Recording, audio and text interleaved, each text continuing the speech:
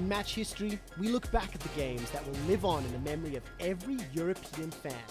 And of course, highlights from the LEC 2022 season. They will be joining the first place seeds in London. And for Fnatic on the World Championship stage, we know they've been a team that has played around their top lane so heavily. Febiven has shown a great proficiency in the mid lane to do what his team needs. This is old school Fnatic. 2 assassins, 2 damage dealers, aggressive in your face draft. And now we need to see them execute it. They do have a little bit less of a tank line though. Reckless, squishy, and easily reached. In Reignover, we've seen almost exclusively Runeglaive at least here at the World Championship. So frontline tanks for a Jinx, there really aren't any. And On can easily break through this, will be almost impossible to kill. Albus even has exhaust to make sure one of the guys who gets back there can be stopped. Again, I think this has to be an early advantage for Fnatic if they want to win this game without some severe antics. And they go right away to look for the lane matchups with a couple of deep wards in the top jungle. Yep, deep wards placed. HQ opt just do not mirror whatsoever. They already wasted 2 wards in the river, so preemptive warding, they expected people to fan out. Now 1 deep ward, and Fnatic pings out, so they know that that ward's there. They're guessing that the other wards are in those locations that they just pinged, so they're probably going to hover in the mid lane and wait until it's late enough for HQ to not be able to counterplay. Unluckily for them, there's no ward there. Second time today, Fnatic have grouped themselves up once re-entering their own jungle. Not running the risk of being caught out, not running the risk of giving up early first bloods, which we saw actually a number of times during week 1. This is playing into Fnatic's favor though. We have a hard leash for Huni and Reignover getting a soul camp, so Fnatic is propelling the top lane triangle forward at the cost of the bot lane, a bot lane that is just incredibly good at playing slightly from behind and going even. As in here we see Ziv going for a leash, double jungle. Just gonna check his XP here right here, what exactly happened there, because I think bot lane took the Grom. Yeah.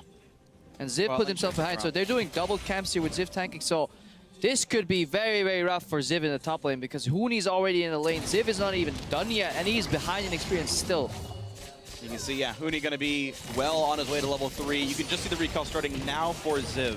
What ended up happening here is HQ thought this was a lane swap. They were playing it under the information that this was a complete lane swap. Fnatic pathed around the ward that HQ placed, and because HQ lacked proper warding points, they're now significantly far behind in this early game. Well, Huni's made himself up the top lane. He's going to jump in immediately. Timewinder's putting some good damage down on Huni with an early advantage. He's got a number of pots, but so does Ziv, and the return exit damage evens out the trade. It was greedy from Huni. He thought he could get the second half of his Q to land on a Ziv. That wasn't the case, so greeting for an extra auto attack and some extra Q damage. Took a bunch of damage back. Febiven in between turret shots. He doesn't even take a single turret shot to going in there, so very well timed their mastery of that LeBlanc. Well, Ziv again getting jumped on by Huni, but again an equal enough trade. There's Marks of the Storm and lost Shuriken. This means Huni actually comes off worse for wear in that one. Yeah, but Reignover's already inside Mountain's jungle. He will be spotted, but he took away the Raptors already, so he's just securing Huni's stay in that top lane. Aggressive trading all across the map. Albus throws out that tongue lash. Reckless will spell shield at Reignover. Gonna get spotted by this ward, so Ziv will have the information to work as Mountain is nearby. In case of a dive, this is going to get risky. Freak, but Reignover, he wants it. The cocoon hits. They're going to land the flash cocoon. The chain stuns are there. There's not even a chance to get away. Reignover drops the Agrabah. Mountain's almost in range, but his flash was down for a perfectly executed gank by Fnatic, even though Mountain was waiting. That was so well executed by Fnatic, but you still have to put the blame here on Ziv. Reckless stays safe here in the bot lane. He's down 9 CS, but Ziv knew exactly what was coming. He knew who was coming, and he knew when they were coming, and he still died to that flash cocoon. That's a mistake you really can't afford to make. And in every single game of groups here at Worlds, Fnatic has secured first blood. Every single match. And what a great advantage for Huni in that top lane. Experience, he's got 2 levels, a CS advantage. the fact that Ziv TP'd to the lane because they played the lane swap game, because he did a jungle camp with Mountain and then showed up, he had to walk all the way up to the lane, missed a ton, and this is just like the last few Fnatic games. Hootie is super far ahead and can break open the game. I wonder if actually Fnatic communicated that ward in the brush, because Ziv came back really late to lane. Hootie must have seen him put it. I think Reignover, if he knew that ward was there, would have actually not gone for the gank. So this is one of those weird cases where a mistake actually helps you later on, because that would happen in full vision, and usually that should backfire into a double kill.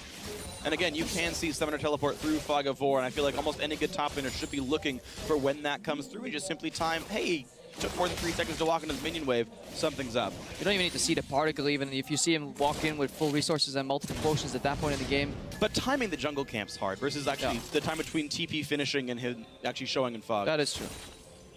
Either way, Fnatic are the ones that come away with the advantage. And we do see that Reckless is getting pushed a little bit, challenged. This lane matchup, as we mentioned in Picks and Bans, was going to be difficult for the Sivir Shen. Down 12 CS already, and the wave is pushing into Arn and Albus. They'll have the opportunity to play with some time on their side. That is an acceptable opportunity cost of that benefit that Reignover and Huni got from that early jungle start, because they came to the lane the same time, but they were down half a level on each support versus support, AD carry versus AD carry, in a matchup that is already slightly tilted toward Jinx and Tahm Kench. So to go minus 10 CS is completely acceptable. It might be acceptable, especially with the top lane winning Westor again on the bad side of a trade. That would have been a nice play there. I believe that was actually a I forget what he mimicked. I think he mimicked R, but the chain still lands, gets some good damage. Reckless with a late spell shield this time, and because of the slows, takes a whole bunch more in the back. Exceptional play in the mid lane, but Yellowstone and Reckless are getting bullied. Albus has an acquired taste, but he won't be able to devour anybody and needs to back away. You can see the mid lane still being pressured. I mean, Reignover, he got top ahead, so now he's just dedicating himself to the mid lane there. Westor having to drop CS another turret. Oh, Flash from Yellowstar. He manages to get the taunt. Anna's going to flash away, but now Reckless is exhausted. 2 hits of Acquired Taste. Albus will devour him. Going to be able to regurgitate him backwards, and Acquired Taste will pop once more. And beautiful. Anne gets the rocket for the kill. Yellowstar's trying to run away. That Grey health is so powerful. Both top laners have teleports and are level 6. They're teleporting in, but it's Reignover that's got the kill, and they want catfish for dinner. And now Ziv is forced to try to play cleanup, but he gets nothing done for it. A stun and also a lack of mana making it hard for Albus. This was looking pretty bad, but Fnatic show up first and they show up better. Incredibly late teleports here from both these top laners while that fight was going on, and we could see what Fnatic was trying to do there. They wanted to hard push the wave and just force an aggressive trade so Aln couldn't deny Reckless of any more farm. They thought Tahm Kench wasn't close enough, but he followed up with some really good stacks, and if Tahm Kench gets behind you, it is so incredibly hard to get away from him, because he will get that 3 stacks, devour you, spit you out, get another 3 stacks, stun you with Q, and then you just chain CC. Febervin is really stamping authority on this lane. He didn't connect with the chains, but he did cast Ignite, so that's going to force Westor out of lane and away. Advantage mid and top for Fnatic. Quite a sizable disadvantage in the bottom. BF Sword for Arn's Jinx into the pickaxe of Reckless's Sivir, so that's going to hurt even further, and that's close, but no cigar just yet. And Westor knew he was safe enough to be out that far without dying. He had triple longsword in his first back, now he's back to base again to complete a couple of those pieces. Alright, watch this again. They think Tahm Kench is gone or far enough away to force a taunt flash, but On survives long enough to then peel. Traps could have been used a lot better there. Double exhaust was still available, and Reckless gets regurgitated, but look at the pathing now from Reignover. Reckless drops. Yellowstar knows that he's going to win the fight because his junglers are close, and now both teams are yelling for TP. Quite funny that they actually come out instantaneously at the same time, be it very late. Really fortunate by Reignover as well. Only takes 1 turret shot and is just barely outside of range of it as well. There are no more turret shots that came through on that fight. It was actually quite close, but all said and done, a good battle for Fnatic, even though it's to the detriment of Reckless. And this is the point where you really want to see those assassins spiral ahead and Reckless take another hit in the bot lane. You want to see Hootie go for 1v1s plus Shen ulti. You want to see Febervin dive with the Shen ultimate, potentially assisted by Reignover, and take complete control of the top side of the map while you leave your utility AD carry to get 60-70% of the farm, perhaps sacrifice the tower. Reckless is doing a little better than that. Currently 7 down, and the wave seems to be pushing towards him. Boomerang will at least make that statement no longer true. But Anna's going to be trading. Rocket is up. Reckless slowed by that lash. And An has Super Mega Death Rocket, so gotta be very careful for Reckless. Yeah, take note of Yellowstar's positioning in front of Reckless. He just wants to deny any tongue lashes, doesn't want any stacks to be built on top of his AD carry. If needs be, he can taunt, but he really doesn't want to commit to a fight because that opens up Reckless for counter punishment from Albus. So he just hovers in front, takes as much damage as he can, and then taunts out. This entire bot lane, though, for Fnatic is flashless. Albus is 6 as well. But Mountain has not yet made his way over to this lane, nor Westor for roam down to the bot side. We hit an exactly average performance for Westor right now, minus 17 CS at 10. His tournament average 18. So mid lane going just as expected for his opponents. Febiven will see if he can use that later on. Yeah, and Mountain's not had a great showing. He's been power farming for the last 10 minutes, has access to his ultimate, but look at the jungle of AHQ. There's a line of wards that Fnatic has been able to place thanks to Reignover's deep invades and pressure that he's applying. We'll touch on that in a second as now Yellowstar will see Mountain for the first time and he's able to dash over the wall. They knew exactly where Mountain was. There's 4 deep wards in the jungle. He was power farming in full vision, then he paths over and he gets pinged out immediately. So Mountain can't even get a gank off just because Fnatic's vision control has been so immaculate. Massive props to Fnatic then. Reignover does have his Rune Glaive done. No Sightstone for him just yet. It's been bot wards plus Yellowstar making that all happen. Mountain now being chased down the river. Scuttlecrab battle happening briefly. And despite this BF sort of advantage, we're not seeing the CS lead grow at all for On. It might be a little more difficult for Reckless now that his wave is pushing again back up. It stayed actually neutral for a lot longer than I felt. And every time we take a look, An and Albus are positioning forward to trade, and I think that could be why they're losing maybe some CS in the process. It becomes a sustain war where you just want to keep trading AD carry all attacks on each other until one side runs out of potions. Luckily, Reckless still has 1 potion available, and Yellowstar has Relic Shield to sustain up. On is taking for every auto attack on the support, he will take minion damage. And Reignover is in the top side. Ziv is being zoned out, and he's building full MR. Getting chunked out by Huni, and MR or not, the Elise is still coming through. Reignover knows he wasn't spotted. Great flash there on Reflex. Gets away from the Cocoon. Huni committed his chrono break for that one as well. Trying to look for the phase dive empowered auto, not going to find it, but again, zoning Ziv away. That's 2 or 3 waves worth of minions, experience, and gold that Ziv cannot touch. Reckless, Stand United is going to get channeled. Summoner heal used as well. Yellowstar's just been delivered for potentially another. Gets a massive taunt though. Albus will take the last turret shot. That is a kill. Yellowstar is going to flash away from Body Slam. Mountain takes another turret shot. Febiven's coming in. Febiven's coming, but Westor's coming in from behind as well. Here comes the teleport in from Huni if he can reach. No home guards, but the chain will land. Yellowstar stepping too far forward. On gets his 3rd kill of the game and a wasted roam from Fnatic. Scary, scary situation for Fnatic when Jinx is 3-1. The tower dive will cost AHQ their top lane tower, but they are getting their primary carry fed. And that's going to be a difficult task because as long as Anne is alive and kept alive by that Albus Tom Kench, could be a worry for Fnatic. And that just boils down to read. When Reignover is making a play, while he paths through the entire top left quadrant of the map, jungle-wise, he has to respect the fact that the enemy jungler will be in the bottom right side of the map, very likely speaking. Then the dive comes in. Reckless should just never be under this tower. Even with Shen Shield, there's just not enough. If he doesn't have the flash to really get out of that initial CC, it's disrespect to go for that play. Even when Febiven rolls down, this is almost the best case scenario that you can hope for, where Albus drops to a good town. Then the mistake comes in right now, but you can argue what you want. The initial mistake definitely was staying under that tower and just relying on Shen ulti to be enough to protect yourself in a dive. And I want to highlight and to really emphasize how much these 3 kills on Jinx mean for AHQ.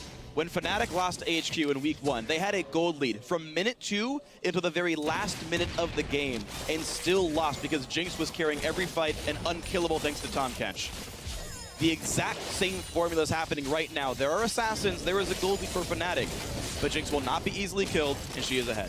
Especially with that Tom Kench, another champion that was integral to that victory for AHQ, and part of the reason Exactly why she's not going to die. Exactly part of why it's been banned out. Take a look at your itemization, because now that large CS lead has been built up by Anne, he's got the makings of that eye edge. Rod of Ages has been stacking for Huni since 10 minutes in game, so currently should have around 4 stacks. And Huni will give some backup to Febiven to at least take down another tower. So gold advantage to Fnatic, but here comes the delivery. Albus will be bringing some support, and he eats the cocoon. Fnatic trying to get away. Febiven forced to run away. Pop the ulti. The W is not back up. Has to flash. There it is. Gets himself just away, but Westor is still on the hunt. Huni says, don't you freaking dare. But now getting jumped on. Thankfully dodges the rest of the skill shots. First death mark means nothing for Westor.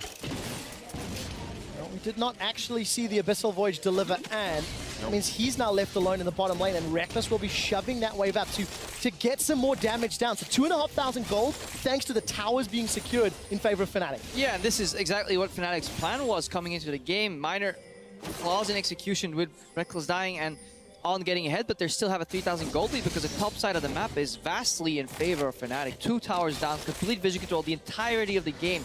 Mountain has yet to really get any good unpredictable ganks up, but Huni is taking a fight here, though. He will find Huni, delivered himself to the doorstep, tried to steal away the red buff, but spotted out by wards. Easy gank comes through. And this is the 3rd or the 4th time already in this World Championship where Huni's operating with more above average vision and still dying to skirmishes he just not should participate in at all.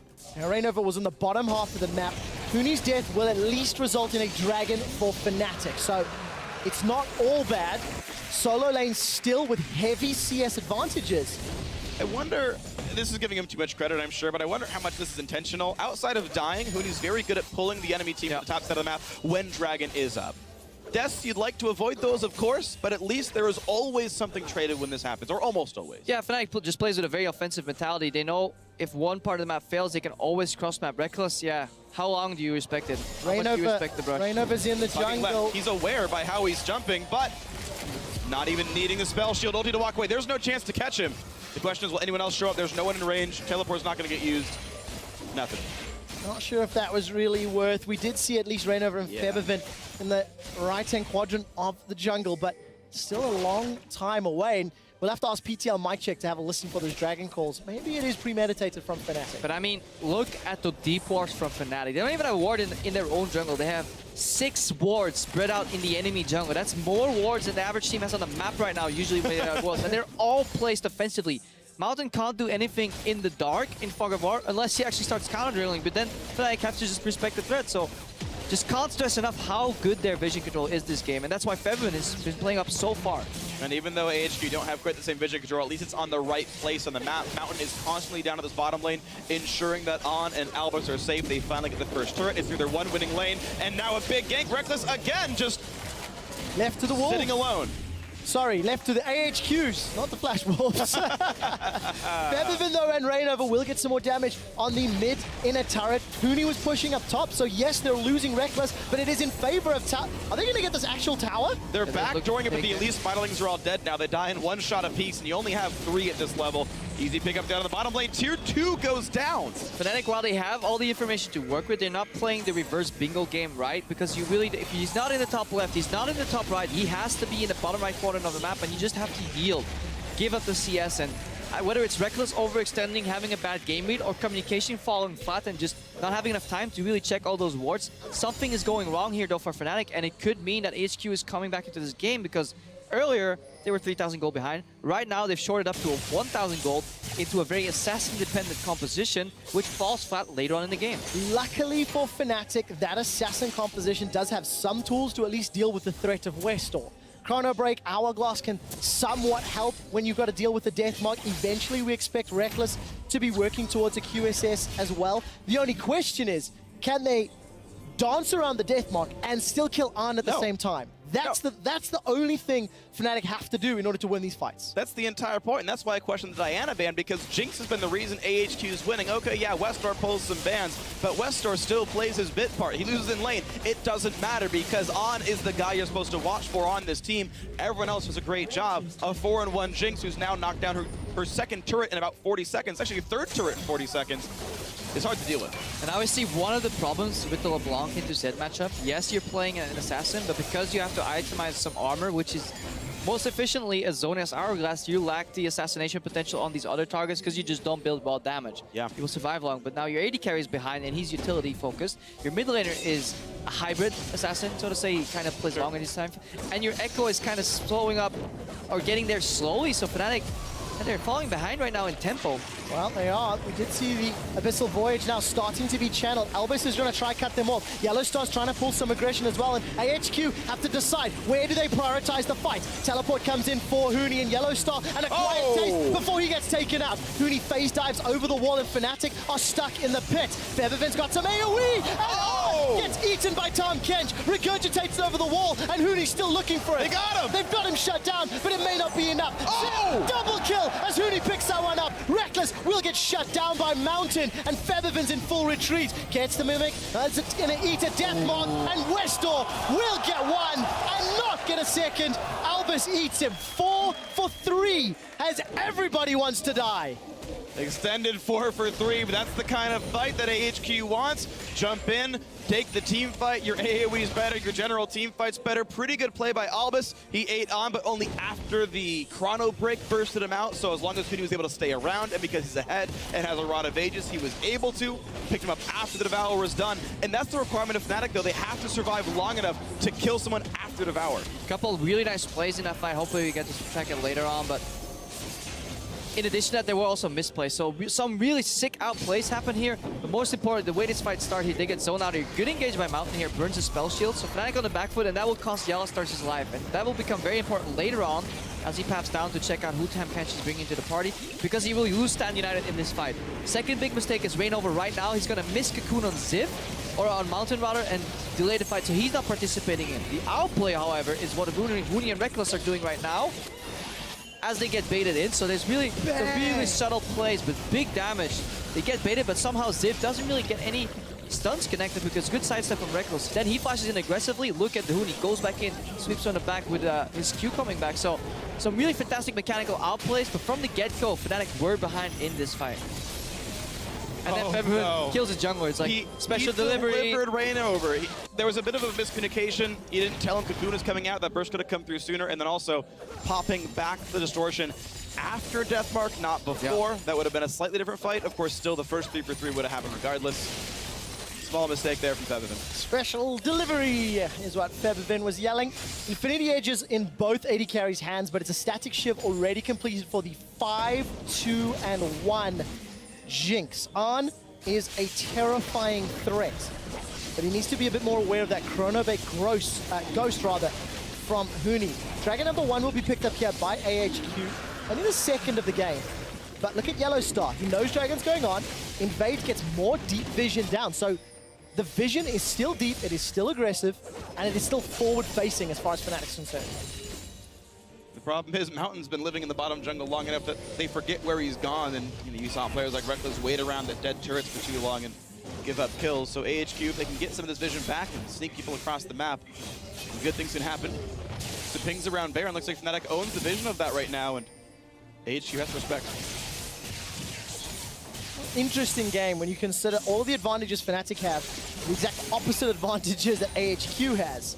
And it really will come down to mechanical decision-making in these team fights. Reignover does get caught up by the explosive cask there of Mountain, but nothing further comes from it. Fnatic, they still maintain a gold lead, but the game is still very swingy on either direction. And if the next fight happens very soon, it'll be a more interesting one because everyone's save Mountain is flashless right now. So number of outplays much smaller. Mispositioning spells actually mean even more. Fnatic have to really, really be careful about this. Fnatic have moved in a lot of safer positional map-wise. Putting Sivir in the mid lane, it's a lot hard for her to get caught. And you have your double mobile assassins on the sideline. That's the way this composition wants to approach the mid game. So it's a lot harder for HQ to make picks here unless Fnatic really opt in for that fight. Meanwhile, Kennen is still being pushed in by Feathervin in the bot lane, so eventually we need to see what HQ's answer will be. And at the moment, Ziv has teleport advantage. Hooney's is about 10% of the cooldown left before he'll be up and available. And definitely one of the cruxes of Fnatic's team composition when it comes to these team fights. Luckily, Reckless has been able to finish his static shiv in the last few minutes, so in terms of the arm race, there's a little bit of sustain behind his opposite number. All the while, Westor's gaining in strength. Pickaxe now to add to his Blade of the Ruined King. And the game is just somewhat slowed down. No dragon to fight over, no easy tower to fight over. And the whole landing phase broke down. That was Fnatic's key, is they had a bunch of big early advantages. They had the early game queen in Reignover's Elise. And then that stopped happening. That situation went away. So AHQ, all they care about is playing around on. And, well, Jinx walks slowly without kills, so slow and steady wins the race. And it really is winning. Winner of this game takes first seed. Yep. Takes preferential placement in the quarterfinal draw, which will happen after our tiebreaker, guys. Stick around on stream. It will happen live on stage. determine who will be facing whom in London next weekend. Right now, AHQ putting up a very strong fight. Both of these teams looking to go 3-0. And we're just waiting for somebody to go into the bot lane, pressure in Ziv to maybe draw somebody away, and then Fnatic can get a lot of better angles for that Baron bait. Alm just has his eyes set on this mid lane tower though. Only 3 rockets should be enough, and there's a minion wave to take that down. And he's still waiting on his 3-4 item spike, so he's comfortable waiting for some more time here. There's no Westo right now. Febiven around the wings. There's the flash taunt, but Albus is exhausted. He can't get far away. Throws out on, but is still going to be reachable. Explosive cast buys some time, but Rainover chasing, getting the kill. Albus goes down the 2 for 0 as soon as they spotted Westor. Now Mountain running. They've got 1, they've got 2, and they're looking for more. Huni wants to cut Mountain off. Mountain is trying to buy as much time as possible. He's flashed away, and Fnatic make the smart call, set their sights on a turret. They already had the minion wave thanks to Huni winning the matchup. That was the lane he was already pushing. It might have been for Baron, but in this case it's for a tier 2 turret, and the respawns still aren't in. 10 seconds on the comeback, so Huni can set up for the next turret. Well, a lot of damage going down. Cocoon does not find Zip. 50% of the turret has been dropped. Mountain is starting to recall, and as the minion wave is getting diluted, Fnatic peel back. So a kill advantage and damage on the inhibitor turrets. Yeah, and this is exactly the style Fnatic loves to play. Just wait until you get comfortable with the pace of the game being slow, and then suddenly they strike. And then they just find his opening beautifully. Albus right there, he says, I can't carry the game, Mr. An, but I can carry you. Unfortunately, he wasn't exhausted from doing it so much. It wasn't enough, and then he got gibbed. Oh, I did not think you two were going to be this bad. I mean, this good. Yeah, touche. They're more subtle than I thought. But Febiven tried to put some poke into Albus, backs away from that Mimic, and AHQ, thanks to Westor, they did get that last outer turret down in that middle lane. If you look at the bottom half of the map, though, AHQ have had a slightly awkward pink ward, which I think just killed or timed out because a new one has been placed. And AHQ are now setting up vision around the Baron pits. And that's a good thing for them right now, because a 5-on-5 team fight is what they want. The last battle was a 4-on-3 or a 5-on-4 team fight. Fnatic are good at winning those. And in fact, they're really good at picking their fights because their assassins can get in so easily. But Yellowstar's flash is now down. It puts more on Reckless to do that. And there are no movement speed boosts for AHQ. In fact, there's not even, I guess there's Gragas ulti for the disengage, but that's kind of the only great tool for that in full stopping and engage. So Fnatic getting in on those odd numbers fights is something they are going to look for. Trying to sweep what control they can of the Baron area. Dragons up in 25. Both teams have 1. So the next one is not exactly important. Well, this game is already longer than Fnatic's average game times today, where they've really just rolled over both Cloud9 and IG. And HQ, despite being marginally behind in gold, their team fight strength cannot be understated. There's no margin for error for Fnatic.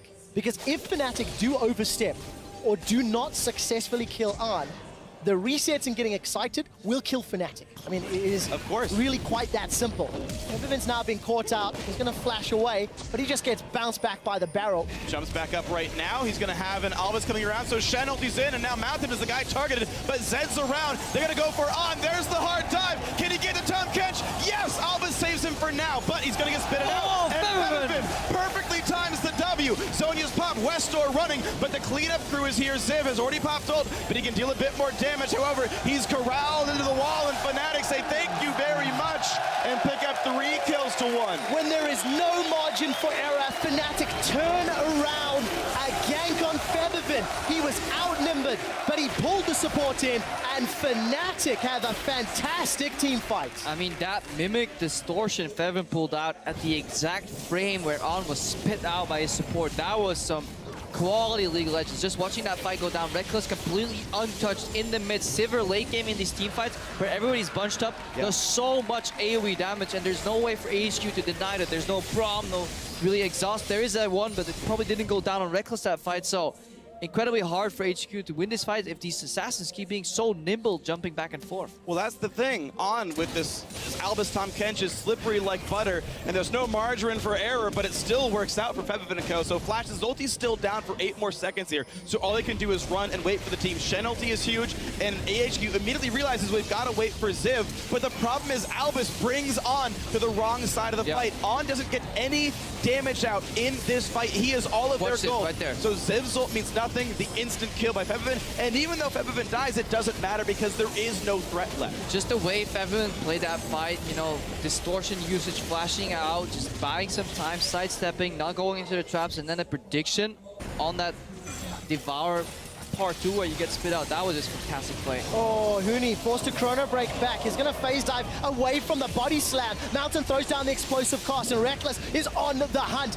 Albus is backing away, and Fnatic, they do manage to get away unscathed this time. Fnatic is individually outplaying HQ right now. They're punishing the mistakes while not making too many themselves. Like, they're face checking into that brush, which is a mistake, but then Huni sidesteps out of it. So mechanical outplays, and that was what was lacking in the initial phase, week 1 from Fnatic. Fnatic's crushing in minion farm right now. Their ability to control the map, get the deep wards down, not be afraid of Mountain while AHQ is afraid of Rainover. Look at the minion lead, 70 in the top lane, 50 in the mid lane, only minus 20 for a lane that Reckless got destroyed in. Fnatic are winning by a lot of gold just from the minion farm. It is working out. It hasn't equated into more towers just yet, but they've already chunked down that inhibitor turret to below 50% thanks to a teamfight victory earlier in the game. And look at Fnatic, they're setting up and playing with vision around Baron. With a team that is so well known for their intelligent Baron plays, the threat alone forces AHQ to continuously evaluate it. How much darkness do we have? When do we need to check? The game is played on 2 lanes right now, though. The bottom lane is completely void of any interaction right there. Minion wave slowly pushing towards Fnatic, so it's incredibly hard to secure Baron. It's incredibly easy to secure a fight, though, for that Baron, so that's maybe what Fnatic is looking for.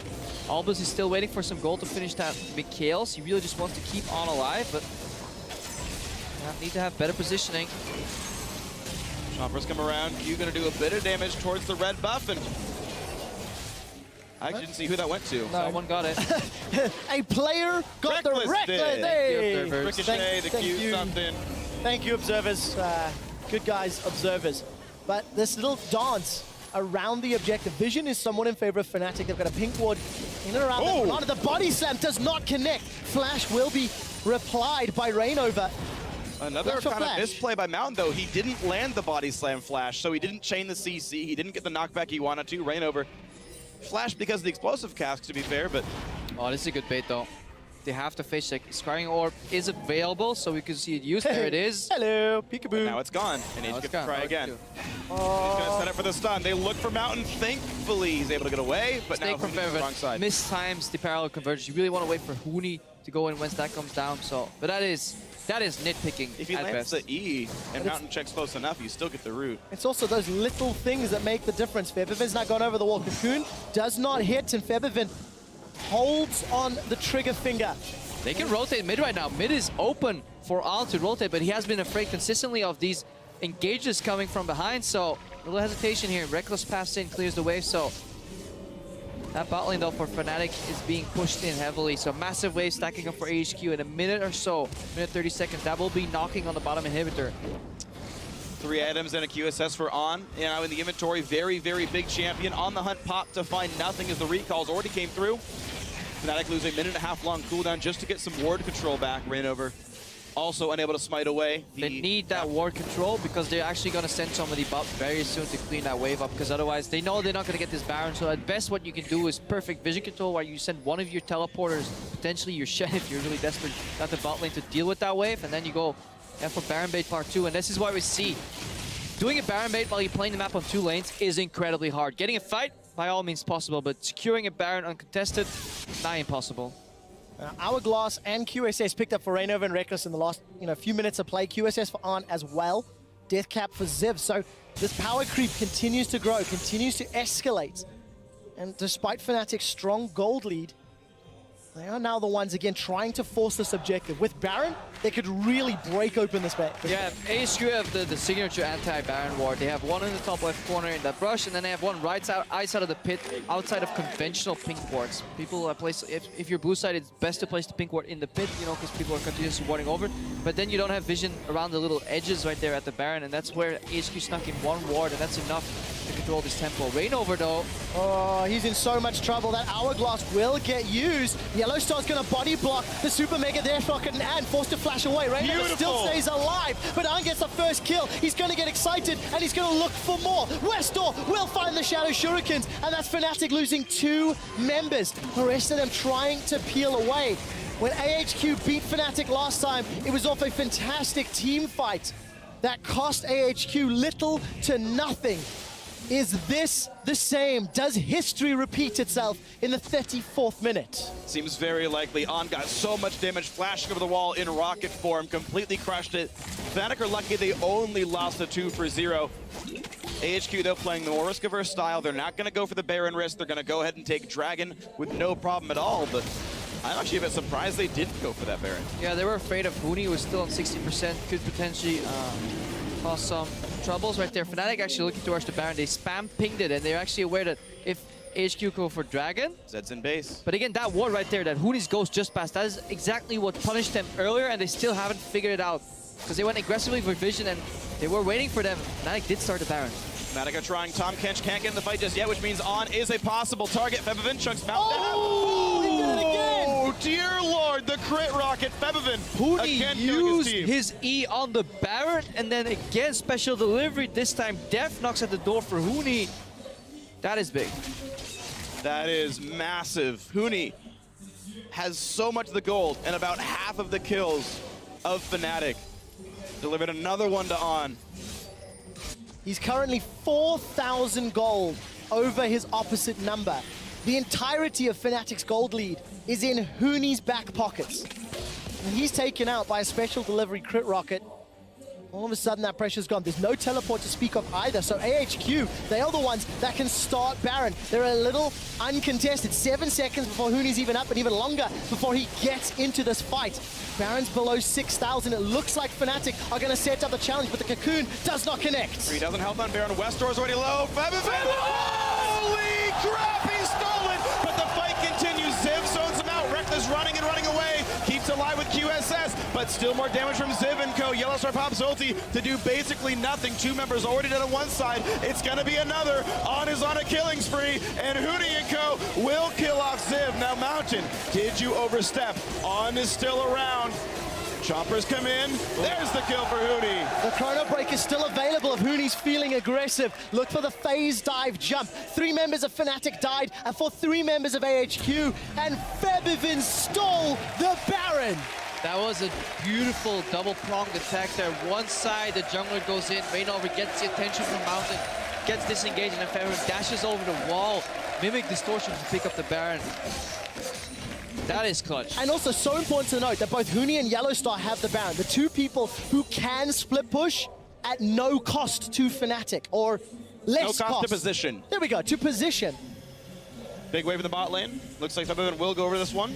He'll pick it up for himself pretty safely. Void Staff now done. Looks like Death Cap, I would assume, will be next. You mentioned earlier that Zhonya's Hourglass pickup slowing down the damage, but here we can watch that steal come through. Yeah, just look at how Alvis is doing a great job peeling or keeping Rainover. He gets bounced out, and then 850 is the Mimic Distortion damage. Early smite. Early smite. Mountain, very big mistake. I just checked the damage. Mountain smite deals 850 true damage. Mimic Distortion deals the same amount of damage before resistances, so there was absolutely no reason whatsoever to smite before that hand landed. And then just clean up from Fnatic, despite Reckless going down. Took so long for the Baron to get chunked. Huni arrives, and he helps pick up a couple extra kills next to a Yellowstar taunt as well. And now with Baron-empowered minions, Fnatic set up a siege. Remember, the bottom inhibitor turret has been chunked down. Ladies and gentlemen, there's your drop down. Quadruple mystery gifting, thanks to 2 Baron steals in 2 consecutive games. And the bottom turret has been slowly regenerating, but it's still at about 3/4 here, so a bit of an easier time. Fnatic have that second dragon, so they also do bonus damage to turrets. That may help them in the future as well. They also set up the split push in the bottom, so that's now pushing out, but that's going to take a while to arrive there in the bottom lane, so While Fnatic did get the Baron and they have the Baron buff creeps, it's going to be hard to push into a Jinx if you're not split pushing because the AoE crits do not get reduced at all by those Baron buff minions. They only care about magic damage. On is doing a wealth of AoE physical damage, and he has enough peel from his team to allow that to happen. And again, we're just going to keep reiterating, if Fnatic pick one more bad team fight at this stage in the game, AHQ can just run all the way through Fnatic's place. Luckily, they have inner turrets left, and Rainover, he's going to cocoon on. On's going to get at least devoured, and the rest of Fnatic, they've jumped in for the engage. Febiven wants the kill, but he's not going to get it. On gets the shutdown, and now Huni jumped on by Westor. He doesn't have Zonia's. That's going to be the second kill. A big misstep for Fnatic. They lose 3.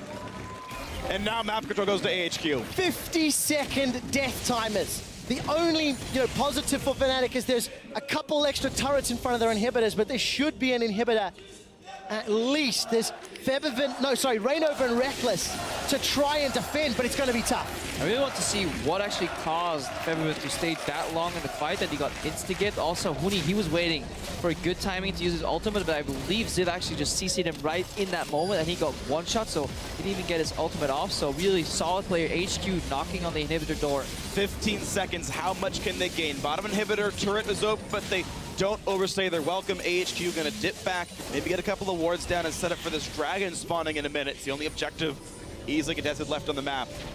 There's no chance of getting caught on the recalls, as Fnatic are still dead for some of this. Now, luckily for Fnatic, they only lose like the least worst out of all outcomes, which is the middle inhib, especially if you're playing, again, AoE wave clear carry like Sivir can easily push up that way, so they can still control the map, but more importantly, they just lost another window where they could have gotten ahead further. They could solve this problem in terms of push, but right here we see Rainover path. Look at Allen, he switches immediately to Reckless too. Even when he's cocooned, he knows Albus can save him, and now Febiven wants to go in. Does he get body slammed? Yes, he does get body slammed, knocked up, and immediately blown up here by On. Exhaust came out too, and that's enough to win that fight. Now we're going to look at Ziv and what the interaction is with Huni.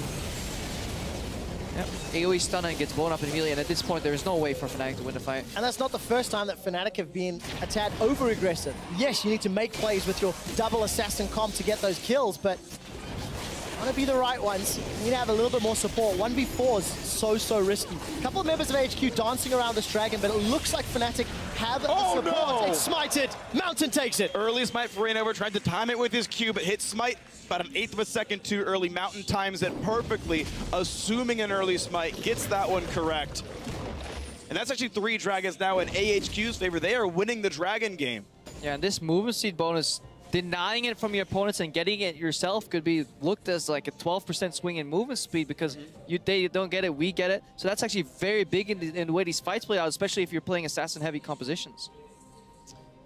Fnatic, it felt like all they needed to do was split push, because if they can get away from On, those team fights aren't going to be won anymore. Ziv, though, with the death cap now starting to really power up in terms of his damage. Ruin King, the Last Whisper, and Yomu's for Westor. There are some other threats. Well, the room has gone silent here in Paris as AHQ have super minions in the middle lane, sieging the top lane. Reckless has been left to wave clear duty, but look at Mountain. He's waiting in the wings to deliver a barrel to try catch Huni out. Huni's been just burst down and chunked down. On's gonna get excited thanks to the tower, and look at those crits. Mega Death Rocket held onto for now, but another tower falls. And this is where not having an inhibitor becomes very hard for Fnatic to deal with, because Westor is just guiding those minions into the base, and he will start soon threatening the Nexus towers. Then Fnatic has to peel one guy backwards, and suddenly they have to defend that top lane inhibitor tower somewhat 5v4 with one guy clearing the minions at the Nexus, so very rough to deal with that. Luckily for Fnatic, AHQ didn't have a minion line up top to really work with. Cocoon hits on, but there's no support. Albus is going to get devoured. That never gets old, though. TP coming in, though. They want this fight on. Off in the wings, and Huni wants in. Here comes Shen as well. One more eat, but how far back can he get? Mountain buys time. The taunt lands on QSS as he's exhausted and trying to run. Huni, can he get the damage? Oh, he can. On gets another kill. Almost will get chunked back. Here comes Westor. Reckless QSS gets the kill back. 3 kills for Fnatic. Now Yellowstar hit up by Ziv. The taunt comes through. Reckless still alive. It's only On who's up. Kill everybody but the guy you want to the kill. Screw it, Fnatic say. That's what they'll do. A This is a 4-for-1 trade. Arn's trying to recall. Look at the minions in the bottom lane. Reckless wants to meet them on the inhibitor turret. And Featherfin and Rainover, they just want to delay Arn. Chain- The chain, oh. it misses. Arn's going to be the able to wrong get side. home. And they will be able to get the tower. Arn should get in place to defend the inhib. If he had stopped the recall, that could have been game Oh! over. Instead, it took 2 shots to get the crit and get the kill. This Jinx had an answer for everything thrown at him. But suddenly the remaining parts of their lineup from HQ did not. They all fell, but Allen playing fantastically well here overall. Really good sidestepping, kiting. I don't think he could have played it any better whatsoever. The problem was, instead of trying to win the fight in the remaining, everybody was watching on, including the remaining HQ members, and they just simply got picked off one by one in the wake of that chase. And there's no teleport coming in from Ziv either. He has to TP to the mid lane because there are no wards down. The overchase, a great flash by On. But then, yeah, everyone's just piling in. Reckless is not a good target for Westor. He has a QSS. He did 2 fights ago as well. Ziv just doesn't have quite enough damage, and this is gold at work because all 4 of these guys would have died if Ziv weren't so far behind. What a game. The Cocoon also preventing so much of that damage from Rainover. When he connected onto Westor, Baron has respawned. Inhibitor exposed in the bottom lane. Hooney's down. Westor found him. 1v1, and now Fnatic need to try pull off magic. There's no teleport available either. And Baron, surely this is going to AHQ uncontested. You can't stop this one. Minute hit respawns, but who even cares? A big power play available now for AHQ. They've got 50 seconds with no enemy top laner. 5-item echo, but not a single Zonias in there. When you're playing a champion that can go back to your ultimate into a Zed and a cannon, I think this is just a very large itemization mistake from Hooney. There's no excuse not to have Zonias in that build against this lineup. Well, 30 seconds left before Hooney's alive. Over Have to give 2.5 minutes before the teleport's available. And Feathervin, that was cheeky, trying to pull attention. Reckless gets 50% of his HP lost from a single rocket. Tower drops. Inhib will fall, and most likely the middle one as well. It's at least 2 inhibs for sure. You can't defend this one, and there's still 15 seconds to choose what they want to do. No Dragon up just yet. They don't want to overstay their welcome in the mid lane. Oh no, maybe they do. They're going back for the top side. The winner takes first seed and goes to London. The loser has to play Cloud9 for a shot on. He's going to get devoured by Albus, and AHQ will be happy with their inhibitors, and they will back away. But now all of the cards are in AHQ's hands right now. Pocket Ace is coming into the final push right here, and you know, they've even got the King of the River with the lineup, so it shouldn't be hard at all. Yeah, AHQ playing with the Rockets right there. Ready to go in. They're in such a good commanding position over here. Wester going in on Hooney. Hooney wants to hold his ulti, but yeah, he should press ulti here. Oh, he did it late. Wow. Simply outplayed. You need his Miscalculated. Zonias, but you need Zonias against the Zed. It's I just a absolutely hard agree. counter item. Straight miscalculated that damage. I mean, even Westor has 183 magic resist. He's got a Guardian Angel, Mercury Treads, and this Maw of Malmortius. So even though he is building offensively, as again, you're mentioning Hooney needs Zonias, he still managed to keep himself to the point where he's not going to get one shot by either Hooney or Feathervin. Gold Versus is labor there. still in touching distance, gents. 3,000. We're getting to 50 minutes on the game clock. And with Baron empowered minions and what's that, 3 cannons? AHQ are looking to take another inhibitor. 1 minute left on Baron. Dragon up in 3 seconds. Chunking Albus means nothing here. And On is safe. Pretty good wave clear, though. You can see what kind of damage Exceptional wave Echo clear. can do. The Jinx can do even more. Cocoon means nothing. Albus saves the cooldowns. Hooney's being chunked out, though, on the back, and those rockets are just melting the tower. Albus will get on to safety once again as that last cannon minion stands. Supers just getting to the mark of the inhibitor. Feathervin looking for more poke. But just look how confident Honest in his support. Every time he just walks up, he knows he'll get crowd control engaged on. It just requires Albus to peel him. So Tom Big Kench, this wave game is the topside. biggest proponent to this Jinx getting fed. There is a teleport available for Hooney and a couple of wards in the jungle. But Fnatic on the verge of losing their third inhibitor. Yellowstar should go down to this death mark. The face of the mountain will not save him. Ziv's looking for a stun, and he's found Rainover. We do see Ziv getting down. He's dunked by Reckless. This could be the final fight. Feathervin and Reckless are alive. They killed him. Double kill for Feathervin. And Hooney gets more. They can push for the base right now. They can knock down Westor. Now's the time to go. You've got more than a minute. Can these guys push enough? But keep in mind, 3 inhibs are dead. The base would die without intervention. The crowd is on their feet, and Fnatic find the 50 seconds and counting for Fnatic to finish the game. And they're going to use Huni as the guy to defend. Again, triple inhibitor death means more minions than the base can handle. Fnatic walk forward. If they can knock down the mid turret, they can get at least two inhibs, but I don't know if they can get the Nexus yet. They have Spiderlings available, so they're trying to reset tower aggro on the Spiderlings. They have one lone minion that comes in. Remember, Huni has teleport available. He saved one. That's huge. One minion, so they can reduce the tower aggro if they can double tank these towers, but they do so much damage. Look for Spiderlings to tank. 20 seconds till the respawns come in. Huni sets up the shield. They have the cast minion. It goes down, but the other turret is available. It is backdoor buff, but it's gonna be enough. There are no respawns, and Fnatic take the first seed out of the group.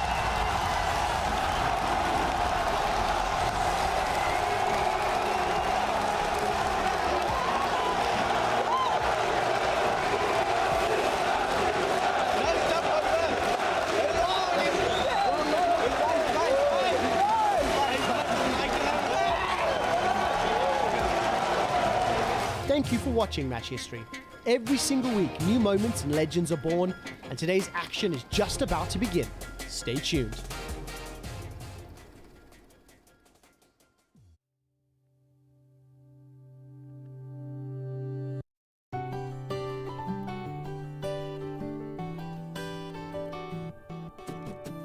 Don't try to make yourself remember, darling. Don't look for me, I'm just a story you've been told. So let's pretend a little longer, 'cause when we're gone, everything goes on. You were staring at the window, and I said, I'll just bring this to you. But if I was gone tomorrow, won't the waves crash on? Is it selfish that I'm happy as we pass the setting sun? Someday I'll be overcast, but you won't have to cry, 'cause we'll do the grieving, but I'm by your side. I said, don't try to make yourself remember, darling. Don't look for me, I'm just a story you've been told. So let's pretend a little longer, 'cause when we're gone, everything goes on. And I'm so scared of getting used to this. All the vines that keep you tethered in your room. You said I'm sorry that you worry, don't apologize. I told you to forget me, but you stayed by my side when I said, don't try to make yourself remember, darling. Don't look for me, I'm just a story you've been told. So let's pretend a little longer, and when we're gone, everything goes on.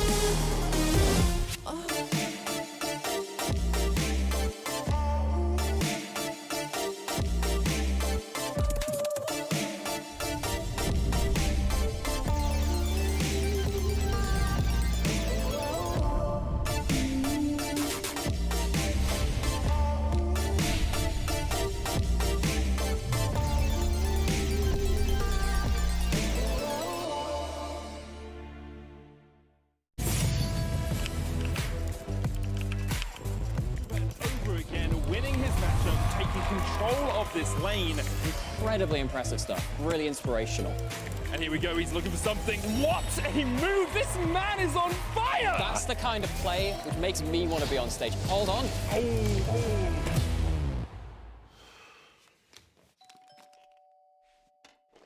Thank you so much for joining me. Tell me, how do you feel after making that play?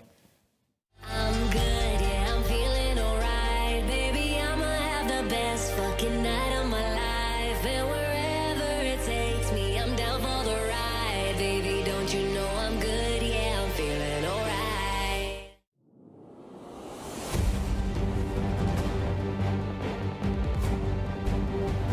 Lead of the Ruined King! Diego shuts down Misfits for the ace, the pentakill! What an award, he's going to go for it, I think. Jump! That's no! Oh my god, Mickey! That's another, that's 4! Humanoid, you absolute monster! Wow!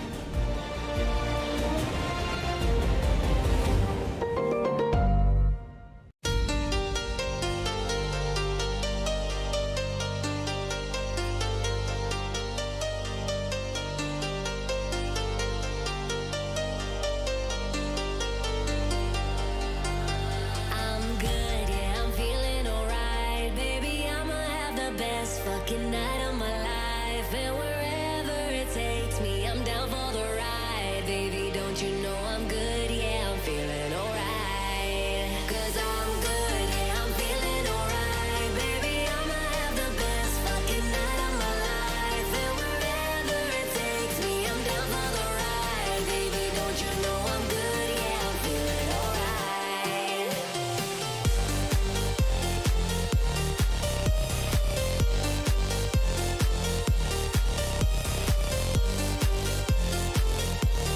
Don't you know I'm good? Yeah, I'm feeling alright. You know I'm down for whatever tonight. I don't need the final things in life. No matter where I go, it's a good time. Yeah. And I don't need to sit in VIP. Middle of the floor, that's where I'll be. Don't got a lot, but that's enough for me. Yeah. 'Cause I'm good, yeah, I'm feeling alright. Baby, I'ma have the best fucking night of my life. And wherever it takes me, I'm down for the ride. Baby, don't you know I'm good, yeah, I'm feeling alright.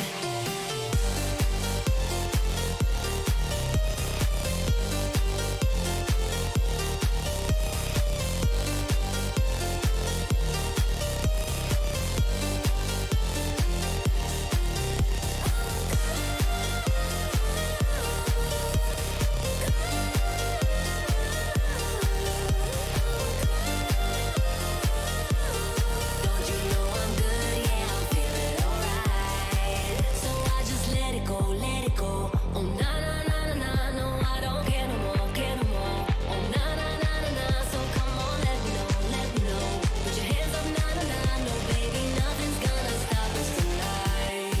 'Cause I'm good, yeah, I'm feeling alright. Baby, I'ma have the best fucking night of my life. And wherever it takes me, I'm down for the ride. Baby, don't you know I'm good? Yeah, I'm feeling alright.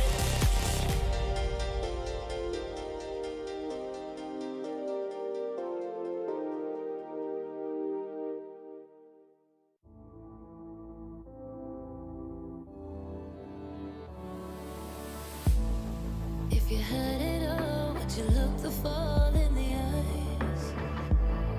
Could you walk away this time? Will you realize, recognize it's never over? And the flame that once had died, awaken. Will you rise above the days to come? Will you be enough? Will you walk away this time? Look to your left, to your right, leave the pain behind. 'Cause we all face the fires, and we stray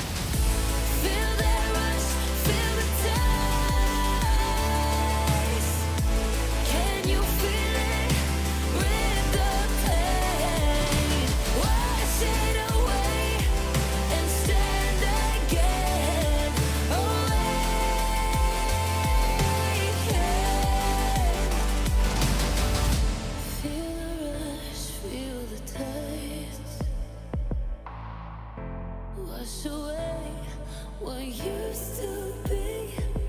Will you make your stand? The world in your hands again. 'Cause we all face the fires, and we stray from the light. Turn the page and make it right.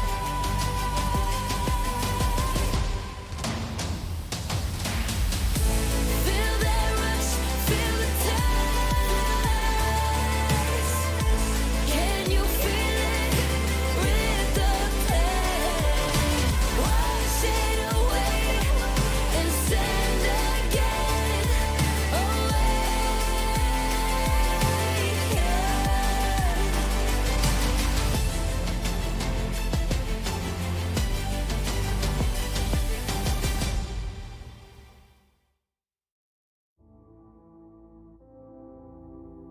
Going through the tiebreaker in a way made us justify our poor performances and actually made us feel like we earned this playoff spot, because the last couple of weeks we felt like we are not a playoffs team. I really want to make it to Malmö because it's a live event in my home country in front of a massive crowd, and I would feel so bad if I wasn't there. I will give everything I have for it, and I know that although we're starting at the bottom of the mountain, we can make it all the way to the top.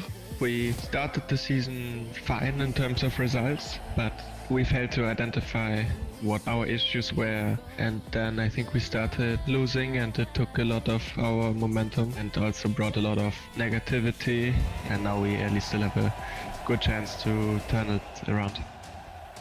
Newton interrupted the TP. Patrick gets himself a kill. The whirling goodbye vitality. Excel and Fonts to playoffs. Upset still standing, the healing massive.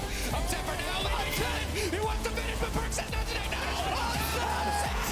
The shutdown! The hero moment! Upset now leaving away, but he's ticking. No, just like that! Hopes and dreams, can he keep them going? He's just too damn strong! Are you kidding me? In the face of elimination, in the face of fate falling away from his hands, Upset says no. Fnatic say yes. Vi ses i Malmö.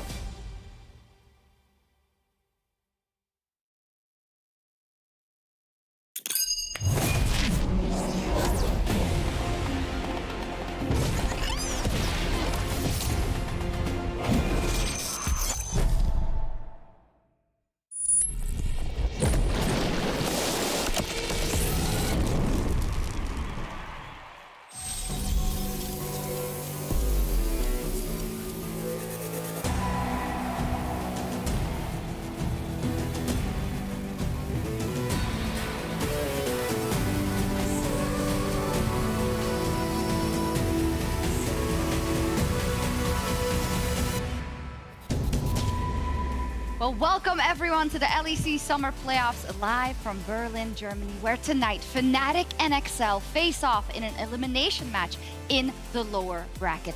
Which team will end their 2022 season tonight, and which team can keep their world dreams alive, as well as the dream of playing on stage in front of thousands of fans in Malmö. The fans here in the studio are ready. I hope we'll see a lot of you in Malmö as well. My name is Shax, and I'm joined here at the desk for this momentous day with Broxa and Trouble Inc. Hello, Trouble. Thank you for joining us. Hello, I'm so happy to be back, and first time working with you as well, Broxa. It will be fun. It will be fun, Broxa. I know. I can assume that you have some extra feelings knowing that Fnatic is on the brink of elimination. It definitely feels strange being here right now, about to see Fnatic playing for the world spot. I've been on their side so many times, fighting till the very end, and now just looking forward to analyze them, really. Unfortunately, yesterday, Team Liquid, you tweeted good luck and... Yeah, I even wore my little Team Liquid pin here yesterday to support them. That didn't go well. Lost well. the game 5, happens to the best. Yeah. But hey, I wouldn't mind a game 5 here today. I agree with you. Yesterday, we didn't see a game 5, but we saw G2 take down the Misfits to lock their ticket to Malmö. And it was 3-1 in the end, a convincing game to out of Misfits, but overall, G2 was much stronger. I mean, this is G2 in playoffs every single time, right? They get activated. I think it was pretty clean in all 3 of their victories. They looked really clean in the early game, aggressive. They put their vision correctly into the jungle, and they just snowballed their victories with no mistakes. I think this is also what happens when suddenly Caps goes into playoffs, and he also gets activated. He had some fantastic individual plays. Yeah, Caps was absolutely incredible yesterday. So happy to see him on form for playoffs, and just G2 as a whole, incredible across the board. The spicy drafts, good flexibility, versatility, and just the team fighting was so clean. I'm glad you guys mentioned Caps. I know, he had some great moves yesterday once again, so we wanted to highlight him. Of course, as always, not the only one. Flacket had a huge series as well. Jankos, they all had their moments, but again, the playoff Caps buff. And I honestly think it's very important for Caps to pop off in playoffs, because a lot of the times during the regular season, we kind of pointed the finger at him when the G2 games were not going very well. We're like, he's dying a lot, and characteristically, his damage numbers are still really good, but he does die a lot, and that does hinder your early game. In this particular playoff series, he did not die a lot. He was getting the 1v1s. He was a menace on the Rift.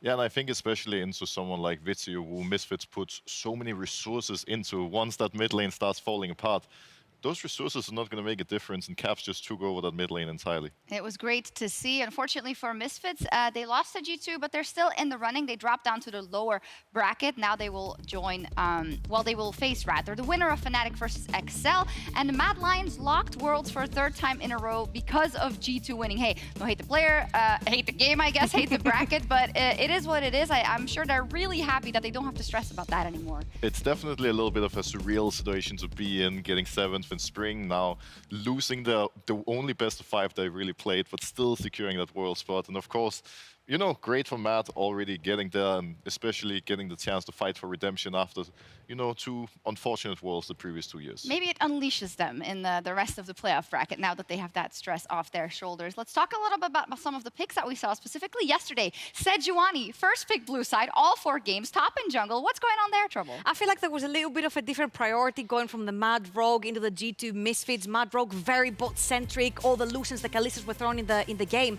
But yesterday, it was all about that Sejuani B1, whether it was G2 or Misfits first picking it, whether it was going in the jungle or the top lane. I feel the fact that G2, as I said, top side focused team, wanted to get BB ahead, wanted to play around the Caps Jankos, having that go button with Sejuani, especially when, if you look at Zanzara's pool, anything other than Trundle doesn't really challenge her in the jungle on the 1v1, so it's very free. And I think that's one of the key points that yesterday Trundle and Poppy were banned in most games, and Sejuani all of a sudden doesn't have any bad jungle matchup. She's a great, stable top lane pick, just super good all around. But again, very interesting that game 1 she wasn't picked a single time. Yeah. Day 2, she's all over the place. How challenging is it, Broxa, when you're in the playoffs like this, that you may have different scrim bubbles and maybe completely different expectations for draft? It's something that's always being talked about in playoffs as international tournaments, because there's, you know, different teams, and you can't scrim everyone, so everyone starts developing different metas depending on what works in the first few days of scrims, and they start building on that, and all of a sudden you get into a world where 2 teams think Sejuani is broken, 2 teams doesn't even know she exists. And talking about Sejuani, EU Master Summer has had his fair share of unique champions shown, from Belveth jungle to Echo and Vel'Koz mid. And turn the studio into the purple, because it's that time of the year. The planes for the Amazon European Masters have just concluded with nothing other than LFL superiority. It's getting boring at this point. The French region, who sent 2 teams through planes, are seeing their entire 4-team roster join the main stage, as Vitality B and Gamewood both breeze through their best of 3s with clean 2-0s. And as is tradition this year, we have also had some major upsets. The 3rd seeds from both the NLC and the Superliga, JDXL and Bisons, find themselves eliminated in the Plains group stage, as they both finished 3rd in their respective groups. Now, for Bisons, who brought a lot of creativity and unique compositions, the most unpredictable team draft-wise, with picks such as Silas Bot, Anivia, Vel'Koz mid, they weren't able to use the surprise factor to their advantage this time, as minor region Portugal with White Dragons stepped up in their group to take 2nd place and leave the Spanish team behind. Now, with something a little bit that we know here, JDXL suffered a roster swap at the end of the NLC season, and the team hasn't seemed to have been able to gel together quickly enough for EU Masters. With an astonishing 9-0 first half of the season in the NLC, the Academy team finds a 3rd place finish, which resulted in a playing spot.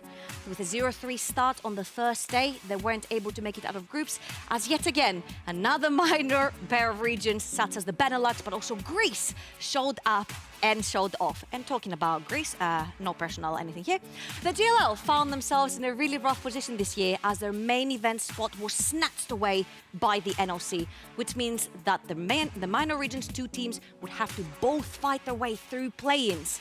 And Northoses, though, were stomping with 5-1 performance in their group, managed to kick NLC's 3rd seed out and claim the main stage spot back. Kinda poetic, isn't it?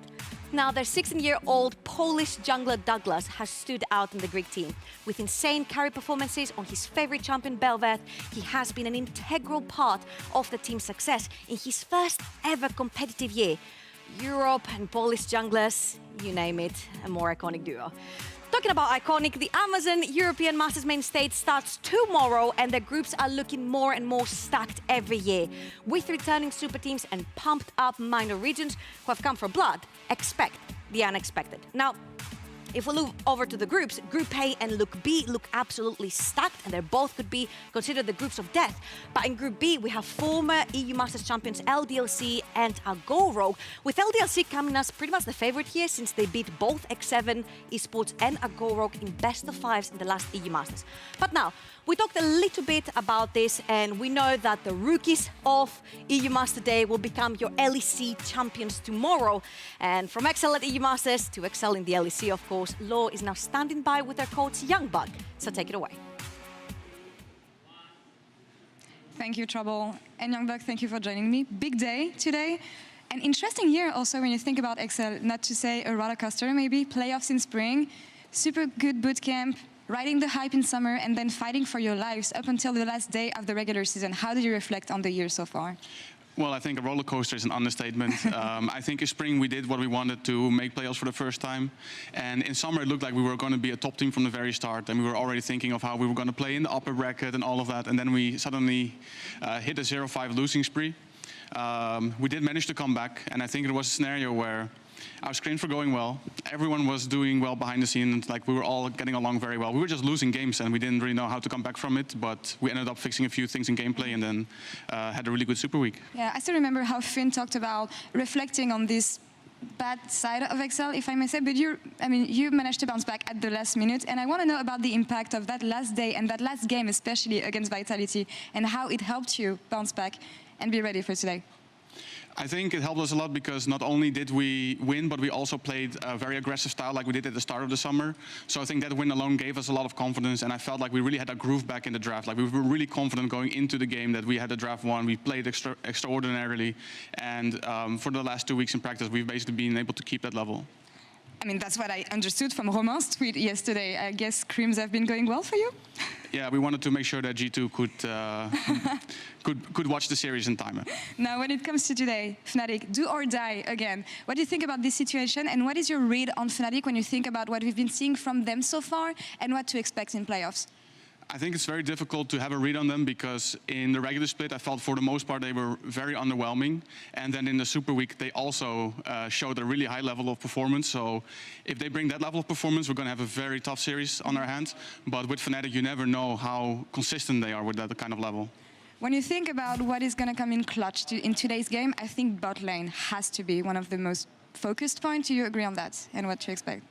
Yeah, I think both teams are kind of known to like to play around their bot lane, so there's a good chance there will be a lot of action there. I think there might be a lot of draft focus from both teams there as well. So, yeah, I think it's going to be very exciting for bot lane enthusiasts. A few words about the team backstage and how they're doing. Everyone seems very calm because it feels so. We're very confident based off our scrim results, but we also know that we have 3 chances on red side to win. So we have prepared multiple different strategies. So we know that even if we lose the first game, we go to blue side, we keep that one, and then we go back to red side, try another strategy. So we can just throw new strategies at Fnatic. If we win once on the red side, you know, they might have 3 lock bans for the rest of the series. Amazing to be prepped on both sides. We know how blue side has been important so far. Youngbug, thank you so much for the interview. Good luck today, obviously. And Sharks, back to you. Thank you so much. Yeah, we have heard some, scrim rumors. I mean, it wasn't rumors. Flacket just said that they got stomped by Excel, and then Romain confirmed it. And actually, on the PGL we had with Rogue, Odawamne and Larson said that they expect Excel to make kick out Fnatic then, but make the miracle run. So there's something in the air. But Broxa, we know very well that scrims don't always translate to stage. I gotta admit, I have had periods on Fnatic where we lost every day of scrims, but then we went on stage, we went into playoffs, the best of fives, and we just started shining and stomped the opponent. And I think Fnatic is one of those teams where you can never really count them out, because regardless of year and lineup, they always deal pretty well with the pressure. That's a great point. Let's look at the big stories for these teams, because after week 3, both teams are in fact tied in first place. We get a little walk down memory lane here. In fact, Georgia, we were all saying, yeah, these teams are going to make it in the playoffs really easy. Is XL going to go to Worlds? The sky was the limit. And that was the most amazing thing for both of these teams. For Fnatic, the super team from spring that didn't do that well, now in summer, finally showing up. Third week, and they're already at the top of the standings. For XL, they scraped by in playoffs in spring. Now they're looking like a contender for first place, And suddenly, it collapses. They're not consistent, they start dropping games, and they both scraped by at the last second, even with XL having to play an extra game, a tiebreaker that was do or die for them to make playoffs. And the XL one is incredibly surprising for me, because when I came here for the first time in week 2, the only thing we talked about was XL's dominance, how amazing they were, how much the Korean bootcamp had helped them. Makoon. That was all we talked about. That might have been me, I'm sorry. Well, but then, you know, at the end of regular split, it was a completely different story, and then it ended up being the downfall of XL. And now they're in such an interesting position where, you know, we don't really know what to expect from them, because we've seen both good and bad sides. It's nice to hear from Youngbuck, though, that he says the fact that we were able to survive that tiebreaker versus Vitality, a tough opponent, to book our spot is great. When you look at Fnatic, they had a 3-0 Super Week. The only game they lost, because they went 3-1, is versus Misfits for the seeding, but that makes such a world of difference. I wonder how much that's ghosting their thoughts right now, Broxa, coming into this one, now knowing we could have just been in the upper bracket. There's no doubt that losing that match versus Misfits and not getting to start in the upper bracket is going to haunt them, because as a player, the only thing you care about the entire year is making it to Worlds, getting to play that international event, because we don't have a lot of them in League. And now, they only have one chance. It has to count today. And I'm sure that everyone, both on XL and Fnatic, have it in the back of their mind that they just can't lose today. You don't want to wait an entire year for another opportunity to go to Worlds. And also, you heard it from Youngbuck. He's like, we don't know which iteration of Fnatic is going to show up today, right? So being able to go from the top bracket, having that official best of 5 in your belt, even if you end up losing to G2, you still get that official practice of a best of series, and that is so important. Now it's do or die. You lose, you're out. And this is it also, right, in the lower bracket. We can celebrate that XL went back-to-back in playoffs, of course, because Youngbuck said as much. He said, we wanted to get to playoffs. That was our goal. It's just about how much do you keep that in the back of your mind, the fact that you could have been so much more. And I think when we look at this best of 5, this is now where you can prove we can play like that team you saw in week 3. I feel like at this point, none of the XL players or staff or anyone is going to be happy about just making it to playoffs again, because at this point, with the level they've shown, when they played at their best in summer, they have to expect to go to Worlds, and that's what it's all about. That's why they brought in Mickey to begin with. They didn't bring in Mickey just to get to playoffs. They wanna actually compete, right? So let's talk a little bit about what we may see on the Rift. I heard some talk about the picks that Youngbuck may have prepared with XL and the draft approaches. Now, this is how it's been going so far in the playoffs. 100% presence for Draven. We haven't seen him yet. Poppy, Yuumi, and Sivir. It is the expectation that at least in the ban and pick sphere, that should stay about the same. Fun fact. Draven has had 100% presence in the ban phase. No one has been able to pick him yet, and knowing that both of the characters they play him, I'm expecting to see still 100% banned. But when it comes to Poppy, can make very easy early game engages. She can peel off for AD carries, and having a very bot-centric meta, that champion really counts. Of course, together with Yuumi, that does like to stick on these carries. Now, of course, having Healy and having Mickey and having these two supports that you do necessarily like them on engaged champions, I don't know how much we'll see the Yuumi shift, even though XL have seemed to favor it a lot in their picks. I only want to see Yuumi under one single circumstance today, and that is if Upset decides to do a reckless cosplay, locks in the Garen, give me that Garen Yuumi for the 2019 You really memories. want to see this again? Well, it's like a mix, right? I have exciting memories about it, and I have traumatic ones. So it really depends, but at least then it's gonna be fun. I don't want to see the Siri Yuumi just running people down. No. I see what you mean. I think maybe we'll see it. Who knows? But yeah, bot lane is going to be huge. I think now that we have the tape of the best of 5s we already saw in playoffs, it was so much about bot lane and about the might of those AD carries. And we have Upset and Patrick here. This could be a feast, not only for us to watch, but also the way they approach these games, because they can really step up and carry. Talk to me about the champion pools of these two players and how they compare. Now, don't get me wrong, these two are probably some of the best AD carries that we have in Europe, and they can play anything and everything, but where they've shined the most, it is upset on those late game scaling carries. As we can see, the Zeri, the Sivir, the Twitch, the Kog'Maw, you name it, late game scaling, hyper carrying, upset does play it. If you look over on the other side, and Youngbuck also mentioned that they do like to play towards the bot side of the map. You see Lucian, Kalista, Draven, Samira, they like to play for that early game, they like to snowball, and we know that once Excel does get that early game, they don't let go. Talk to me, Broxa, about the support picks. I know, of course, you know Hilly very, very well. You also used to play against Mickey a ton, I guess. But Hilly, in our eyes, is kind of the best when he gets to engage, when he gets to set the pace. Sometimes he hasn't always been on those picks because of the prevalence of the Zeri that needs to be paired with something else, like a Lulu or a Yuumi. So how do you think that's going to influence the drafting of Fnatic?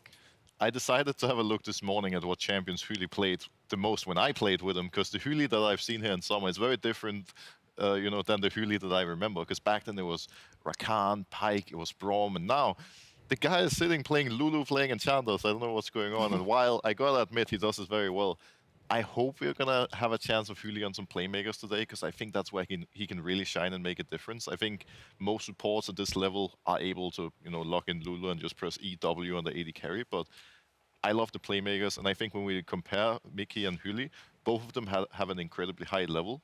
Huli has a bit higher highs and lower lows, and Mickey is usually pretty consistent across the board. It reminds me of yesterday, we brought it up with Targamas as well, and he said, well, you can still see the difference between a good and a bad Lulu, because the bad one will get caught out of position and die a lot, Fair and point. if you play it cleanly, it is a difference. So I think it's these subtle differences, right? Definitely. When it comes to the rest of the pool, we saw a lot of Renekton, we saw a lot of Sejuani, of course. How big do we think their presence is going to be? Okay, don't get me wrong, I'm a Renekton lover. I love this champion. The anti-LS. I love what he provides to the team, right? Because teams are very prominent to fighting now at level 6 for the Heralds 8 minutes in, for the first Dragons. And this is where this champion shines, getting that level 6, having the survivability through the ult, and dealing insane amounts of base damage from his kit. And then later on, he can also be a peeler for his AD carry. Can sit around your AD carry, allow them to do the job, you just stun whoever comes near, right? Same thing for Sejuani. You need a go button. She has it again through these choke points at that level 6. When you're fighting for Herald, it's so important having that go button. Definitely, and in an elimination match, you want a lot of go buttons, right? Because you don't want to have to be like, all right, are we going in? Are we not? When it comes to these two teams, as we said already, they have shown their best side. We've seen a very good Fnatic this summer. We've seen a very good XL this summer. Broxa, what does a perfect XL look like? I think a perfect XL is one that has top-tier synergy between Nukedog, Makoon, and Mickey. I think these three, when Excel played at their best, were always on the same page. They were always proactive. We found Makoon in the enemy jungle making plays basically the entire game. And now, in the second half of the split, where that synergy started falling apart, is where Excel just didn't look like a great team anymore. So I want to see them go back to that, set Makoon up, let him play aggressive, and then he's going to do the work for you. And a lot of the success for Marcoon comes through a change in playstyle for Nukeduck as well in the mid lane. Over in spring, we saw him sit in the mid lane quite a bit, pushing the wave. Right now, it's all about the side lanes. Either ditch mid wave or shove it in hard and then go into side lane for more pressure, for ganks. And I just really love the synergy coming in from Excel. You usually see them moving around as a 3 or 4 man unit through the early game. And again, we have praised them that when they're ahead, they never let go of how quick their macro is and the rotations from bot to top.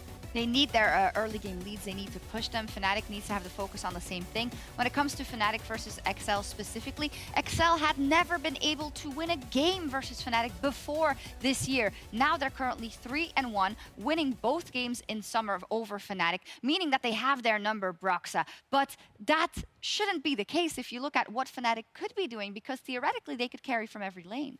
Oh, definitely. I think Fnatic on a good day does have a very good chance of beating Excel. Wonder is Mr. Consistent in the top lane. You always know what to expect from him. He's always going to be solid.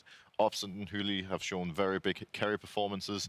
And most of the question marks have been around Humanoid and Razork. Yeah. Humanoid has had good and bad days, both in terms of dying in lane early, messing up team fights. Razork has died a lot in the early game. And these are the two that really need to perform today for Fnatic to beat Excel. Yeah, I think that's clear to see. It's been a huge talking point as well. Razork just not always finding his exact spot of what he should be doing, or rather, I should say, maybe what the team wants him to do. And I feel like this stems from the very bottom of the problem, which is with the meta changing, with the AD carry changing, with the support changing. Hylissang suddenly is not the engager, he's on an enchanter. So Razork has to take that front, Wonder has to take that front. And this is why we've been so confused with Fnatic's playstyle, because I don't necessarily think they have figured out how they want to play. And with Razork, we saw a heat map towards the early stages of the split, where he was playing mostly towards the top side, where Wonder is. But then we've always said that Fnatic is a very bot-centric team, but it doesn't seem to be the case anymore. It could also just be that Fnatic is one step ahead of all of us, really, because if they don't know what they're doing, how is Excel supposed to know, right? Exactly. When it comes to the supports, we talked a lot about Mickey as well. I think they're both so instrumental to how their teams like to play. Mickey had some stinkers of games, unfortunately. Broxa, I think for both of them, both Hully, who wants to be, I feel like, the support who really makes an imprint on a series like this, right? And the same thing goes for Mickey. I feel like both of these guys just need to come in today comfortable, confident. Their team relies heavily on them. I know both of them have a huge impact, not only in-game, but also out of game in comms. And you just need these two veterans to be able to have a good day, to share all their experience and to put the teams on their backs. Is that something that maybe coaching staff on either side should identify and like be, okay, well, Hilly, we know you crush it on Rakan. Let's try and get you a prio pick, or is that just not the world we live in right now?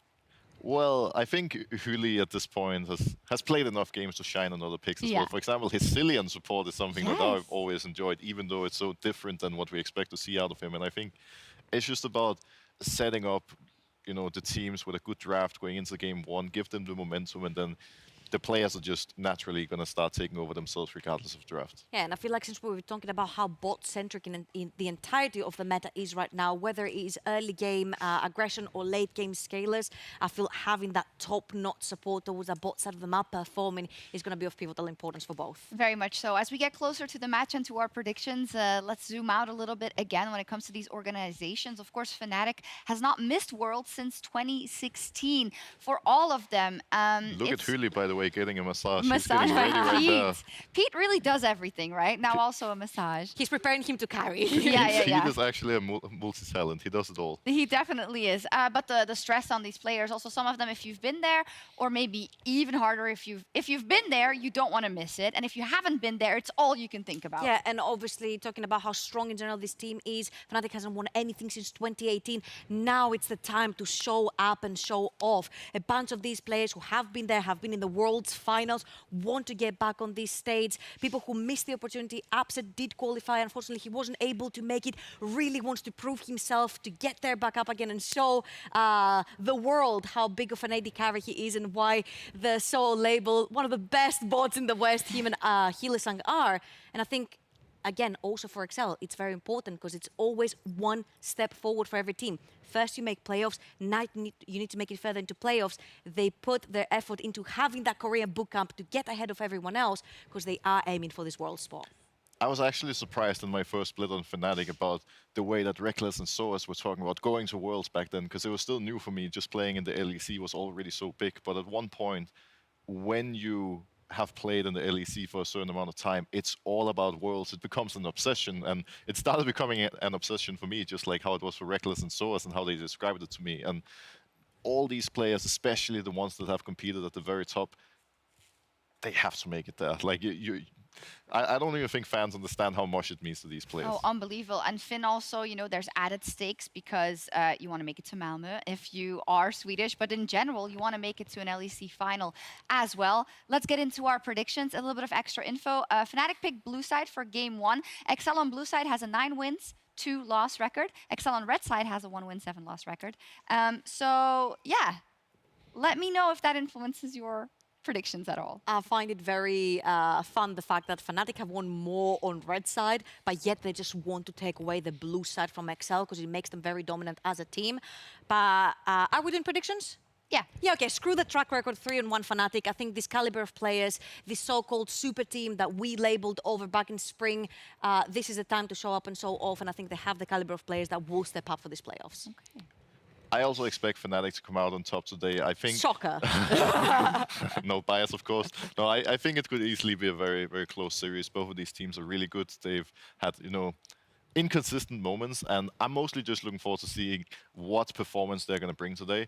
I think assuming we're going to get both of them at their best, it's going to be very exciting. It's going to come down to Opposite versus Patrick. And I'm going to say 3-2 Fnatic. Hopefully, I'm going to be right. Fnatic fans, I'm trying my best. Just keep that in mind. Completely disregarding scrim records. I like that. You know, it's all about what happens on the Rift. The Rift does not give anything about your scrim results or your legacy, but Discord, in a complete left field prediction, goes for an XL win. I like it. We've got the Fnatic faithful are not faithful anymore. Let's see what happens. The ultimate series of the weekend. One team will end their entire 2022 season tonight. One team will advance to face Misfits next week. Let's get into the draft with Medic, Vedi, and GB. Thank you very much, Shox. Great to be here. I will say, before we get into the draft, we're going to give a quick shout out to the Fnatic and XL watch party live from London. Hello, mates. How you doing? You good? Why did I put on an English accent? Because you have to go. You're already English. I love in it. Yeah, but we're in London. It's that famous. It's Hello, Tuesday. London. How's it going? Hello. We're here in the UK. I think I'm checked out here. Yeah. A little too Danish for this, but I'll let you two take it if you want to. Well, I'm glad that everyone's having a great time. We're guaranteed a banger, but Medic, you brought up a great point earlier. Is that today has been the 3-0 day. It's true. And we've been debating if today could be the 3-0 day here in the LEC, whether or not the one team will be able to take an edge on the series, or perhaps we can defy the trend that we've seen so far in today's best It's kind of just fives. going down. We have Friday 3-2, yesterday 3-1, today. I mean, it's bound to happen, right? Yeah, I mean, perhaps I'll have to wait and see what these teams have brought. Obviously, they've had an entire, they've had an extra week to prepare for only one opponent, and teams can evolve and adapt a lot during that time. We saw very different priorities day one. It was all about the bot lane, making sure you got yourself the Lucian, the Sivir, making sure you got yourself the strong bot lane. Yesterday, it was all about Sejuani, that priority pick on this champion, whether it be top, whether it be flex in the jungle. I'm curious as to what both these teams have prepped today. But without further ado, it's time for the music, it's time for the draft. So let's get into it.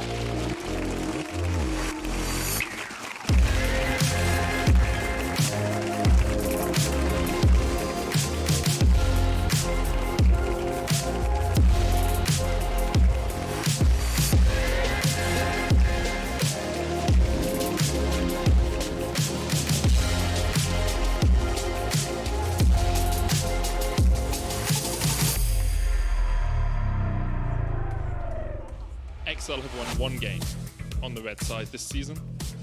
Out of a possible 8 wins, they have only picked up 1. We heard Youngbuck talking about how they have 3 opportunities to win on red side today.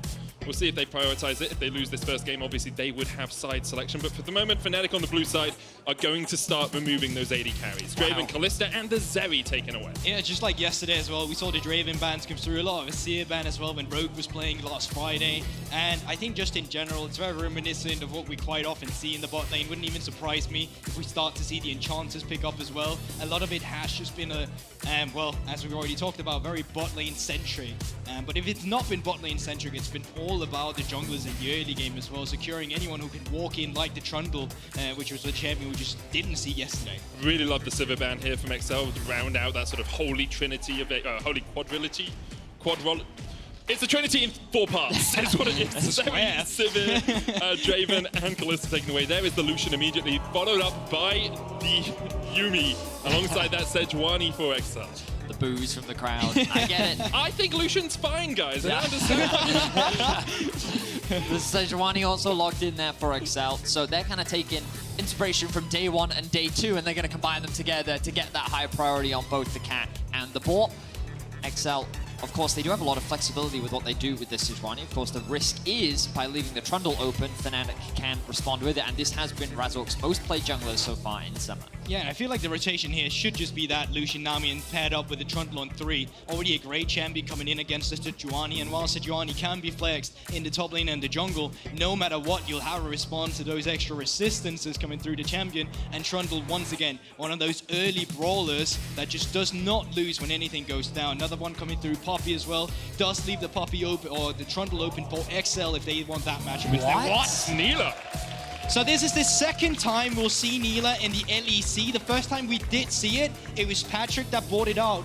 And not only that, Patrick was the first ever person in the entire world in a competitive game to bring out this champion. And they lost! Yes! They got slapped by G2. Jankos was on form on the job in that game. We'll see here how XL are able to pilot it. We saw some Neela earlier today as well. Rula on Gen G played it.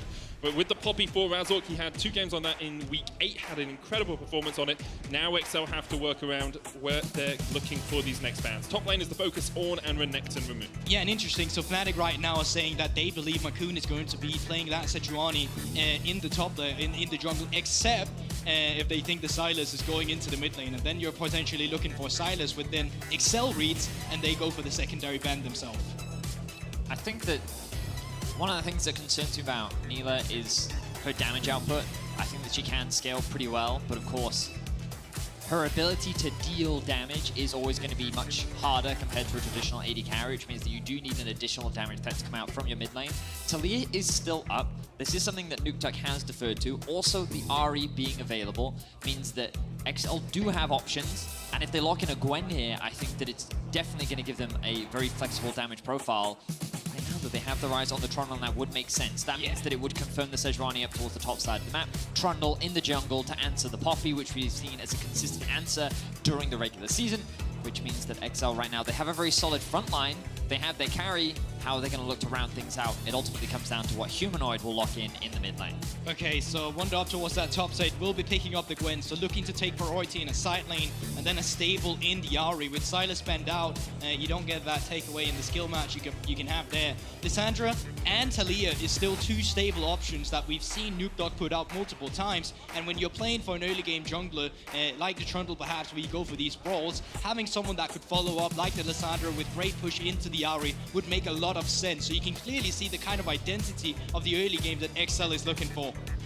Good prediction there on the Lissandra alongside that Trundle. I do worry for XL's composition a little bit in terms of damage. It's not the highest DPS comp overall. A lot of bursts from the Lissandra. Neela struggles unless you can really get into the midst of the enemy team, whereas Fnatic, damage across the board. Lucian Nami, one of the strongest bot lanes when it comes to the pure 2v2. Ahri, of course, a great burst assassin, and then Gwen, who can just snip her way to victory. It's one of those things where you feel like the early game kind of has to go well through Makoon here, because if it doesn't, well then the Lucian Nami down towards the bot lane should be taking priority. It should be easy for them to make moves, especially towards the later stages on the side lane with the Gwen as well, and in team fights. So looking forward to that early game from Makoon. I think that Fnatic's comp is just, they have a lot more options in the early game. Nukeduck on this Lissandra, I think that he's well known for roaming a little bit more during this regular season compared to last, but I don't know if he has that many lanes that he can really look to play around. I feel like XL are kind of forced to play a little bit more defensively, and they'll have to cover for a lot of the aggression that Fnatic is going to look for in this early game. But we'll have to wait and see. I think the Fnatic, with this agency, will they be able to dominate the early game? Yesterday we saw early game leads can amount to a lot here in Europe. So we'll see if they're able to pull this off. Obviously, a lot on the line for both these teams. There will be no second chances. This single best of 5 is all these teams have. We're about to get ready for our first game. So without further ado, let's jump onto the Rift.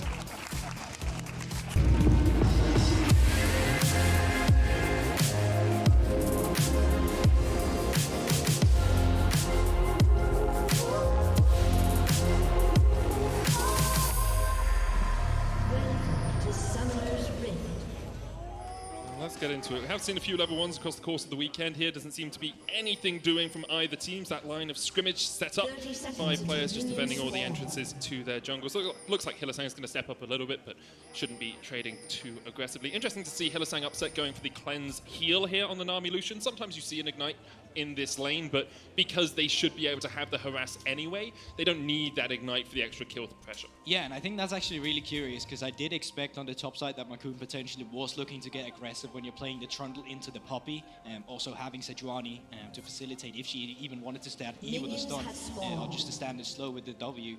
It could have made sense if they wanted to go in there, but for now it looks like both teams are looking to just secure their entrance to the jungle with defensive wards, and then just keep the lane standards going into this laning phase.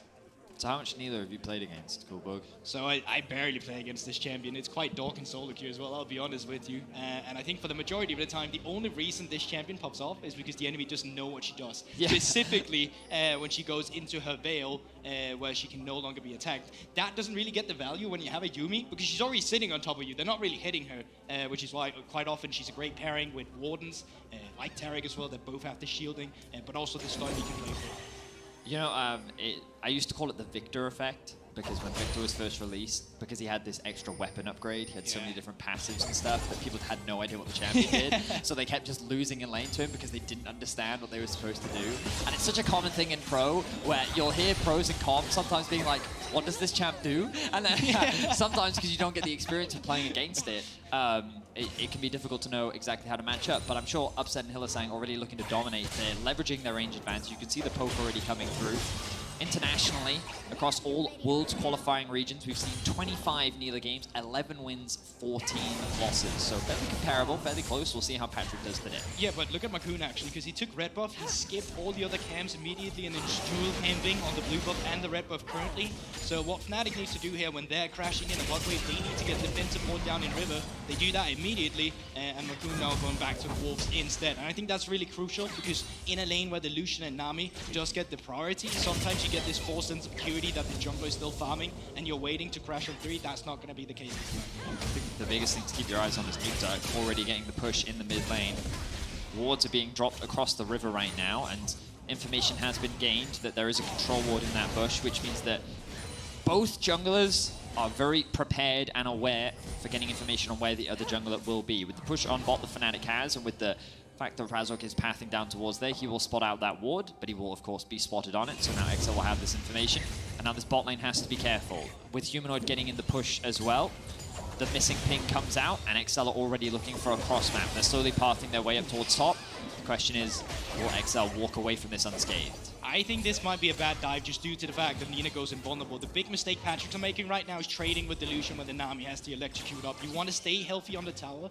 You want to get that XP advantage that you get when you have a Nila and not get poked down. Luckily for Patrick, he does have that Yuumi, and I think Fnatic, they're going to have to call this one off. Upset dashing forward, there's the exhaust cleansed away, Mickey dashing back in, Razork with the flash forward, trying to get him out of tower range, but the heal comes out as well, and Patrick at the end flashes, not sure he needed to do that, but XL able to survive the dive. The bubble came out from Hylissang, so that was what he had to flash away from. I think the execution there from Fnatic was very forced. You could see that Patrick was actually the initiator of that skirmish. He was the one that tried to force that little duel up against Upset with the exhaust coming down from Mickey. The cleanse immediately responded there by Upset, and Razork saw that as an opportunity to flash over the wall and try and knock Patrick back into range. But with the extra movement speed that you get from Yuumi, with the heal that also came through, Patrick was relatively safe. And he didn't really have to flash until the last minute, but good bubble came out from Hylissang. Ultimately a summon a spell trade that will be slightly advantageous for the bot lane of Fnatic. Yeah, and I mean, crucially for Razork right now, does not have that Echo's Flash, which is interesting thing to see on the Poppy. This rune is enabled, right?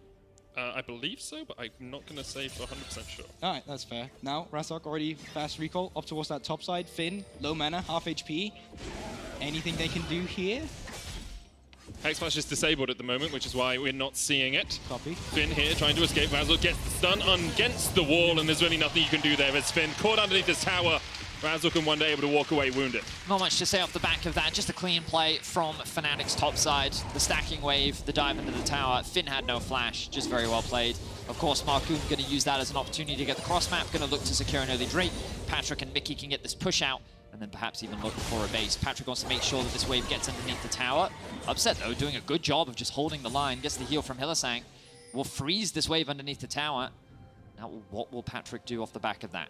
I think you just go to the Drake here, you secure it, and then afterwards that, Makoon can just come down towards the bot lane, shadow it if Mickey and Patrick want to push it in, or just let it continue here. So they pick up the objective for themselves. And I think quite crucially, we barely ever see neutral objectives get taken this early into the game unless there is that trundle, and a lot of that goes into the resistance and that extra HP that a lot of the dragons, of course, had when we went into the Drake changes. Humanoid now, found by Nuke Coming in from the side as well, Glacial Prison is available, and there's just nowhere for Humanoid to go. Still manages to get the Spirit Rush out. I thought the CC chain would be too much, but Humanoid escapes. Yeah, but I really like the setup. So Humanoid feels like he can go up because he knows Makoon took the Drake. He's not expecting anyone to be on the top side of the map. Crucially, though, Finn was around, and they're able to force out the flash here. No kill has been netted. TP will just come through from Humanoid, so he's not going to be losing too much farm either, but he does not have that flash now. For a long time, Lissandra's Q cooldown has just been nerfed, and at level 1 it's like 9-10 seconds. Unfortunately, given that he's only got 3 points in it, it's still about like 6-7 seconds, maybe even longer, which means that he didn't have it up again, which means that they didn't quite have enough damage to get that kill onto Humanoid. More trading though coming out from Patrick. Able to dodge back to Mickey there. Will be almost on his way to level 6, about halfway there right now, as is Mickey. But with Razork coming in from the side, Humanoid coming across as well, Markoon will spot Razork on this control ward. Hylissang stepping forward, but Markoon now spotted on a ward of his own. Razork going forward, there the champ, Humanoid across the wall, can land onto that Trundle who flashes. Upset diving, looking for Markoon who went the wrong way from the tower. Hylissang able to get away down towards the bottom side, but Patrick still on the chase, just needs a little bit of movement speed. The zoomies, anything from Yumi would be enough. Patrick whips him to death as he claims Excel's first kill of the series. Razork now hit level 6, and with Upset and Humanoid on their way, it's going to be a very difficult trade for Patrick and Mickey to survive. But they've got the final chapter, and they've got the apotheosis. Will it be the antithesis for them, though? Patrick cleanses away, knocked into the wall. They get one in response. Mickey now has to walk away, and Nukeduck coming in to try and save the day. Could look for a little bit more. Frozen Tomb not up to him, but he does have the flash. Orb of Deception going out from Humanoid. Mickey jumps onto his teammate. Upset caught with a long-range prowling projectile. Finn all the way down here as well. Upset will die, cleanses away the ignite, but can't survive through that. Finn lands the stun as well, and Excel come alive. 4 kills to 3. Crucial fight there, and already look at the map movements coming through from Excel. Patrick died early, but they're sending him up towards the top side now, so Wonder, even though Finn is not there, he can still push it in, and Patrick will be there to equalize on the wave. So great stop from Excel here in a fight that I think ends up favoring them. What a strange fight, though. The way it started just felt so odd. Let's have a look back and see exactly how it pans out. So you can see that it's Excel trying to counter the dive that is coming through from Fnatic. Humanoid able to make his way back in thanks to the TP.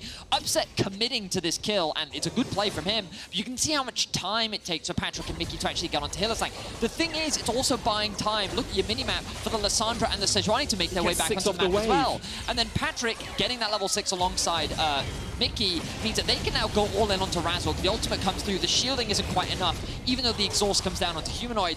But like, so it's a very extended fight that's like wasting a lot of time for the other opposition, allowing someone to then respond. And now with the bot lane rotations coming through automatically with the Excel bot lane going up towards the top side, well, in turn, that just nets them priority around the Herald. On the bottom side of the map, Upset and Hylissang shouldn't really be in a position to equalize on this turret lead, but Finn still doesn't have the ultimate. I think that's crucial. Tidal wave coming out, Finn able to dodge to the side of it. The culling, not really too much there from them, but they do manage to force Finn away from the tower. The wave will die, but there's another one coming to support it, so they should be able to get a couple of plates. Markoon's going to try and do the same on the top side of the map. You can see Razork and Humanoid are collapsing.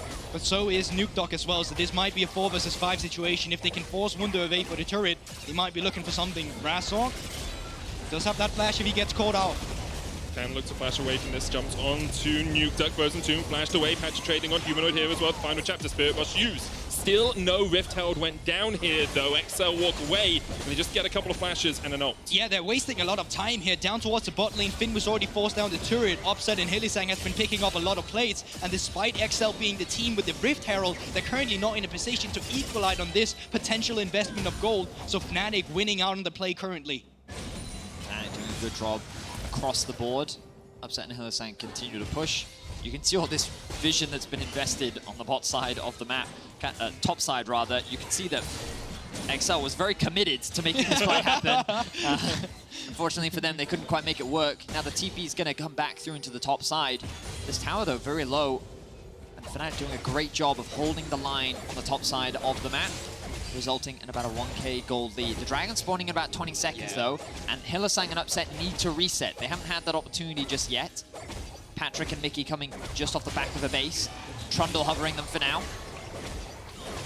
Patrick getting healed up there as well. You can see Bandle Glass Mirror already for Mickey. Gives him all that extra mana sustain he needs to keep people topped up. And it will be Dragon started. Not too much vision control around this for XL, but Fnatic don't have any vision of their own apart from that control ward that sits near the tier 1 tower in the bottom lane. Yeah, so you can kind of think to yourself, wait, why is Fnatic not making a cross map? Why are they not looking for other plays? Well, their play had already been committed, and they're only resetting from it just now. Them getting those 4 plates, having that extended duration down there, and now only resetting. This is now, well, not per se the cross map, but the tempo advantage going over to XL afterwards, because once again, remember, it's a pendulum going back and forth. And XL continue to be a team that really likes to get early Dragons, likes to get early Heralds, whereas Fnatic do not prioritize these early objectives. They look more for laning advantages, for towers, for plates, and that's what we've seen from them. They have a gold lead here, but they're 2 towers to the bad, and they're sitting on a negative Herald as well, because XL still have that one. Finn going in with the Glacial Prison. Humanoid has to flash away from that.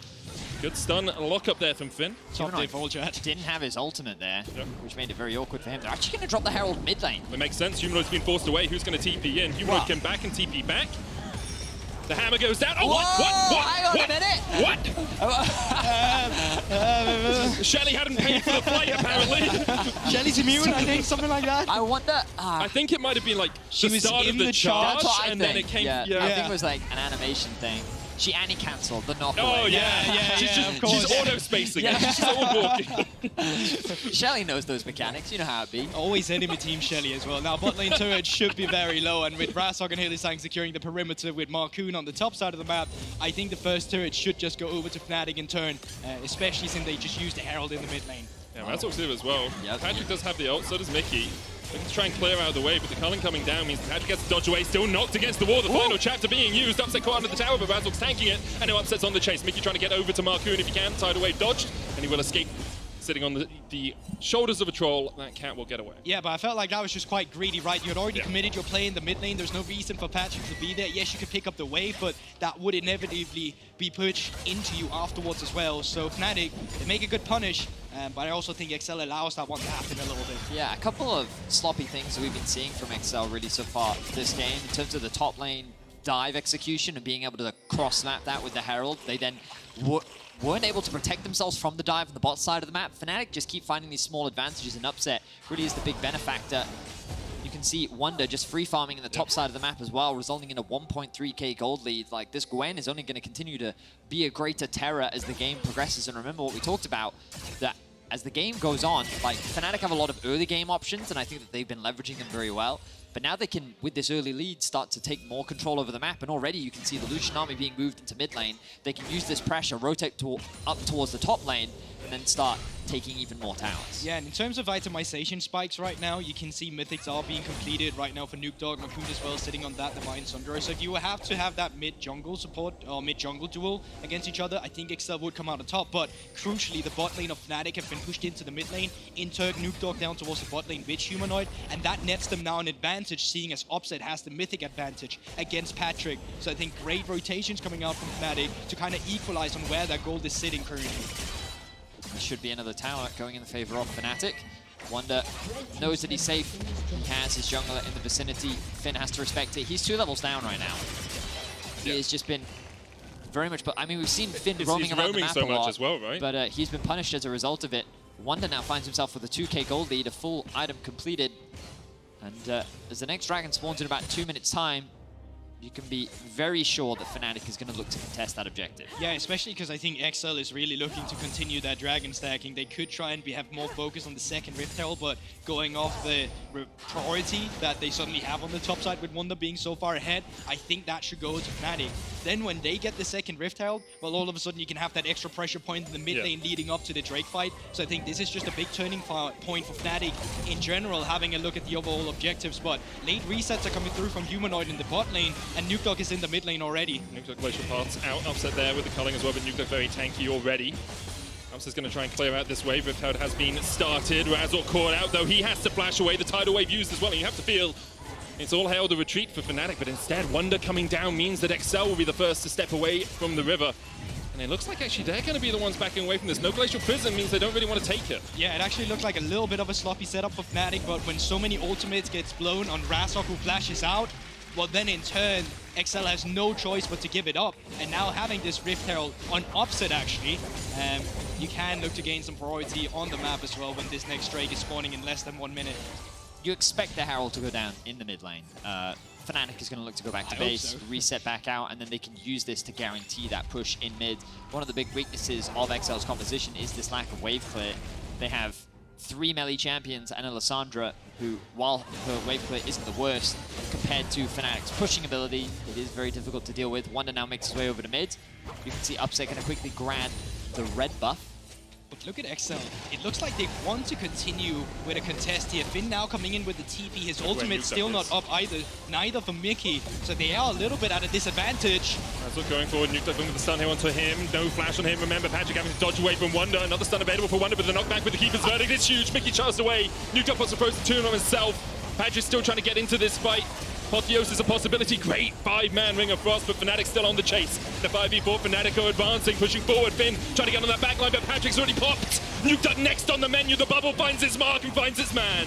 Wonder now chasing onto Mickey and Finn, and there's nothing the XL top support duo can do. It's just a clean sweep from Fnatic. They kind of tear XL apart one target at a time as XL's trying to make their way into the river. Fnatic is able to just, they focus down Marcoon, they then focus down Patrick, they even knock Patrick completely out of the fight. It was just a very well executed fight from Fnatic, very patient play. They're going to drop the Herald down in mid as well. They secure the Dragon, they're going to secure another tower, and they're going to take firm control over the game.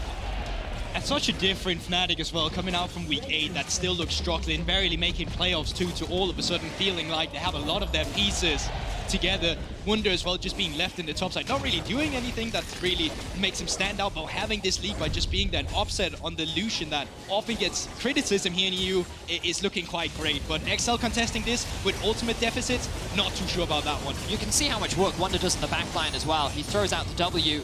Look at Yumi. He tried to mount meanwhile. But this immediately forces two members of XL completely out of the fight, and then they can just pick which target they want. They kill Marcoon, Finn is being zoned away, Nukeduck then doing what he can, but then Fnatic know they have the mobility to chase this one down. The Ghost gets popped from Wunder. Humanoid very quick to follow up as well. A good charm lands on the Patrick, means he ends up dropping. And Fnatic, just one target at a time, tear through the XL lineup, and a clean teamfight win for Fnatic.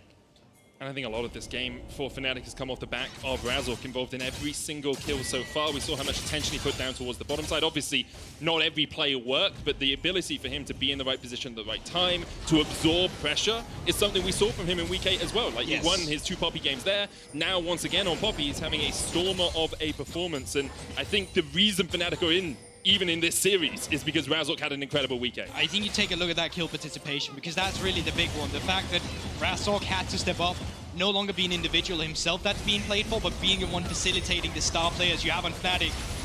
XL. Winter Prism going wide there. Upset getting jumped on there by Patrick, pulled back. Upset might fall first here. XL find one, but now Wunder comes in to join the party, and the Immortal Shield Bow isn't that for Patrick. He's still alive, gets the double. Razork taken out as well, but he will pay for it with his life. Now in a 3v3, XL make it a 2v3. Humanoid dashes away. No Spirit Rush charges left, and with a good pillar, the chase is on. XL and Finn are hungry, and they will take down the Nami. Bit of sashimi for them. They're looking for more. The Nine-Tailed Fox might need 9 lives to get out of this one. A good route onto Marcoon, though, will keep him in spot as XL disengage. And what just happened in that fight right there? It felt like out of nowhere with a great TP flying from Nukeduck. They just picked apart the members of Fnatic. I have to take a look at that in the replay once again, because it still felt like it was a little bit of a man advantage in the beginning for Fnatic. It's 4 versus 4, actually 5 with, of course, Yumi put on.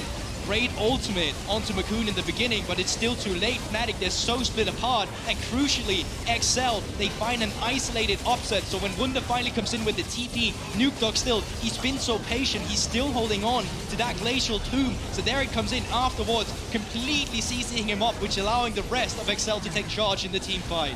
A couple of small things in that fight. The teleport that came in from Nukeduck was absolutely clutch. It completely separated Fnatic into 2 different, fights. Yes. And then on top of that, the spacing from Patrick, absolutely ridiculous.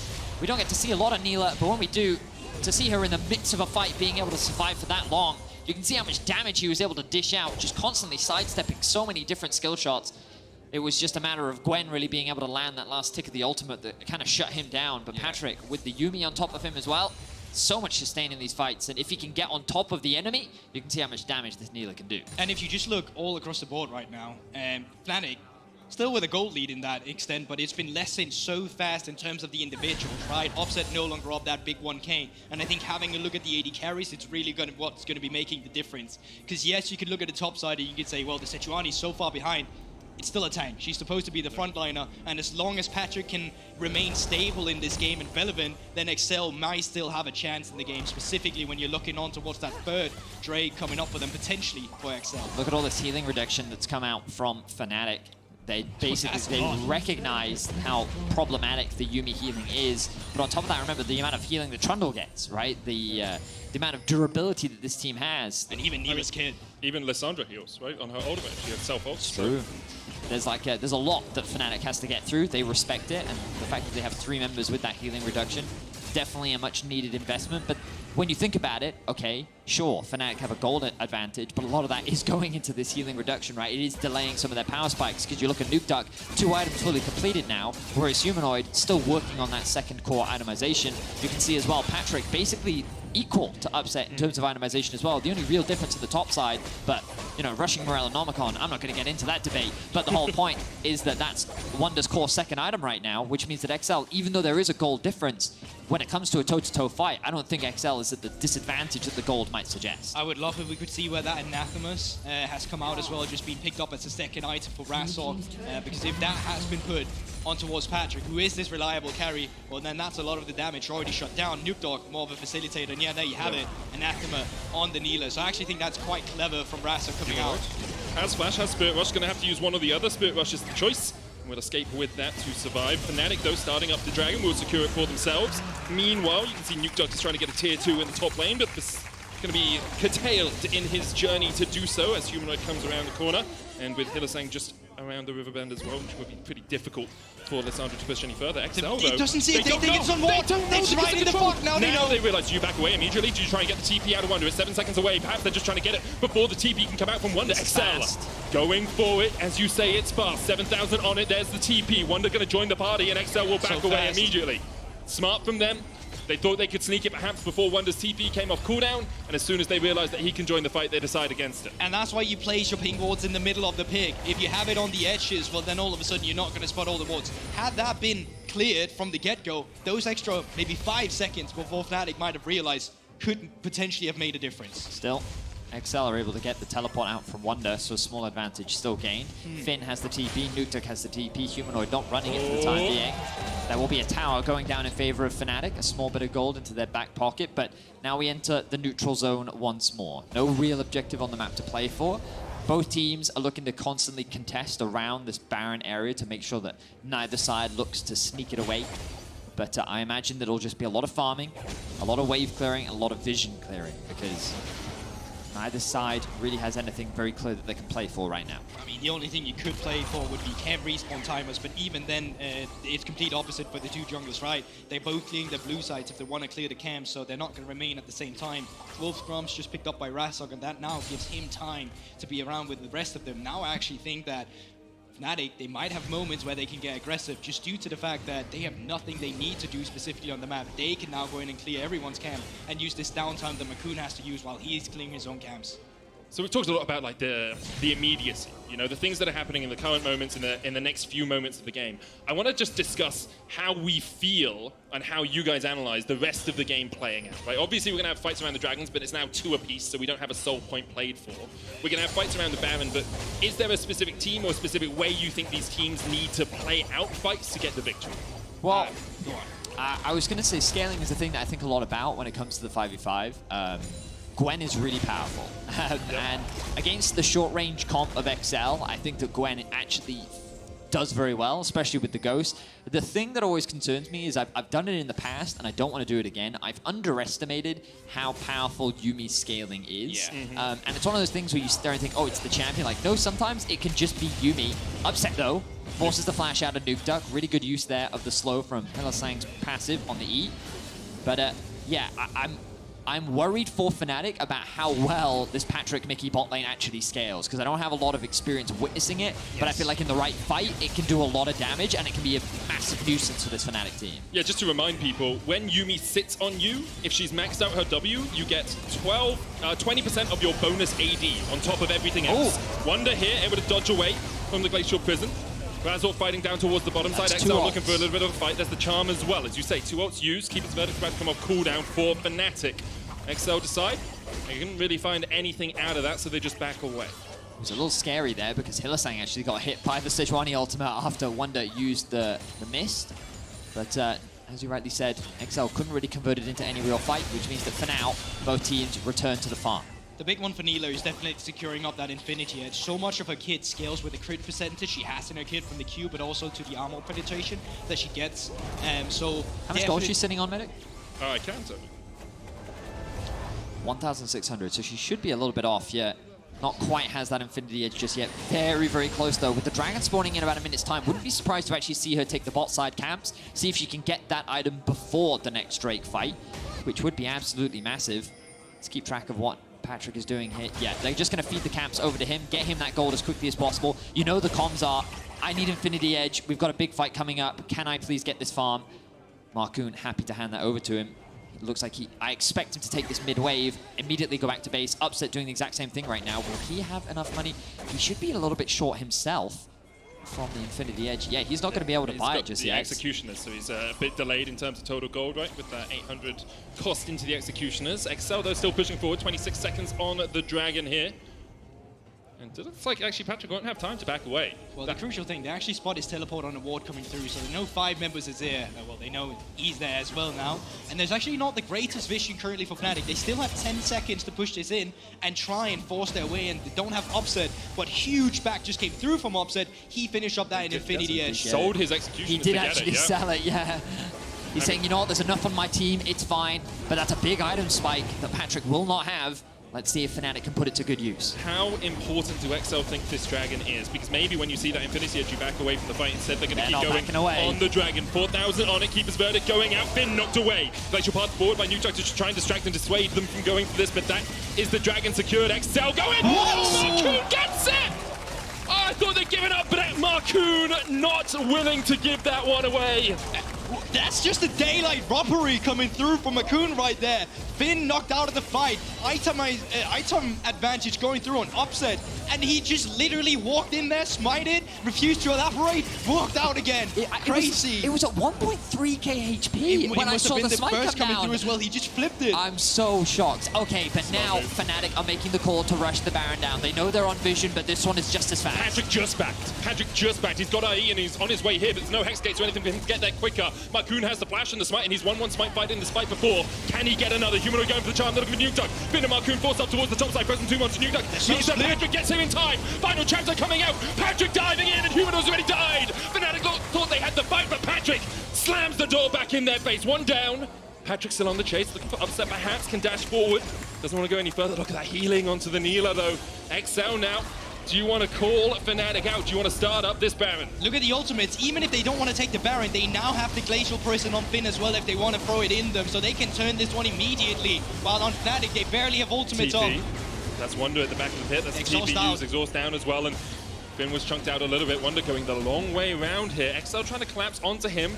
A good pillar, but Wonder, of course, can just skip and slash his way away from that. But look at the setup. Even Nuketox with the on-steal spellbook decided, I take smite as well. We're going for this one if they really wanted to, but let's have a look at the replay once again, because this fight is very sloppy from Fnatic. They get so split apart and going on different members. So you see Razor flashing over, going onto a target that no one can follow up. Wonder then decides to try and do it, but then they've already split 2 members on top, 3 down on bot, and that allows Patrick to sweep in and just get that kill and the advantage on towards the Baron afterwards. I think the use of the Trundle Pillar there from Marcoon was so good because it forced Fnatic into this very awkward position where they kind of had to focus Nuketox, and Nuketox was like, haha, I am very good at stalling. I have my ultimate, I have my Zhonya's, I can just buy time, and he bought enough time for Patrick to arrive. The ultimate's so effective at chasing down hypermobile carries. He was able to lock down Humanoid, and you can see the damage coming through. He is a lethal threat on the side of XL. The gold difference really not that significant. But once again, the Baron dance begins. And the big one now is that Patrick finally finished up that Infinity Edge. So now matching Upset in that damage department, also getting those extra power spikes for the Neela. This is where she really comes online as a champion. And she can be played both as an engager facilitator with that ultimate, of course, but also just the amount of peel she has in her own right, just due to the fact she has a Yuumi, but she also has the auto attack blocks she gets from that W. So knocking down Patrick is going to be difficult now. In this comp, I don't want to see Patrick being the engager. I'm just going to put it out there. You have a Lissandra and a Sejuani. I think they can do the engaging for you, but perhaps Patrick will have other ideas and look to make a play like Neon did yesterday. For Misfits, it failed. For XL, it could spell a victory in the first of this best-of-5 series. Of course, only their second series in playoffs ever. They lost to Vitality in spring, and here they're trying to take down Fnatic, who have been to every single playoffs they could ever get to. Patrick now stepping forward. Vision denied in the pit. Nukeduck here as well. Trundle coming in from base. Marcoon on his way. Finn looking for the flank position. Nukeduck can go forward. Tidal Wave just wide. 5,000 HP on the Baron as Marcoon can look to flash in the back of the pit. Glacial Tomb, the Fisher, everything onto Hylissang, but there's only the support dead. And now Patrick is isolated. No Yuumi on his shoulders, but Neela wins these apparently. Gwen is immune to everything apart from the skip and slash from the whip of Neela. Patrick wins out in a pure 1v1 against the Gwen. And if that's not the most delightful thing I've ever seen, I don't know what is. Apotheosis is defined as the elevation of someone to divine status, and Patrick just went God mode in that fight. Look at him as he just straight up outslaps the Gwen. Who would have thought that he would be able to win? Look at him! Watch! Who cares if you're immune? Gwen, money, Patrick! 2-stab, 3-stab, Patrick! Sticks and stones may break my bones, but chains and whips excite me, Benny. That was such a play from Neela. XL get the Baron in the end as well. And the crazy thing is Yuumi wasn't even on him. He just straight up did that. He was able to outduel the Gwen. What's that XL chant? La la la la, come on, come on, right? XL, they secured themselves the Baron, and now they're looking to siege onto the base of Fnatic. And you said it, Gorborg, Neela truly online now. Baron up 20 seconds on an Ocean Soul for them as well. And I think the grievous wounds that Fnatic have might not be enough to cut through the healing that an Ocean Soul provides this team. XL finally back in the gold lead after basically the entire game. I don't actually think they've been in an advantage through the entirety of these 33 minutes, and now they're setting up Vision around the Baron. And that's the thing about Neela's kit, right? She's one of the champions where it's difficult to play the laning phase, short range, difficult to manage waves. But once you get to that 3-item power spikes, in team fights, she becomes absolutely unleashed, and she's so hard to lock down. 16 has just been hit as well. And Patrick not even around this Drake area. He's pushing the bot lane right now. They're not even fighting this one. Fnatic will be able to secure their third dragon of the game. Marcoon, of course, could look for a steal once again, decides against it. Instead, they're just going to push in that bottom lane. They're just going to try and stall Fnatic, I think. They can just have Patrick just take away the base himself. Look at how quickly he takes down these towers. Absolutely slaps through them. He will take the inhibitor tower down towards this bottom side. Hylissang and Upset on their way to try and defend, and Fnatic now reaching, grasping for hope. They've lost the last couple of fights, but they do still have a composition that can shred through XL if the situation is right. Resets coming through, but with that Drake going over to Fnatic, not too many objectives to play for, but that is still an open bot lane, mid lane with one inhibitor turret available for the taking. And I think for the side of XL now, you just play on 2 lanes. You still have some of that Baron still going for those 40 seconds. It's just really on you to make the most of it. For this one minion wave, I think you'll have the time for it, and after that, it's gone. And for Fnatic, it's about delaying. Trying to find a way to stall out this, where the Baron's about to expire. 30 seconds, not pausing. It's about delaying the game and trying to get towards your next items. Third item on its way for Humanoid, but he's only got a Lightning Jewel. Wonder is still very strong, but you can see a broken stopwatch in his inventory. No other way of really delaying a fight if he needs to. 4 items on Upset means that he's very powerful as well, but he just hasn't had the opportunity to open up in these fights. Just saw a death stance though on Patrick. He was hard to kill before, he's going to be even harder to kill now. XL are making their way towards this tier 2. Nukeduck threatening with the claw. Wonder having to catch the wave in the bottom lane as well as he pushes that out. Of course, Super Minion's not pushing in, but... And they're holding strong though. They've been able to hold off the siege. At worst, they only lost, well, they lost 1 tier 2, or 2 tier 2s. They also lost an inhibitor tower.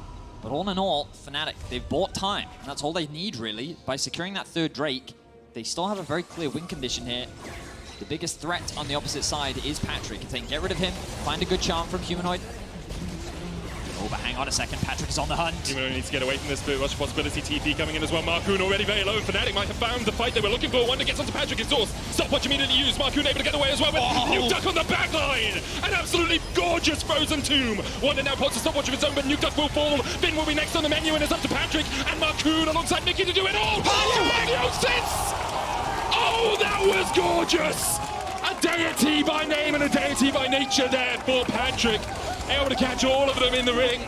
And now Patrick, Marcoon and Mickey can push in. That is a man on a mission who does not want to be knocked out in the first game of playoffs in this series, starting it up beautiful. We had our questions about the champion, but now we've also gotten our answers. Patrick on Neela, disgusting late game.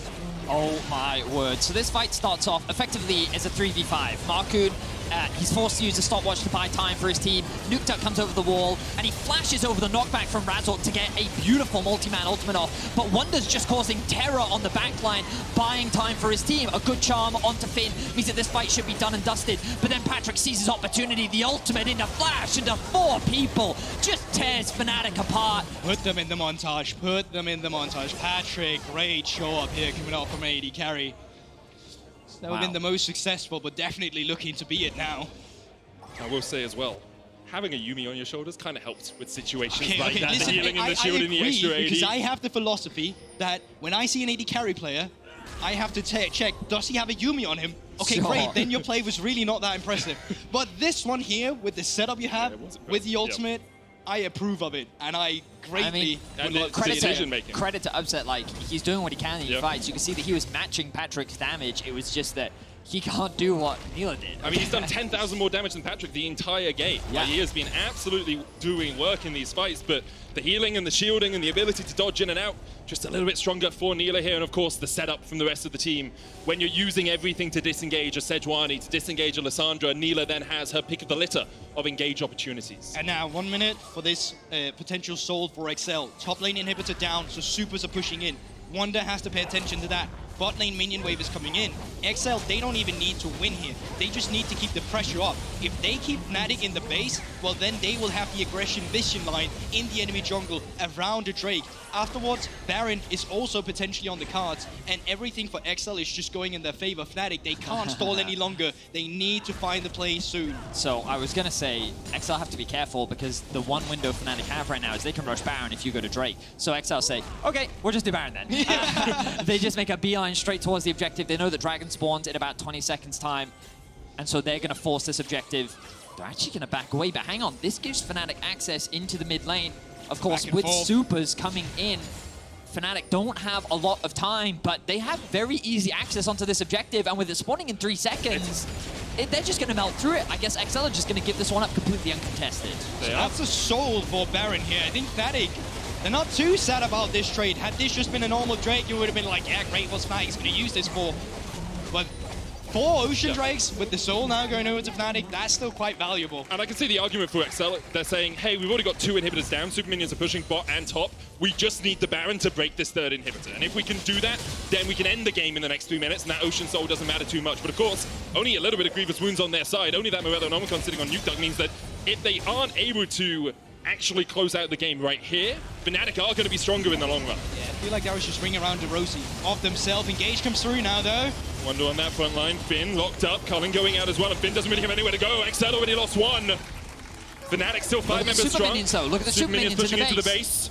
Cannon minion here as well. That Baron up will be out of tower range. Nukeduck almost caught with an Aqua Prism, but able to dodge away, keep himself out of jail for the moment. Patrick, he just keeps using his Q on the tower, because remember that it does apply to structures, and he's slowly chipping away at this objective on the next wave. I don't think Fnatic can hold this line. Look at those auto attacks. 1k per slap coming Nukeduck through. half HP. Final chapter being used as well. Now the tower will fall, but what can XL get out of the rest of it? Because another Gates of Prison coming in. Razork going that back line. Wonder going in as well. Nukeduck has to pop the stopwatch. Upset diving forward into a Trundle pillar, but he still has the time to put the damage down. Frozen Tomb coming out as well. Marcoon jumped up. Patrick going in. Looking for the back line, but Upset flashes and cleanses away. He manages to get 1. Razork still in there. He should fall here as well as Marcoon is on the chase. A good pillar will come down. Hylissang can heal him up. Shield him up. A good double stun as well with the Aqua Prism. Dismounted. And that is Mickey down, dismounted. Patrick still looking for something, but what can you do without the cat on your shoulders? Marcoon solo. Patrick stepping forward, has the GA. Apotheosis not an option for him. The GA locked up against the wall. Patrick healing up. He just doesn't die. Even his Guardian Angels are coming to save him. Marcoon stepping forward, the base is low. Finn and Nukeduck, they came on the backside of the fight, and they're able to take down the Nexus towers. Patrick, Marcoon, and Nukeduck still trying to defend against this. Marcoon low to the Golden, he will fall as well. Glacial pass forward, a 4-man ring of Boss, and that's another one down. Upset down. Humanoid trying to dive around the fight as much as he can, but the Frozen Tomb is back up. And XL, they can see the win in their eyes. They can see the 1-0, and they will take it from Fnatic. Oh, what a game 1! Coming out of the playoff series between Fnatic and XL, and hopefully just the beginning of what's to come. Strength and weakness showing from both teams, but XL, the clutch factor we see here in the late game, absolutely astonishing. I mean, Nukeduck really with the kind of the silent carry in that one with the amount of crowd control that he was throwing down in these fights, with the decision at the end there to use the double TP to effectively get the backdoor in, while Fnatic was scrambling to try and get this kill down onto the Nila, who just was buying so much time. What a crazy way to end this first game. XL showcasing that they've definitely got some tricks up their sleeve. Damn. Red side victory for XL as well. They only have one throughout the regular season, and they just doubled it, Medic. I mean, Youngblood said they only need to get 3 across the course of the entire series, so they've already got one of those, a third of the way there for them. XL get a hugely important win on red side and move to 1-0 in the series. We'll be back with the analyst desk after the break. Stay tuned.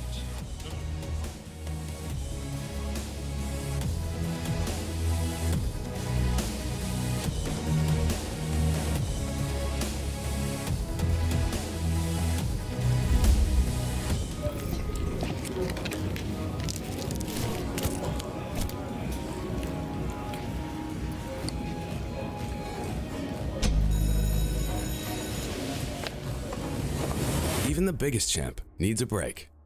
And some Kit Kat for you, and some Kit Kat for Elder, and some... No Kit Kat for Barrett.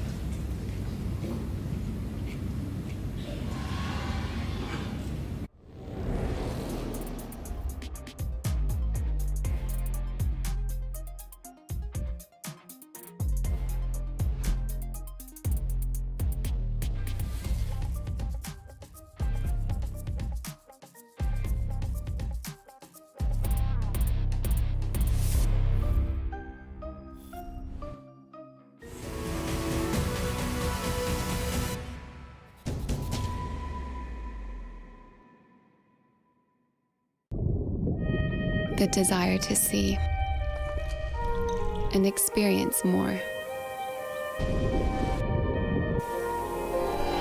It's in our nature to seek a wider perspective.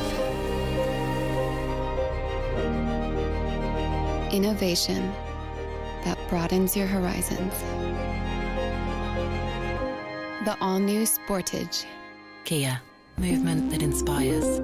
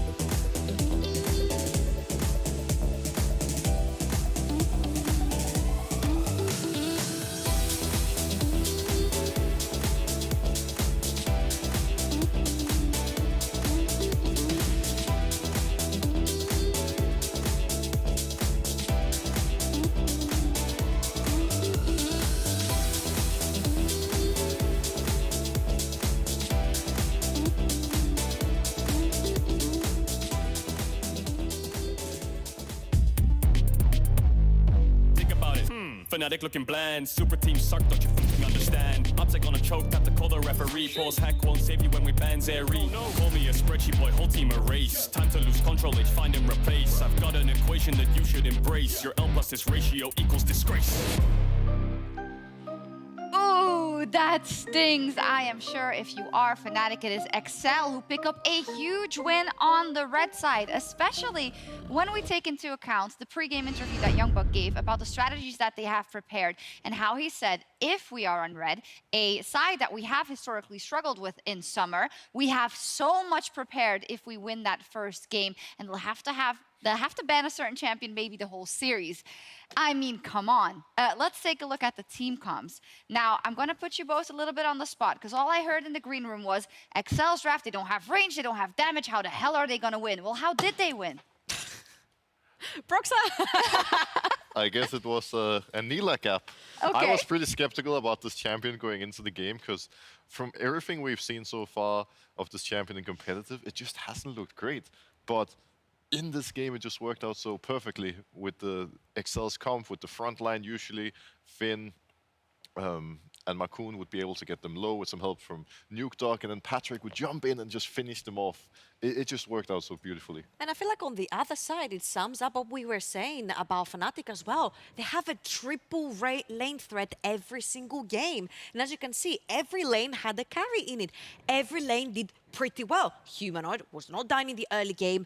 Gwen, for Wanda, was getting so many kills, and Upset got an entire tower of tower platings early on. Now, the problem is that both Trundle and Sejuani have huge base damages, and even though these guys can get ahead, they're all extremely squishy. That's what we came at towards the end with Broxa. So we're like, you get them low enough with the tanks, the carries, such as Nila, will just finish people off. So the story changed from, well, theoretically they shouldn't have enough damage into, but because they're pretty squishy and they have beefy frontline, they can win the fights when it gets super late. But that's not how it first looked, because first it looked good for Fnatic, right? You have your Lucian Nami lane, you want to get ahead.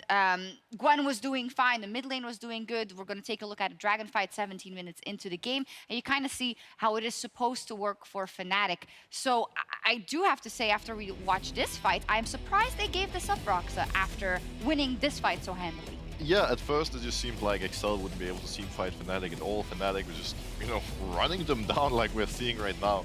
And the damage simply wasn't there. Like, we see Fnatic walking into Excel. Excel is trying to fight back, and while they're one member down, they still have some damage left, but they just can't get it done. Patrick gets hit by a charm, dies immediately, and the fight is over. Like, they just got completely steamrolled. And something else here, Fnatic are fighting on a pretty wide range. There's no close walls, there's no big choke points for Lissandra to play her game, for Sejuani to zone everyone off. They pick off Marcoon first, then they knock people away with the Poppy. So it was a very split up skirmish, if you will, from Excel, and they were able from Fnatic to pick them apart, having the Ari with the resets and having the Lucian to follow up. And then I find how the game progressed really interesting, because you think the team fights are just going to keep going this way, especially if your Lucian is hitting so hard, Trouble. That's not what happened. Talk us through the Baron you want to show us. All right, so I think one of the game-breaking fights in this particular game was that Baron fight that ended up going really, really south for Fnatic. So let's break this down. I'm going to bring the minimum up, and you'll see that Fnatic are actually all gathered up at Baron, and they're doing this. Why are they doing it? Because Marcoon, together with Mickey on the Yuumi, are all the way back in base. So they're like, the faster we can burn this, the easier it will be for us. Now, the problem here is I'm going to clear out this and show you what Excel are trying to do here. They're trying to sandwich Fnatic in the Baron, because they have one tag coming from the top side, they've got Nuke tag coming from the other side, and then Marcoon will also make his way through a third side. And what's happening is, as I'm going to keep playing this, I'm going to highlight, my sleeve is doing things, I'm going to highlight this, because the only one we flash is going to be Hylissang on that Nami, and this is where Excel set their sights on. They look at the Nami, they perma-CC with the Lissandra and the Sejuani, and this is where trouble begins. Because if you look at the HP, it's only 2.6, which means whoever stays in the pit can actually burn the Baron down, whilst on the other hand, Upset focuses most of his time DPSing Finn on the Sejuani. Finn is going to start running away. Meanwhile, your Gwen is getting 1v1 by Patrick's Nila, and the Baron is extremely low. So, bunch of Excel members staying in the pit, taking down the Baron, whilst Upset was the big hitter for the side of Fnatic is chasing away Finn, who, by the way, gets away with his life. So I feel like the fact that Fnatic played so chaotically around this, the fact that Hylissang died first, which means that the Nami-Lucian combo cannot come into fruition. You don't have the speed ups, you don't have the heals, you don't have the movement speed. It becomes really difficult. I'm going to say great target selection then from Excel, but Broxa, it feels like with some different decision making, that fight could have still gone differently for Fnatic. Oh, definitely. I think this is just one of those big team fights where Fnatic were not playing as a team. Huli got caught out immediately, so the fight is 4v5, and it's difficult already from that point on. But just impressive team fighting from Excel, and really smart by Finn, you know, moving out of the fight, and, you know, sucks that Upset overchased him from a Fnatic point of view, but really clean by Excel. Talk to me about Nila then, because we weren't happy, right? Generally before, also seeing Patrick having played it before. What is it about her kit that works so well into Fnatic's late game comp?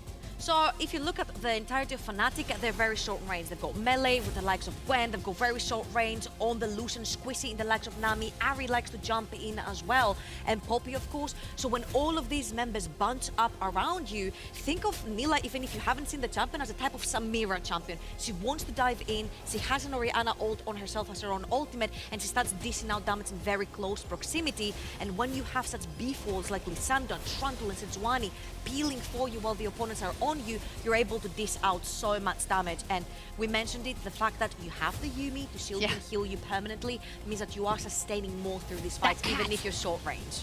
I think the Yuumi pick is a very big one here, because one of the problems with Nila is the fact that you have to chase down people, run into them with your short range, but Yuumi enables that. She can speed her up, she can slow down the opponents, and you know, Patrick and Mickey just completely took over this game as a duo.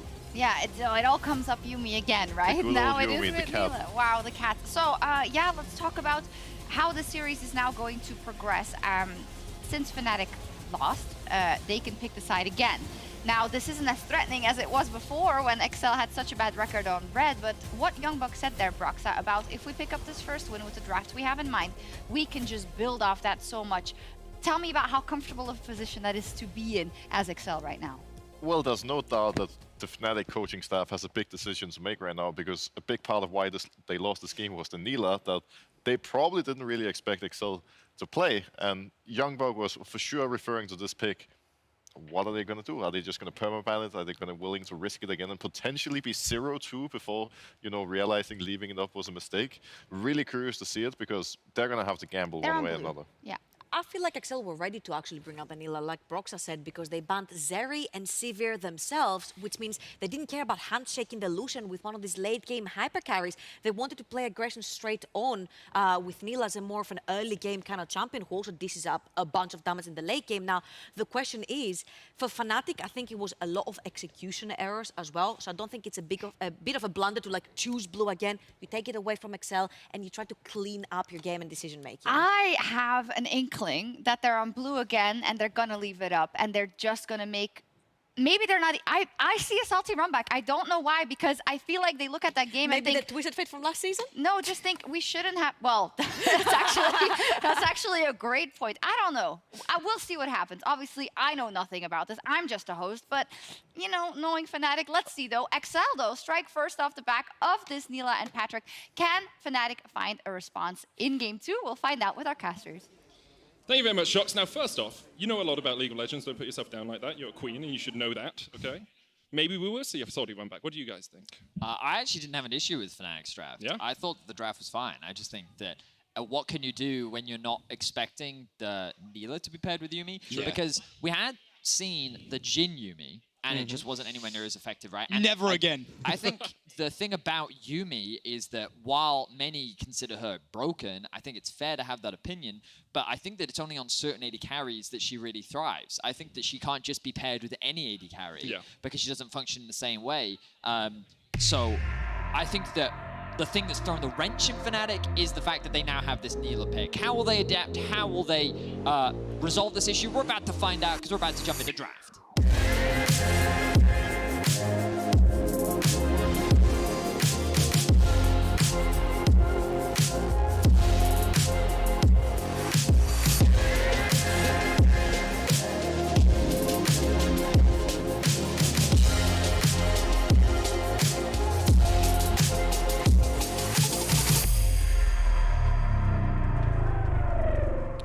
Once again, Fnatic on the blue side, XL on the red. XL picking up only their second win of summer on the red side in the last game. Fnatic last time prioritized Lucian with 480 carry bans, and once again they ban out the Draven to kick us off. So far, same stuff coming out here. At least from the side of Fnatic. Jarvan was the third ban on blue side as well, leading forward to that. XL continuing up with what they had in the first game, so now really up to Fnatic if they want to make adaptations. Do you want to know a fun fact? Ooh, that's a fun fact.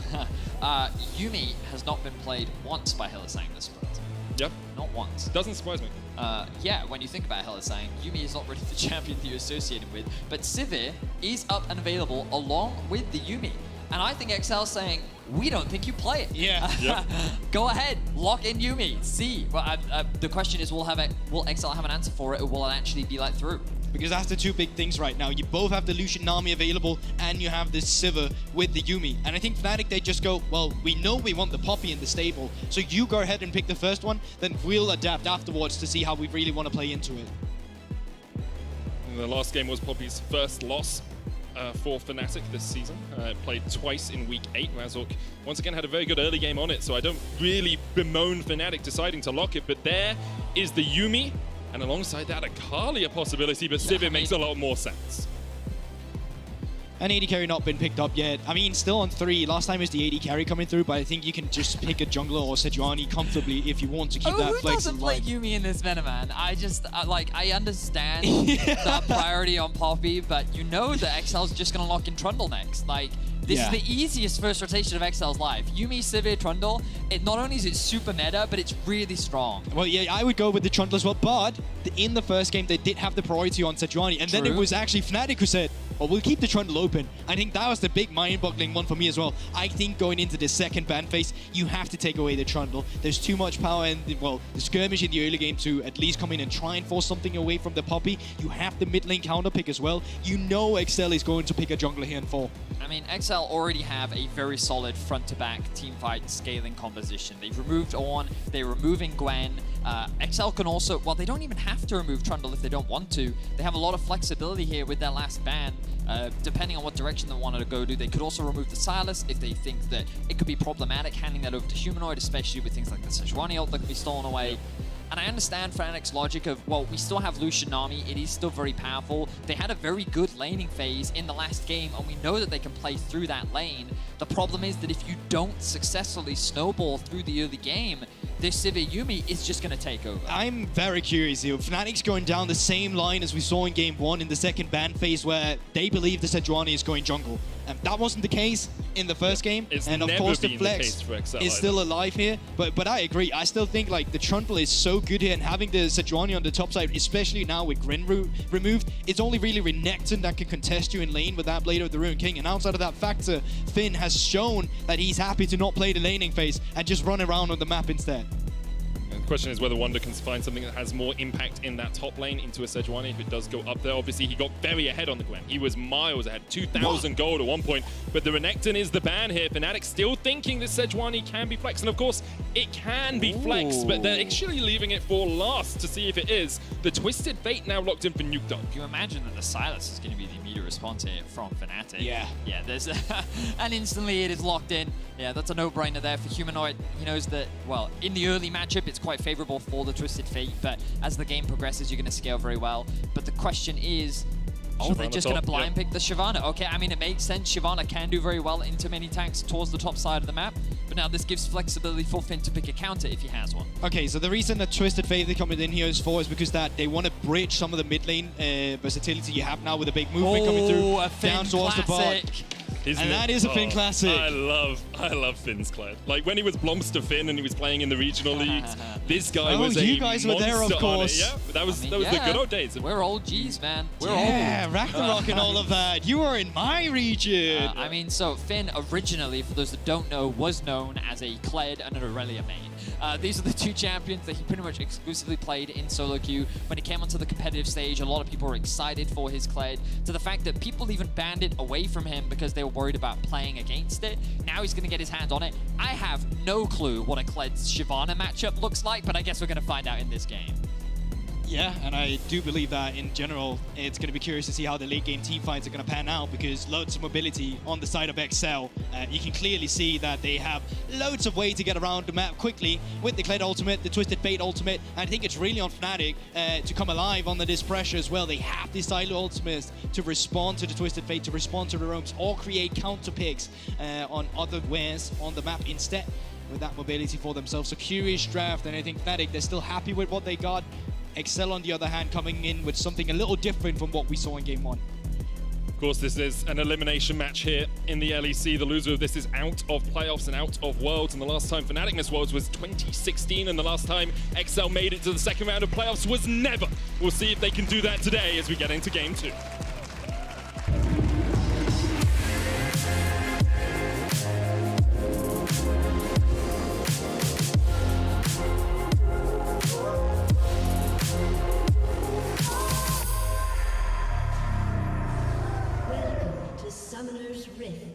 And on to the Rift we go. Last time we saw lines of scrimmage from each team. This time we see XL grouping up.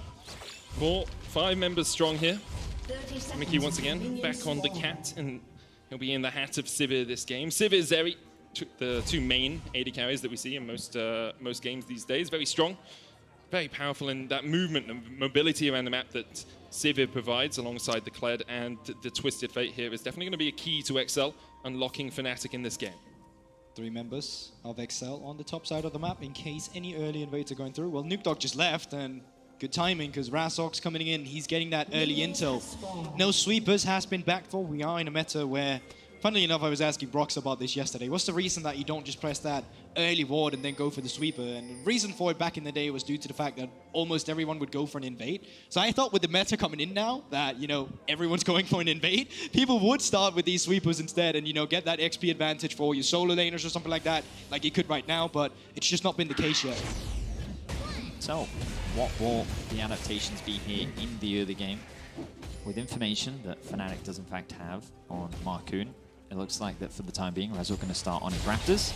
Will they path towards top side? That looks like to be the direction that he is going in. And with the bot lane here, usually, of course, with Illusion, you have excellent trading patterns, especially when your Nami has that electrocute.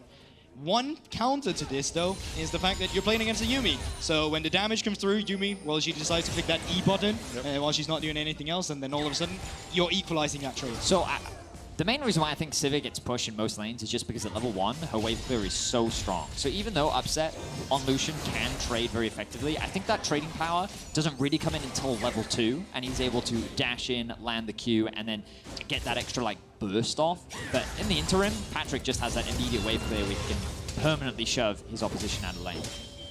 Finn still trading here onto Wonder using that enhanced auto attacks from his W to consistently harass. For anyone that hasn't seen Kled before, a brief rundown on what the champ does. Basically, you have a charge bar underneath you, and every time that fills up, you mount onto Skull, who's your friendly reptile, who walks around with you, gives you pseudo health. Pardon? He is cowardly. He is cowardly, okay, yeah. So he always runs away when you get to a certain threshold of health. Now Marcoon down towards the bot side. Skip camps once again. Looking to see if they go aggressive here. There's no really gang pattern here, but there's the chance that Upset goes in. Upset overstepping with the melee auto attacks here for that stun. Can't quite get it. Heal burnt there as Hillisang. Oh, actually wasn't even the heal burnt. It was Mickey's heal burnt there for a bit of extra movement speed. Upset able to get away. Ward in this bush means that Marcoon will be spotted. Upset takes a boomerang blade to the back. And now Razork has to come and defend.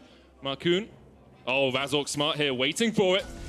There's the ward. Flash, stun against the wall. Marcoon flashes away, doesn't dash with the Arctic Assault. That was smart by him, otherwise he would have been caught with a steadfast presence. And because of that, he survives.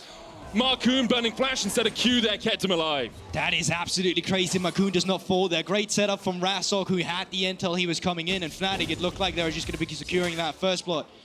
But not the case for now, but still, action-packed early game. No kills going down yet. Really well played from Razork. The use of the control ward into the flash E. Fnatic was so close to getting a double buff onto Upset, and you could see he thought about flashing after the kill. He really did think about it, but he realized if I flash in, get the kill, and then immediately die, all I'm doing is handing that double buff over to Patrick, and I don't want to do that. So, for now, they'll take the flash burn. The bot crab will go in favor of XL, and look at this, Finn also securing the top crab. Means that XL will be off to a pretty good start here in the early game. Yeah, Dual resets coming through from the solo laners. Offset still struggling a little bit. Ooh, nice trade. I say that. Razork around the vicinity as well. They have the interlon and he's walked over a ward. Patrick has Ghost and Flash here, so should be able to get away from this one. Obviously, the spell shield not yet even picked up for him. He's gone double Q into W here, or W into double Q on the Sivir, so doesn't have that spell shield yet. But we'll look for that level 4. Needs probably 2 minions to get there. Can't quite get there yet. Razork's just going to come into the wave here to make sure they can push it out. Gives Upset that back. And because Marcoon's on the top side of the map, it's going to be difficult for him to react. Yeah, look at the counter response though. Nukdog get the mid lane push, he can move up towards the top side, and wow, very curious. They're not looking for a dive here on Wunder. You have to dismount on the Kled that resets aggro. You had Nukdog with the push. So yeah, I really thought they had an angle for a dive there. If we could very quickly look at the bot wave state right now. We might have an opportunity to. So what Patrick and Mickey did here was not only did they interrupt Upset's back, but they've also got the wave slow pushing towards them, meaning that when they return to the lane, Upset and Hylissang are going to lose a wave. And notice, look, they're actually back on the wave in the bot lane. They feel like they need to push this underneath the tower. Otherwise, Patrick and Mickey are going to get a big freeze. So they're going to be heavily down on tempo. This could be a window for XL to actually secure a dragon, because now their bases are so delayed and Patrick and Mickey are already back out onto the map. There's a very big window here, with Nukdog being 6 as well, where XL can get this objective uncontested. For the moment, though, both teams just having little spars, little trades, little jabs at each other in each lane, but no real consequence of those as of yet. And it gives us a good moment to talk about the history between these two teams. Obviously, Fnatic have been in the league a little while longer than XL, and this was before last game, so XL now actually have 4 total wins in the head-to-head, whereas Fnatic had 13. Across the start of the time that XL were here, they didn't win anything. But after that, in 2022, they've been able to pick up a 2-0 in summer and looking to make it a 3-0 here in the summer playoffs. Nukdog, though, caught out, does have that stun card locked and will just be forced to back away. I love the fact he's not even forced to use that flash. You could have been prepared for, you know, immediately dash without a abscond up duck coming through from the silos. Not going to be the case. Now bot lane priority has been gained, and look at Finn's rotation. He just hit level 6 on the Kled, and they're in a position to set up a full dive here. 5 members with Nukdog's ultimate could be in bot in no time. But he is spotted by a ward, and Fnatic's they're going to back off. Wasn't spotted by the ward. The Oracles hit it before Finn got in range to see it, so it was disabled while Marcoon was hit it at the same time. Yeah, right? but I'm pretty sure Finn wouldn't have been seen by Marcoon hitting it. I think Finn has to hit it for that to happen, but of course I am very willing to be wrong in these situations, as I often am. Here comes the charge, down towards the bottom side. The Aquavism coming out as well. It's dodged to the side. Twisted Fate coming in. Nukdog looking for something with this Destiny. Hylissang will be the first to fall. Next up, Razork. Upset next on the menu, and all of XL get out alive. The dive, fantastic. The exhaust, the flash to cleanse. But Upset will get him away for the moment. The Prowling projectile, not enough to lock him down. Humanoid joins the fight. Wasn't able to hijack away the Twisted Fate ultimate, meaning he was never able to get here in And time. this is the second game in a row where XL is so willing to sack the top lane from Finn's point of view to get the rest of the map going. Wunder once again is going to be accelerated on the Shyvana, but in turn they're gaining leads on all 4 of the other members that XL have on their team. I love this play from XL so much. It's a great utilization of the Kled toolkit because of how effective he is at setting up for dives. Being able to reset that tower aggro, being able to just dive so easily makes the play very clean from XL. They walk away with 2 kills. They get a bunch of plates onto Finn as well. Razork is going to run into Marcoon. Notice that Upset is in the mid lane, but he doesn't want to overcommit to this. The only real benefactor here was, of course, that Shyvana. Let's have a look back at this play. We can see Kled originally debating whether or not it's worth it. He does actually get spotted because he's outside the bush, but it's too little, too late. And this is where it's so big, the fact that he can reset the aggro, because, of course, turrets are so annoying to deal with and juggle. But as soon as that turret shot hits, no one's taking aggro anymore. Yeah. And that's the beauty of Kled. That's why it's so easy to dive with him around, and XL just completely equalizing on it as soon as that level 6 came up for Finn. And we didn't talk about it, but Nukdog arriving just at the right time as well. Exactly. Just great utilization of the Twisted Fate ultimate and overall great coordination from XL. One of the things that we've talked a lot about for Fnatic this season is sometimes they don't look like a team. Sometimes we do not see that same level of synergy that we've seen from other teams or even this Fnatic roster in the past. But XL are demonstrating phenomenal teamwork so far in this series. In Game 1, we saw how well they enabled Patrick, and in Game 2, they're looking to do the same. And it's just one of those things where it's like you don't need a star spec rosters. You just need good teamwork at times. And I think Patrick's been willing to be the star in last game. Same for Marcoon during the regular season. But the the stars that kind of are not spotted, of course, is the facilitation of Nukdog, the selflessness we've seen from him recently. And also, Glacial Prism gonna land once again. Hylissang surviving for a long time here. The final order from Patrick will be enough, but Razork comes in with a flash. Patrick trying to get away, keep his verdict. Here comes the dragon, and Smorg wants her treasure. Wunder takes a kill as Patrick falls. Crucially Very nice there, play. Mickey was unbounding, so he couldn't get the heal. He was knocked out by Razork's ultimate as well, so he wanted to unbound, get the auto attack, get the shield, get back on, and can't try to keep Patrick alive, but unfortunate timing and great great punish by Razork either. So what happens if the Hylissang? Because he lives for a very long time. Of course, Marcoon at this point disengaging because he thinks the kill is gone. The heal comes through, which means that another auto attack has to come through for Patrick. He's then forced to overextend. A good knockup there from Patrick into the E from Wonder secures that kill. And then both teams are forced to disengage. So what was an initially good play from XL, an even better response from Fnatic to get their first kill on the board. And had Fnatic not punished there, the Dragon would most likely just have gone over to XL, and they've started to take control of the neutral objectives again. But with the course being as it is right now, both the Riftel and Drake is up for the taking, but currently it's XL who started off that first objective. And it's very uncharacteristic to see the Herald go to 10 minutes. Normally, this is an objective that the second we're at 8 minutes, both these teams are scrapping over it. And Fnatic have recognized, you know what, they're not actually on this objective. They've sent no one to the top lane. They're investing in the bot side of the map. We can definitely get the trade here. And XL saying, you know what, we don't care. We'll take the bot Drake and we'll take the tower. But Wonder, doing his best to wave clear, will buy a little bit more time. What's happening in the top side right now? Because that turret used to be low, right? And with Razork and Hilly making their way up there, it could be dangerous, but no. Swift Herald haven't even gone down yet. Now they turn onto it, but still, with Patrick down towards that bot lane, not suspecting that XL is looking to contest this one either. So the main problem with this objective going down so late is what happens is you have this bot lane being able to push this wave in, then go back to base and suddenly get back out on the map first. Exactly the same for the Sejuani, which basically means that XL will permanently be ahead in tempo. They'll be able to get back out onto the map and start doing things ahead of Fnatic. This puts more pressure on Fnatic. They're going to be forced to drop the Herald now to try and match that, and while they should be able to secure the tower, they're going to be one step behind and trying to keep up with XL's pace on the map. And had Fnatic done that just 10 seconds earlier, they at least could have secured the first turret for themselves, traded that for the goal coming through over to Patrick, but when things pans out as they do here, then the advantage still go over to Patrick, who's looking to take charge on the Sivir, and taking charge, Finn! Razork waiting in the bush, got caught. He was on vision, so they knew that he was there, but Finn looked just to try and catch out Upset in case Razork decided to not step in front of him. But now you can see the situation that Fnatic finds themselves in, because their bot lane still hasn't actually gone back to base yet the bot lane for XL is already here, and now they can start pushing and they can just get themselves more plates. So even though Fnatic is the benefactor of the Herald, it's actually XL's bot lane that is winning out overall. And look, you can already see a 1k gold lead. That's only going to continue to get bigger as Patrick has continued to get funneled more plates. And even then, you still have the TF on the map, so he can quickly be on the top side to make these plays. You have to make someone respond to the mid lane. Yeah, so Upside, he's going to run into the top side, he's going to respond to it, but they're still not feeling this play completely with the top lane not being fully crashed yet. A little bit off tempo. I will say, Silas with the Clado, it just reminds me of that typical anime run. You know, the one where they put that arms It's called the Naruto run. It's the Naruto run. Yep. I haven't watched Naruto, so... Okay, it's fine. We're not getting into this debate now. League of Legends. It's a good Pokemon's my favorite anime. That's fair, it's a good one. I'm looking on the map right now. To be fair, Fnatic did a good job, considering we talked about how in terms of the map state, it wasn't a great position for them.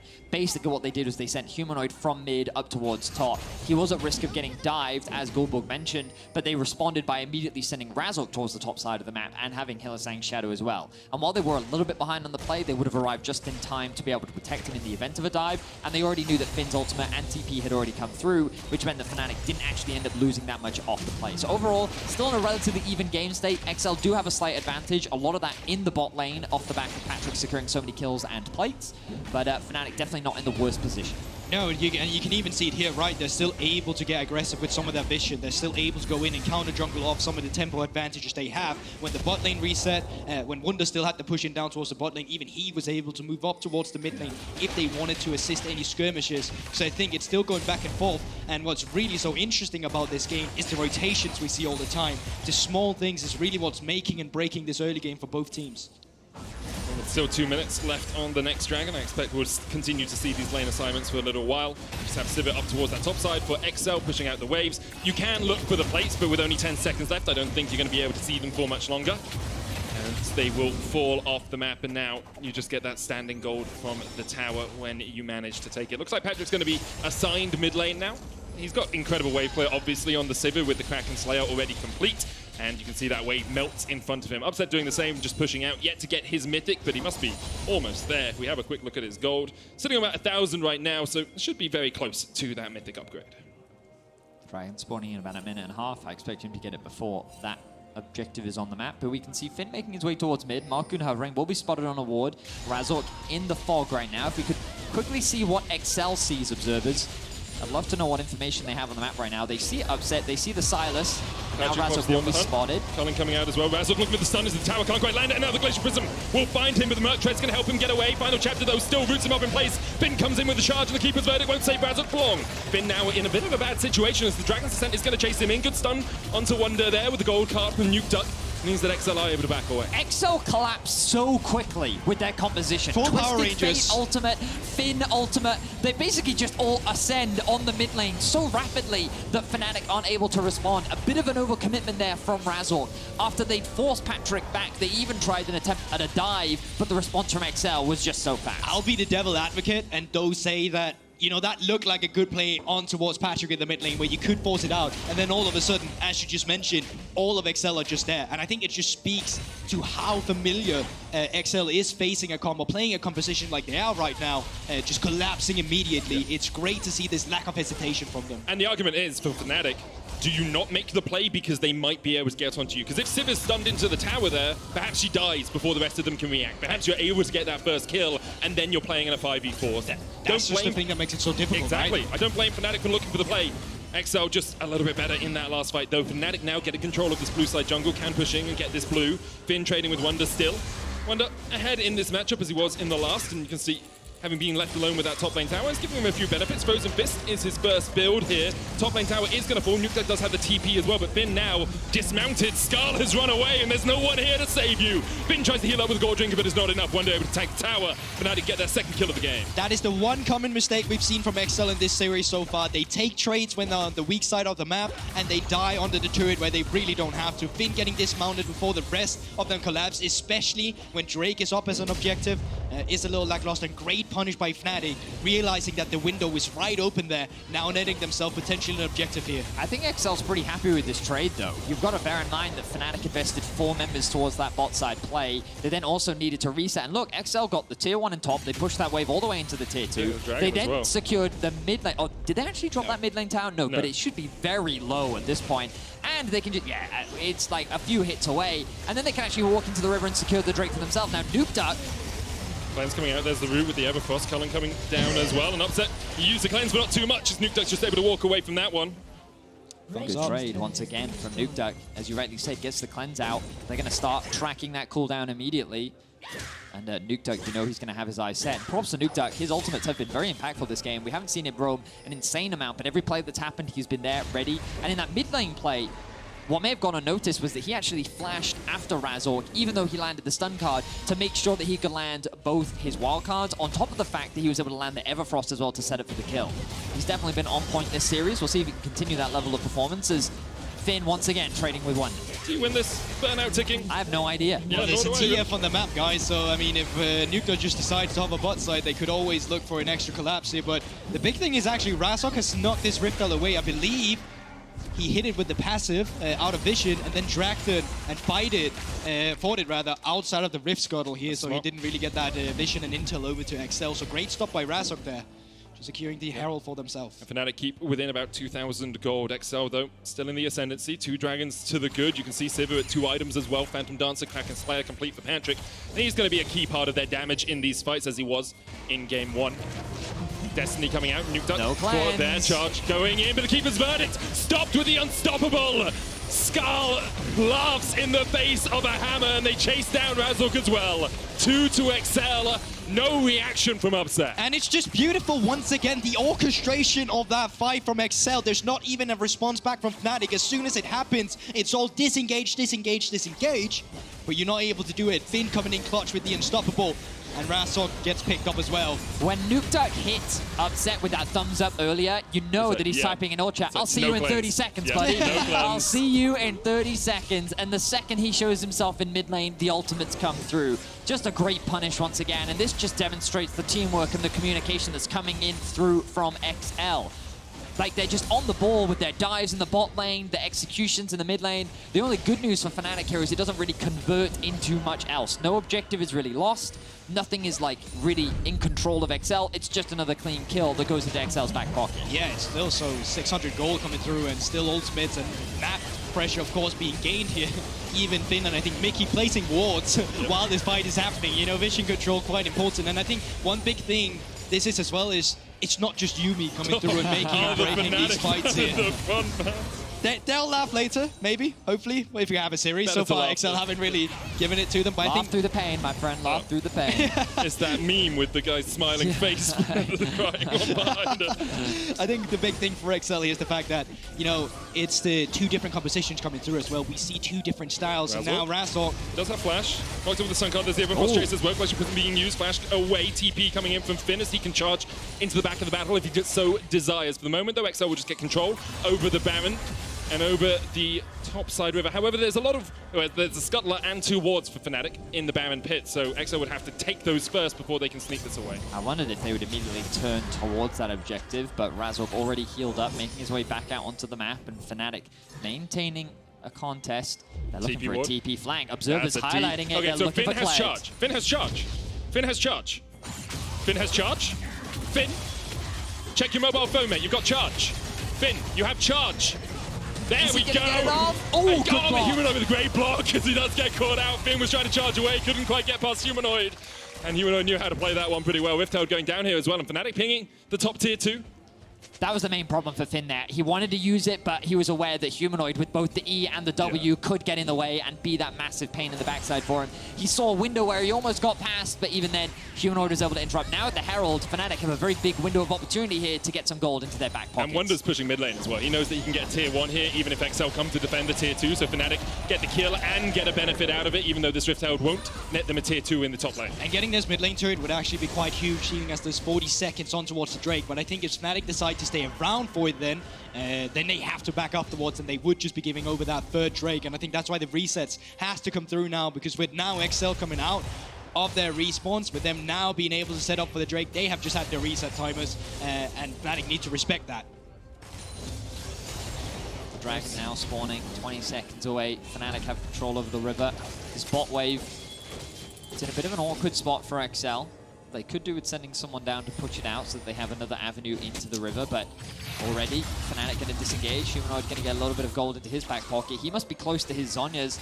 Likely what he's working towards. Let's see if he goes back to base. No, he's just going to make his way towards top lane. Fnatic going to make the call, not going to contest. And those numbers you see on your screen right now, that's the big thing, right? That's the difference in inventory. They might have the gold that Fnatic currently have, but they've not invested a lot of it, and that's why they're just forced to back off. And once again, due to those late reset timers. So the third Drake, uncontested soul point now, just going over to XL. I think they're quite happy about that. Yeah, and even though Fnatic were able to make a good play up towards the top side, you can see XL didn't lose a tower out of that, just lost some health in top and in mid. They are still 2,000 gold ahead, and they're looking for what would only be their 4th ever win in an LEC playoffs. Last split, of course, they took Vitality to all 5 games, went 3-2, or 2-3 in that situation. Fnatic have a few more wins. They've been to a few more playoffs, 10 times the amount, in fact.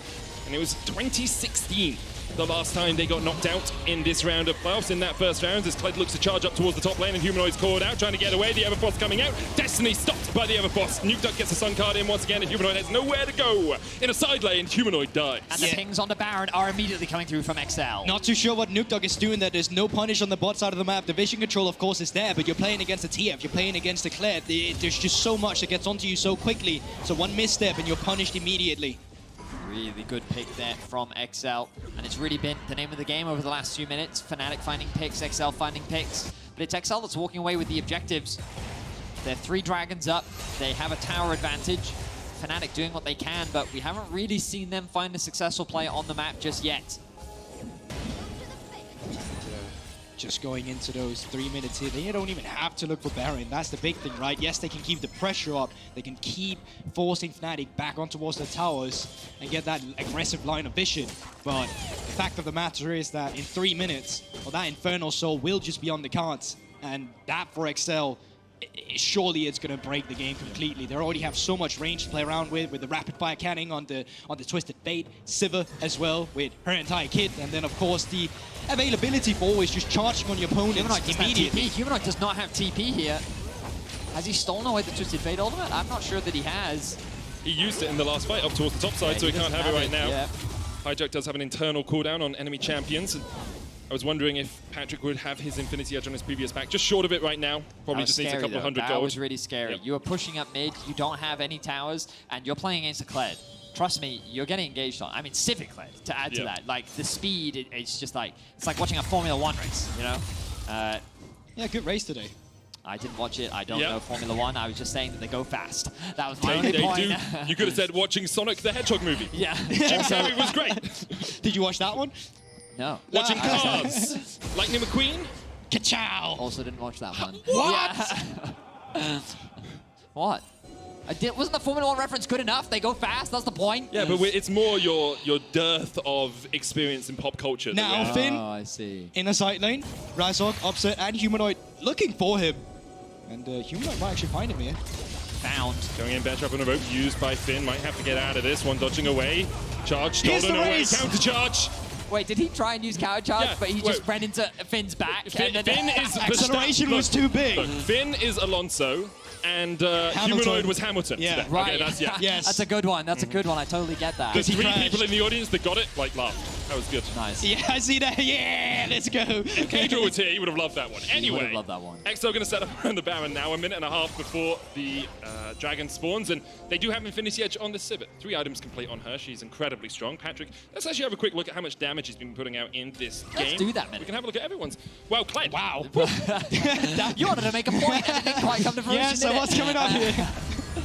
800 more damage than Upset. Just saying. Just saying. I mean, the main reason why Finn's damage numbers are so high is because every time we pan down to the bot lane, it's just Wunder and Finn slapping each other. Yep. And, of course, that has inflated his damage numbers just a bit.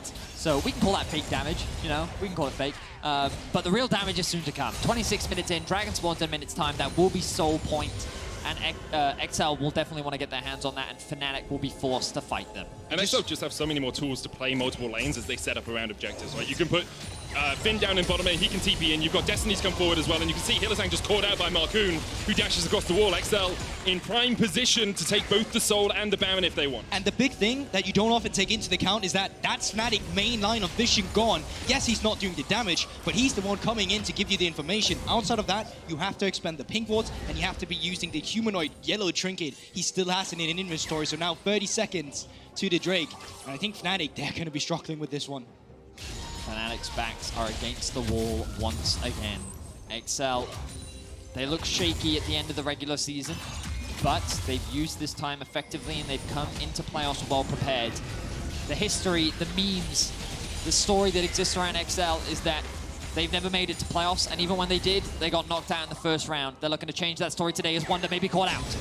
Stone Cold going in. Wunder still has the Dragon's Ascent here, so should be able to jump away if he needs. They were trying to burn that before the fight began. The Dragon now available for XL and for Fnatic to fight. Glacial Prison going out. Nuke Duck able to cleanse away from it. Finn looking for that flank position. Wunder still has that Dragon's Ascent. Dives onto the back line. Patrick has no make to save him here. Nuke Duck once again with the Stone Cold. Also going to cleanse away as well. And Patrick able to survive down towards the bottom side. Exhausted. Razork still chasing, but he just can't get close enough to this damn Sivir. Upset flashes the wall into the midst of XL. Do they have the damage taken down? They do. Finn will get him. Humanoid now diving in with the Kingslayer with the healing, trying to do everything he can, but he just can't do enough. Razork gets one in response. It's 2v2 left on the map. Supports and a top laner versus a jungler. I can tell you right now, that damage is not fake from Finn as he is tearing Fnatic apart. He is on the hunt. He has a cat on his back and he wants blood. Finn still looking for the chase here. Bone Trap on the rope, a possibility, but the Aqua Prism will land. And Finn will just get priority down towards this bottom side. But still, what a bloody fight, and a lot was expanded from all of the teams going into that one. Barely any summoner spells, actually no summoner spells, except the teleports are up after that fight. I mean, come on, Fnatic. What, is it personal? Because, like, you guys were really committed to killing Patrick here, and just watch him in this fight. They can see that the cat is not on top of him, so Wunder dives on top of him. Razork tries to go for the flash knock, but a really good flash from Patrick. Constantly dishing out damage while kiting backwards. Is able to sidestep everything. The peel is good from Marcoon to keep Humanoid locked up. And then Upset gets exhaust from Mickey, but is finally able to get him down. Of course, he has to commit his life to getting this, as Finn is able to dish out the damage on the backline. Nuke Duck buys time with the Zhonyas. They get the kill onto Humanoid, but Razork is able to secure another, and it ends up being only 3 for 3 at the end of that fight, and we're right back at it. Ding ding, round 2, let's go. XL have control of the river, 1 ward in the Pixel Bush for Fnatic. A control ward in the Dragon Pit as well. Look at top lane though, Fnatic have the advantage here. That tower is slowly being chipped away. They should be able to secure another objective, and they have control of the mid lane. Vision control coming through, ping ward's down as well, it's been responded here. Finn in the mid lane does have that ultimate with level 16 if he wants to join the fight, but he's also singled out. Need to be careful. No flashes for anyone in this fight. 5,000 HP on the Dragon. Keeper's verdict just short. 3,000 on it now. Glacial Prison going out. It's smited. It's secured. Infernal Soul to excel. And you have to deal with a Patrick who just burned through Fnatic. Shot after shot with the ricochets, and now Patrick going to take out one. There's a second as Kled on the backline able to get that. Wonder forced away. Patrick Boomerang not quite there. Fnatic walk away, 3 members strong, but XL get the soul, and we'll look for more. Wonder not going to get out of this one. Marcoon hits him with the flail. Wonder tries to walk away. Wonder burning him. Okay, you guys got me excited for a second. Marcoon gets the kill. But what a beautiful fight coming through from XL, and it comes down to a 50-50 in the end. This second one that Marcoon is able to dish up here, his smite has been so true today. And even Finn in the backline, 1 versus 3, finding the kills, allowing the rest of XL to peel Patrick. Infernal Soul has been picked up, Death Timer still active on Fnatic, and Baron on the cards. And how obnoxious is Finn in these fights? Kled just refuses to die, and he's causing so much chaos for Fnatic. Let's have a look at this one. The ultimate comes out from Marcoon onto Razork. The smite comes through as well. Wonder with a really good ultimate, but then look at Finn on the backline, immediately dives onto Upset and says, hello, why don't we have a game of tag? Let's see who can get away from who. Humanoid gets chunked down off the back of Patrick. He's constantly kiting back with the Yuumi on his back as well. And XL just clean up the fight. And the biggest thing is just not allowing Upset to be on the enemy backline, right? He's the one that really still threats them. He's the one that still has the damage coming through, despite the scoreline not really showing that. He still has a lot of damage in this Lucian. But when he's not allowed to get onto the Sivir, it's just not going to matter. And for XL, off the back of Marcoon's smites, off the back of Finn this game, it is a Cinderella story for them if they can take down Fnatic, although Fnatic haven't looked at their peak this year, I'd say. For XL to be able to pick up a win in this series would be absolutely monumental. Glacial Prism wide deck. Inhibitor's Tower the target for XL as they push in the top lane. Another Boomerang coming out, and XL and Patrick are just able to advance, continuing to step forward. You can see the damage from Upset, though. Patrick down to half HP. The Inhibitor stands for the moment, but here comes Patrick once again. Steps back in the ricochets. Boomerang? A Boomerang of destruction for XL. Charge out from Finn. He was trying to get around the wall there, unable to do it, but able to force Wonder away. Meanwhile, Nuke Duck is trying to get this mid lane wave in towards that tier 2. Humanoid trying to defend. The rest of XL on the chase. No charge for Finn, remember, as he's around the side, but he's just trading onto Wonder. Dragon's Ascent, a possibility for Wonder. Might look for a trade here, but he's 2 levels down and in for a world of hurt if he does go in. 1 cannon minion survives for XL. Still a minute 20 on this Baron for them. They've broken 1 inhibitor tower. They're looking to make it 2, looking to put the final nail in the coffin of this game. Glacial Prism stolen away, but it's only onto Marcoon. Very at home in the ice is that Sejuani title. Wade used as well as Humanoid steps forward. A good act. The Prism's only going to hit onto Finn, though. And XL can just retreat. They've got a Yuumi to heal them up if they want. Bear trap on a rope just while Glacial Prism popped onto Wonder. XL will disengage. They get 2 inhibitor towers and an inhibitor out of that push. XL, they're going to be pretty happy with that for the time being. There's still 50 seconds left on the Baron, but they're going to use this time to reset, spend that gold, and then get back out onto the map. What a glow-up it has been for XL. Oh, yeah. And what a performance overall. You can see Patrick, there's the damage that Medic was talking about earlier. In the team fights, she is just unleashed, and there are going to be a lot of question marks for Fnatic. This is a roster of champions. Wonder, Humanoid, Hylissang have all been accredited as the best in their roles at some point in their careers. Upon joining this roster, the expectation was alongside the upstart Razork, who had a phenomenal impression left when playing with Misfits alongside Video. Upset, the AD carry considered supposed to be the best, supposed to be the replacement of Reckless. For this roster to fall short here would be nothing but a disappointment. XL looking to continue the pressure, looking to break into the base of Fnatic once more. Baron buff. Razork going forward, Baron buff expires, as you say. Glacial Prison, they're going to hit onto Razork. Mikhails to cleanse him away. Dragons sent onto the backline. The final chapter's only going to hit onto one, but one is already dead. The Dragon deceased in XL, looking to wreak hell amongst Fnatic. Patrick caught in the bubble, but that bubble is going to burst. Patrick stepping forward. A 2v3 forces upset to cleanse away. Hylissang retreats back to the fountain as well. A triple for Patrick, and XL have the win in their eyes. Yeah, despite no Baron buff, it just does not matter. The damage is too obscene, too obscure coming through from XL, and now they have a chance to just look Fnatic dead in the eye, try and take the second game of the series. But Fnatic still available for fighting back, but Upset, he does not have it in him this time around. XL, the Nexus Towers, their focus, they will take them both. The Nexus there as well, but they want a little more blood. Hylissang forced to flash away. XL one step away from the furthest they've ever been in playoffs. A commanding performance from XL. This one was even more convincing than the last, and question marks continue to rise for Fnatic. Last year, they were able to run the gauntlet. They made their way to the finals, winning every single matchup. They went the full 5 games every single time, but now they find themselves staring at the eyes of defeat. 0-2 against XL, the roster that many did not expect to put up a performance like this, but they're looking strong coming into playoffs.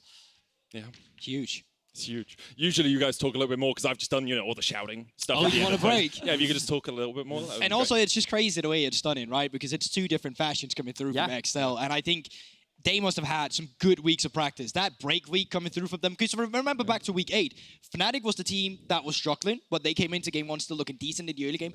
XL as well was struggling in week 8. They were the one who had the easiest way to make it to playoffs, but definitely struggled the hardest to obtain that. And I think coming into this week now in playoffs, completely revitalized. And the biggest thing for me is Yuumi again. We talked about it in the Rogue versus Mad series. We have to bring it up again. Like, Fnatic is in a very serious problem if they don't find an answer to deal with this Yuumi. They really are. We're going to hand it over to our analysts to break down that game and see if they agree that perhaps the cat should sit on the bench. I think we love cats, but it should definitely be on the bench. But let me talk about XL for a second. The way they have stepped onto stage today, the way they have not only played on the Rift, but also approached these drafts, Broxa, they just seemed like the better equipped team today in this match. They're just one step ahead in every aspect at this point. It's the drafts, it's the gameplay, like how well coordinated they are as a team, how they are able to set up the bot lane for success, how they're utilizing the Yuumi to snowball Patrick and turn him into a late game god. Like, Fnatic hasn't even been close so far. I think the most mind-blowing thing is that we mentioned how XL don't win when they're on red side. Their odds look really bad. They only had 1 win before coming into this playoffs game. And right now they've picked 2 on red side, and they felt really prepared on both the drafts. On one of them, they banned both Zeri and CV, and we thought they didn't have an answer to the handshake on the Lucian. They did the Nilla. Then Fnatic was like, wait, the Nilla is too strong. They banned the Nilla away, where they leave Sivir open and the handshake with that. And back to back, they've brought down the bot lane 5 members to try and get Patrick ahead. Let's take a look at it, because you were calling it out in the green room, Trouble, saying XL again, like clockwork, they're all going down bot.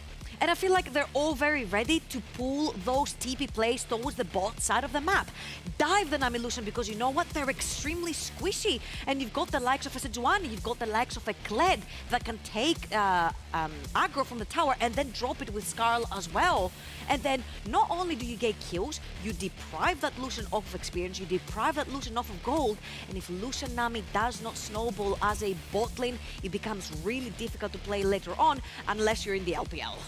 And this was just an incredibly smart play from Finn, because he actually walked bot lane all the way from base, knowing that Wonder wouldn't be able to get something done on the other side of the map. Humanoid wasn't base, wanting to TP in, but TP wasn't available, there wasn't anything he could do, and all of a sudden, because of Finn's roam, XL has a 5v3 situation, but easy win from there with the Sivir Yuumi. And is it correct to say that because it's Lucian and Nami, of course, that one gank is actually fine? It's like enough. They don't even have to expend more going back there, because they know that come the skirmishes at that point in time, Broxa, they'll be fine on XL's side. Yeah, definitely. Like, I think Lucian Nami has to be able to play aggressive. It has to snowball. Fnatic just weren't able to set them up. And after Finn makes that play, knowing he's going to sacrifice his own lane a little bit, like, there's just nothing they can do, and I think it's a really smart play by Finn. But Braxa, talk to me about Finn a little bit. You know him very well, but specifically about his Kled, it also shows that he must feel quite comfortable in this match so far. Yeah, actually, every time I've been here at the LEC, I've been messaging Finn. I'm like, Finn, are you going to give us the Kled? Give us those spicy picks, your favorite champions. And I think the way that Excel set up the Kled was so smart. They picked the Sejuani early. They gave Finn the last pick so they could see if he could get a good matchup. And with this Shyvana being blind pick, Finn is getting a great Kled matchup. And Kled is not a champion us pro players get to see that much. No. It's a bit of a niche pick, a spicy one. So, you know, Finn got a matchup he's incredibly happy with. Wonder, on the other hand, you know, he just hasn't played against Kled much. Like, what is he going to do?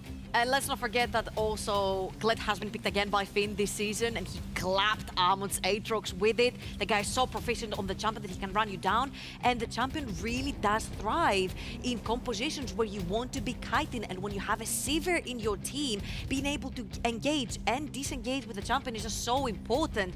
And honestly, I feel like so far, these team fights for Excel have gone so stellar because everyone's objective in Excel is protect Patrick. We protect Patrick, Patrick attack, we win the fights. And just the tools, the Sejuani prio as well, which is helping tons. The fact that Patrick is on that Sivir, supported by his Yuumi, it's all working out. Let's take a look at some crucial factors throughout the series. First up, Patrick, of course, Trouble. He's been in EU, he's been at the top of EU for a long time, but this to me really seems to be kind of the possibility for a defining run in playoffs if he keeps going like this. I'm just gonna call it bot diffy so far, because this is what it came down to. We saw it in the Madden Rogue series as well. It was very bot-centric. These two bot lanes were also getting a lot of priority, and it's the same thing here. Youngbuck seems to have the picks ready and prepared for Patrick for whatever Fnatic will throw their way, especially when you're on red side. Patrick, so far, has outperformed Upset. Yeah, but I'm gonna say, when you say he has the picks prepared, yes, the Nila in game 1, stroke of genius. Now he played Sivir Yuumi though. How can you not see that coming? Well, the thing is also, you need to keep in mind that Fnatic just banned 3 AD carries. Yeah. They did everything to get Upset a good AD carry matchup. They first picked Lucian, and they still got stumped bot. Like, you know, what are you even going to do at that point? I think they need to stop trying to brute force a winning bot scenario. It's just not going to happen. Look to get an advantage elsewhere. Love it. Where could that be, Trouble, for Fnatic, if they want to rally back in the series? It's the Gragas extraordinaire himself. I think Wonder has had fantastic series so far, especially when you're in the losing team back-to-back and people can actually pinpoint and say that you have been having a fantastic series so far. That says a lot playing on the losing team. I feel like his Shyvana was fantastic. He was finding multi-man knockups in the backline. He was zoning away members, and also his first game was stellar as well on the Gwen. One-man carry. Can this man do it? Maybe they could also be looking towards that Gragas later on. Maybe. We'll see as we get closer to this break. Before we dive into the picks and bans, the Fnatic that we know, the organization of Fnatic, always stepped up when it mattered most, right? Be it when you're down 4 games and you need to win so many to get to the next stage of groups or you're knocked out, be it to get into the playoffs, be it to get to a final, Braxa. We've always corresponded, the Fnatic brand, with this resiliency. Do you think this Fnatic iteration has it in them, though, to make the reverse sweep happen today? As of right now, I don't know. It's hard to say. I think Fnatic actually went big this offseason. They, you know, got an expensive roster, big players who have achieved a lot in the past. And when you play for Fnatic, there's one simple expectation, that is to win. Like, if you don't win, it's a massive failure. And let alone not even making it to Worlds. They have to find a way to make this count. And Trouble on the other side for Excel. You know, that history they have at Fnatic now in this specific matchup, they could book their tickets to the next round. Absolutely, and we said every time that you develop and evolve as a team, you need to take a step further. It was last spring that they just made playoffs. They got knocked out on the first best-of series that they had. Now again, they made playoffs. This is their best-of series, and it's looking like a W. That's the one step further that they can take for now. Oh God, it's still all up in the air. Excel, they are on the verge of completing the 3-0 sweep over Fnatic, but can they complete it? After the break, we will be covering the picks and bans, possibly for the final game of week 1. Stay tuned.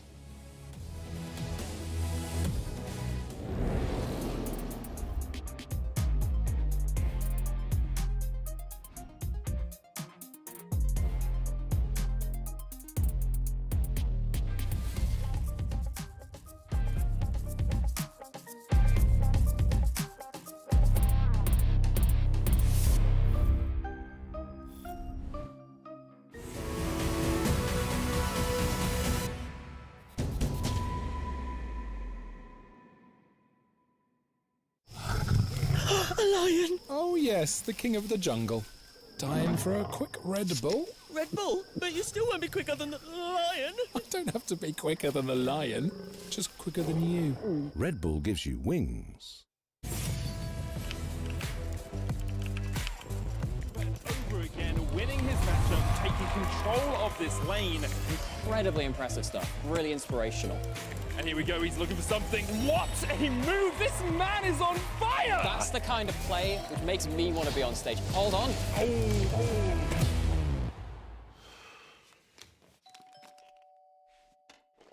Thank you so much for joining me. Tell me, how do you feel after making that play?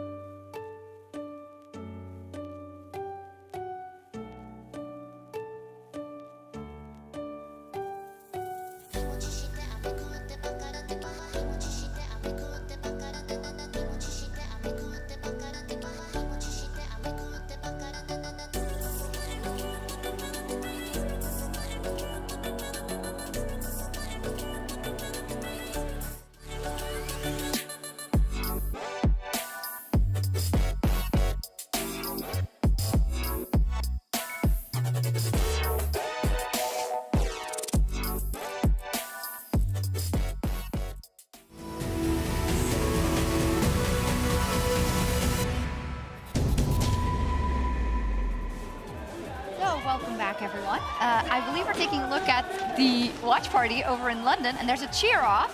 Don't know if it's going to happen now. Yeah. I think the Fnatic fans are closer to the mic, closer to the camera. Hey, hello, everyone. I hope you're having fun over there. It looks fun, at least. If I was a Fnatic fan, I wouldn't be having that much fun. I'd be really stressed. We're going to cover the picks and bans on the desk. Match point for XL for a chance to play Misfits for a chance to stay in the race for Worlds and for the finals here.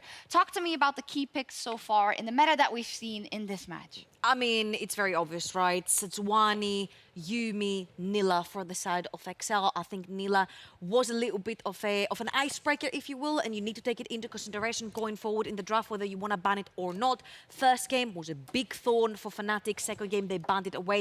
They still couldn't deal with the Sivir because the other two problems were still there. The Sejuani, the Yuumi were still on the side of XL.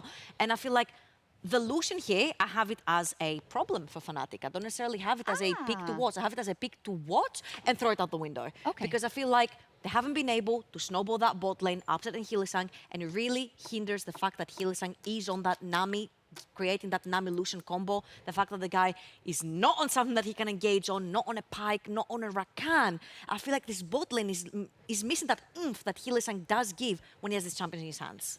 The big thing for me is that Fnatic actually invested 3 bans into the AD carry. They locked in Lucian first pick, which is a strong AD carry champion, into the scaling Sivir Yuumi, and they still were not winning bot lane. Like, if you do literally everything in draft to get your bot lane a winning position and they still mess it up, you need to change it. And if they lock in Lucian Nami again, I'm going to do what I think most Fnatic fans want to. I'm just going to rage quit right now. I'm out of here.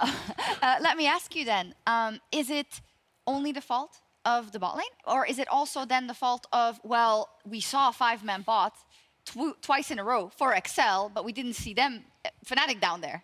Yeah, I think you cannot blame it entirely on Huli and Upset, because it's not all up to them. League of Legends is a team game, and we saw it from XL this game. Finn sacking a top wave to roam bot from base and got XL a double kill, which started the snowball. We need to see the top side of Fnatic. We need to see Humanoid, Razork, Wonder actually set up this bot lane, enable them to play aggressive, because we know Upset and Huli can do it. They've shown it time and time again. They are a strong bot lane, but they haven't been able to contest so far for different reasons. And 100% I agree. Upset and Hylissang have not been playing bad. I just think Patrick and Mickey have been on another level. And especially when you've been set up by your team, getting that 5-man bot lane in game 1 and game 2, then getting that snowball, getting that gold onto Patrick. We've seen it the entire season. XL are more than happy to invest their entire map into Patrick, and then Patrick will give them the W in return. And the Sejuani is also really, really good. I think sometimes it flies under the radar because it's kind of a normal jungle pick, but I feel like it's been paying dividends in the way these teams have been prioritizing their roams towards bot. We'll find out if they pick it in just a second. Time for our draft.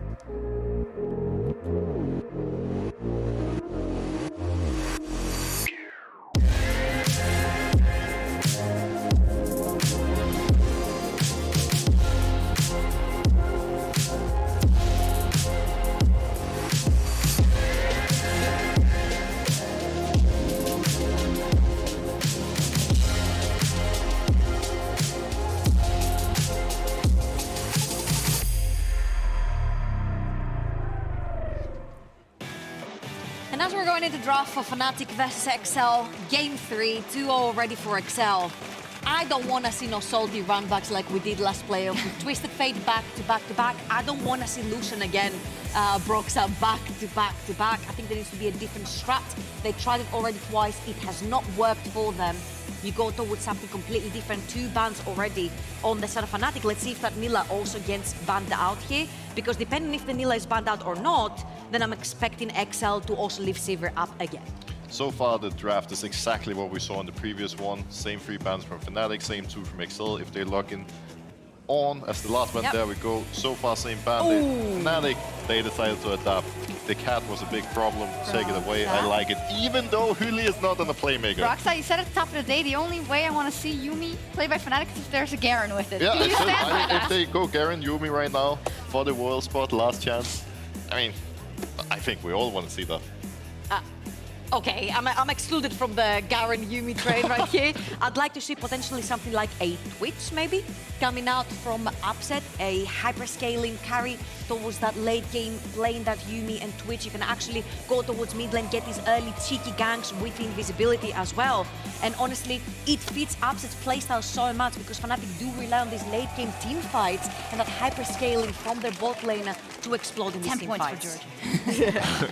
Yeah, nice prediction. I'm expecting this Oh, I was actually thinking this was probably going to be either a Poppy or a Trundle because both of them are available and Fnatic, or not Fnatic, Excel can now ban one of them in the second phase, already having Sejuani locked in. We see the Sylas, which makes sense, it's a good pick into Sejuani, and if they don't take it now, it's something Excel will ban in the second phase. Now we know that Mickey has a huge champion pool, but something that was played in the LPL by Lehens himself was the Singed into the Yuumi, a big counter pick. But they're actually going to choose to go with the same sentiment that we've seen the entire game. It's the Enchanter together with the Hyper Carry. We mentioned how these two carries for both of these teams are so integral, and so far they both have their Enchanters, they both have their frontliners, and now I'm looking to see what could Wonder add here, because I feel like his Shyvana was very fitting in the last fight. He was really useful, he was finding the targets in the back line, so I feel like maybe you could run it back. I see a lot of smiles though, that's good to see at least. Yeah, worth noting that the Fnatic players are actually smiling, actually having a good time up there on stage. Being in this position, it can be easy to, you know, just let the mood drag down and spread negativity, but they're keeping the mood up, and I think they're still going to have a good chance. Now we see from Excel banning Jarvan and Trundle, which makes sense. Trundle, incredibly strong into Sejuani, Jarvan is great into Sivir, and all in all, Fnatic can now still get a solid jungle pick. It could be the Poppy, but they could also change it up if they would like. I'd like to see a different champion here. I think the more targets that you have when you have Yuumi on the map, the better it is for your team. Even something like a Viego, for example, for Azog, which is something that he has spotted over in Spring and Summer too, could be something that we're looking forward here.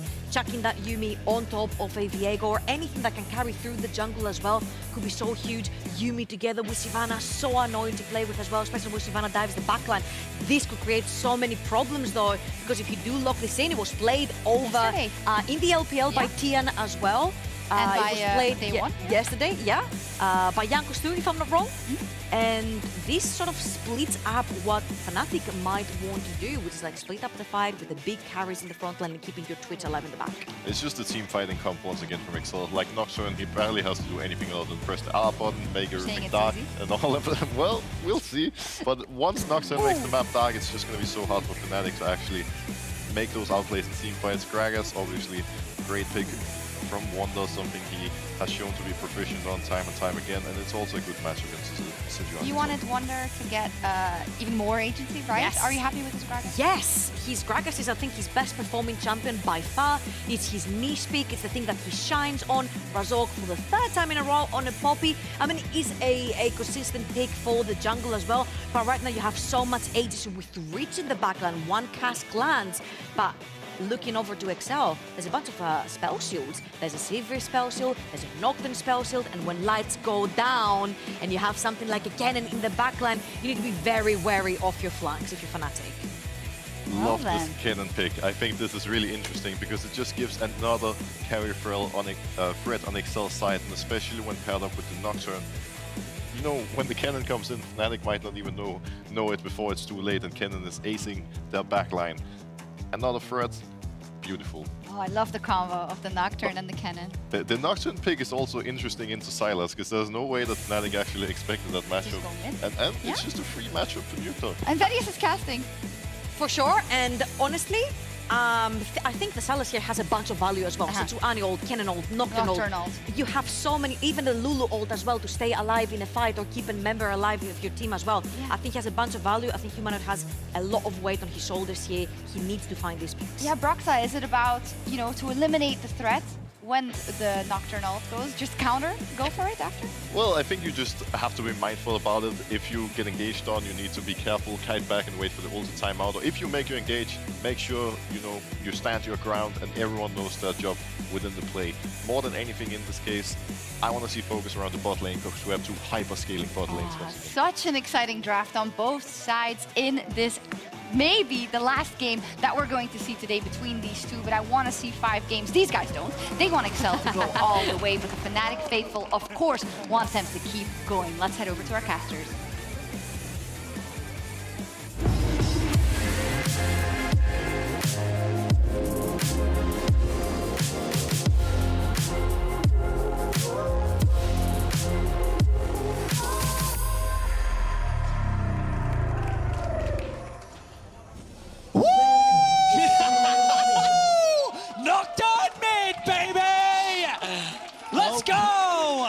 How do we deal with this? Oh yeah, Betty. Let's see what you know about Nocturne Mid. Okay. How many times has Nocturne Mid been played this summer? How many times has been played this summer? Yeah. In which region? Any of the top major regions. Any of the top major regions? How many times has Nocturne Mid been played in any of the major regions in mid lane? That's what I'm asking. 7 times. Nope. No. 11 times. Nope. Nope. 17 times. Nope. Nope. 1 time. Nope. Yeah. Okay, now give me the answer. Well, obviously you just don't know. Is it 3? It is 3. Oh my god! Doing B's played it 3 times. He's won twice, lost once. I love doing B. And now Nuke Duck is my next new favorite mid laner because he's playing Nocturne Mid. So, Nocturne Mid, why did it disappear and why did it become bad? Riot nerfed his passive. It was very sad. Yeah, they saw you playing it so much. They're like, we gotta get rid of this. Basically, what they did was they nerfed his passive. Well, it was mainly because he was very rampant in top lane, but his passive made his wave clear incredibly strong. So they nerfed the amount of damage that it does to minions, but then they buffed the amount of damage that it does to the minion that you target. So the minion hit will still take a lot of damage from the passive itself, but the minions around it will not. This was enough of a buff to bring him back, at least for some people. But one person. One person doing B. Let's have a look at what Upset is up to here. Look for Patrick, gets behind him with the exhaust as well. Patrick's going to be shielded up. Mickey trying to put some damage back down, but Patrick's on the wrong side of this one. Saying burnt both his this is crucial. Look at the positioning on the map as well. He's going to be forced to go the other way around, and Razok's on red buff. What is happening right now? Where are you going, Patrick? Where are you going? Where are you going, Patrick? Where are you going, Patrick? Nowhere to go. Razok catches him. Patrick dies. Wow.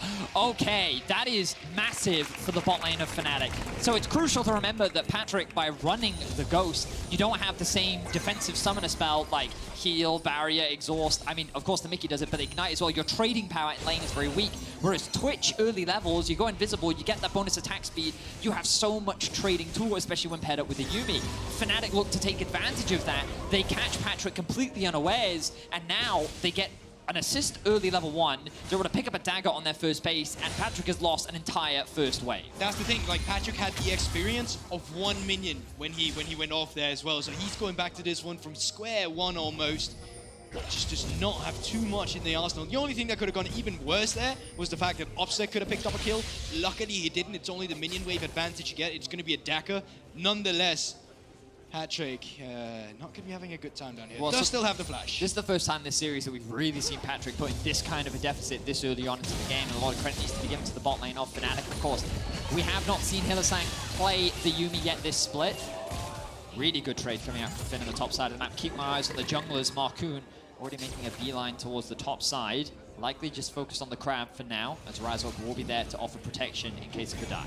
Dual wielding his jungle camps, and Scuttle will go over to Marcoon, but I like the fact that Razok was so quick on his reset up towards the top side of the map again quickly. Flash and Razok, so no time to contest that one. And Marcoon can go for the Crocs, can go immediately down towards the second Scuttle to see if he wants to secure that, but it's going to look to reset his own camps. Some strong early start for Fnatic. About 400 gold ahead. Wave pushing in here means that Upset will have, we'll say, a 5 CS lead at the end of this, guesstimating. Saying about how many minions he's able to clear out underneath this tower. The biggest thing, even though the gold doesn't look that dramatic, if you could bring up the XP bar for us, what you can see is how dramatic the difference is actually between the two AD carries. So you can see that right now, there is a 200 XP gap between Upset and Patrick. Patrick is at the bottom when it comes to XP in the entire game, and he's just had to base, which means that Upset is only going to catch this wave and further create that gap. So the first level 6, even the level 4, like all these things are going to be very significant when it comes to the trading in the bot lane 2 versus 2, and the only way you can really fix it is if Mickey roams. Mickey roaming, giving a lot of solo experience to Patrick to help him catch up in that XP department will be really important for him, but if you then leave Patrick alone, he's at risk of getting dived. Yeah, okay, speaking of diving, Nuke Duck pushing up Marcoon in the background. Here's Razok. Marcoon's going to find Razok. Nuke Duck gets the fear off. Razok looking at some damage, but the sun comes out, and Marcoon's on the chase. Razok has to flash away. Humanoid next on the menu. A single auto attack would get the stun off, but they can't quite land it. As Nuke Duck and Marcoon are able to force the Fnatic mid jungle duo away. Yeah, and there you also have the potency you see from a Nocturne paired up with the Sejuani. The fact that you get that extra attack speed as well to boot up. Or the Sejuani passive really does help. And Humanoid might be in a position to get dove. Razok, he's already back. This is looking dire. Humanoid's still far away from level 6. Good flash though by Humanoid, gets him out. As he doesn't have that summoner, of course, for the next few minutes. I love seeing Nocturne mid, man. It's so good to see it back. Nuktuk played that so well as well. The spell shield is so effective into Silas too. You saw it just there. He was able to spell shield the W that came out from Humanoid, which you expect to be maxing in the early levels. It's a difficult thing to do, but when you spell shield it, he doesn't get all that health back. So when he expects to be able to dive back in and out-trade you, Nocturne can just tank it up, get the fear on you, and then you basically get find yourself in a very difficult position. But surely, Vedi, this is not going to be too much about the mid lane when you have this Nocturne. When he hits level 6, we've already seen the bot lane shenanigans we've had so far. Surely we're looking to see Twitch get punished as well as soon as that level 6 comes through. Well, we'll have to wait and see. I am a little surprised that Humanoid was actually able to steal this away. Again, one of the great things about the spell shield. Dive in the bot side of the map. Mickey is very low on health. Upset, very good damage on Patrick. Patrick pops the Ghost, was back off cooldown, so will just be forced away. Marcoon came in from the side. And the reason Fnatic could try and set this up was they had a control ward and a ward over at the Grump that spotted Marcoon leaving the area. So Razzle could look for something. Meanwhile, Humanoid trading in the mid lane here. The Fear's going to come down. A couple of auto attacks coming out from Nuktuk. Sitting on that Dustbringer gives you a bit of extra AED. Helps him out a little bit. A lot of people. At max level, it gives you 60, which will give around level 9, which is the equivalent of a BF sword and a long sword, and a bit more. It's a lot. But Humanoid playing around the spell shield very well in terms of the 1v1. We can see Marcoon hovering around the mid lane for now. Going to escort Nuktuk out of lane. He is, of course, level 6, and this could be the first roam of the map. Looks like for now they're just going to give him the plant. And Upset going to play defensively, respects the roam, will choose to back away. Fnatic, though, finding themselves with an early lead. Definitely a bit of a difference compared to what we've seen so far in this series. And if there's one thing you've ever hated if you played against a Twitch yourself, it's obviously that fast Blade of the Rune King rush. Like in the past, it was like, okay, he needs 2 items lead, right? The Runan and maybe some Mythics as well coming through back in the day when Mythics didn't exist either. But nowadays, it's just as soon as you finish that Blade of the Rune King, you're a menace to be dealt with. There's a spell shield. Razzle looking to stun into the wall, can't quite land it. But he is just smiling next to me as this is happening. Beautiful. It's just exquisite Nocturne play. It's just, it's one of those things where the good Nocturne players know what skills to spell shield. If you just throw it out, then you can get punished. But he knew that the thing he had to be careful of was the E, able to spell shield it, walk away. He knew he had to be careful of the stun in the kit. Yeah. I mean, not everyone does, and it varies depending on the situation, Medic. Here's another stun. Slicing Master coming out. Finn looking for the damage here onto Wonder. Marcoon in the area as well. Knocked back there from Wonder, but even with his flash, he hasn't really got anywhere to go. He realizes it. Finn will be gifted the kill. First blood for XL this game. And great, productivity still in the way of XL here. They find the pickup on the top lane, where so far all the actions have been on the bot side. But now speaking of rotations as well, XL, they move their bot lane into the mid lane instead. They gain that priority, move Nuktuk down towards the bot lane. He's picking up the wave, and in turn, they're just securing this Rift Herald for themselves. Right now, the Drake is too tanky for the bot lane to solo ops. This should just be the objective, I say. Going over to XL. Polymorph? That was very short. That's a perfectly long keeper's verdict. Nothing. Marcoon here able to jump out of the back of the pit, took away the Iron Herald. Naughty. Now, let's have a look at what happens off the back of that. They've actually rotated Upset towards the mid lane. He's going to catch that wave. No contest on that Herald. And we can see Nuktuk actually going to secure himself the blue buff. I mean, the advantages, of course, Nuktuk playing both the jungler and a mid laner. No, Marcoon, you're not going to come and take this, are you? No, he was just giving me a helping hand, man. Give me a helping hand. And XL have been able to equalize that gold deficit. In fact, gain themselves a small advance, about 300 gold ahead. Obviously, they still have the Rift Herald, and they're trying to lock down Wonder down towards his bottom side. But here, he still has the flash, the explosive cask. About a quarter of his cooldown left for him. Interesting, we haven't seen Doinby actually go for an early tier, going for more of the scaling Nocturne build, but it seems that Nuktuk just prioritizing getting that early, what I imagine to be Stride Breaker. We'll see what direction he goes in for. But both bot laners now find themselves in mid lane. A very early rotation.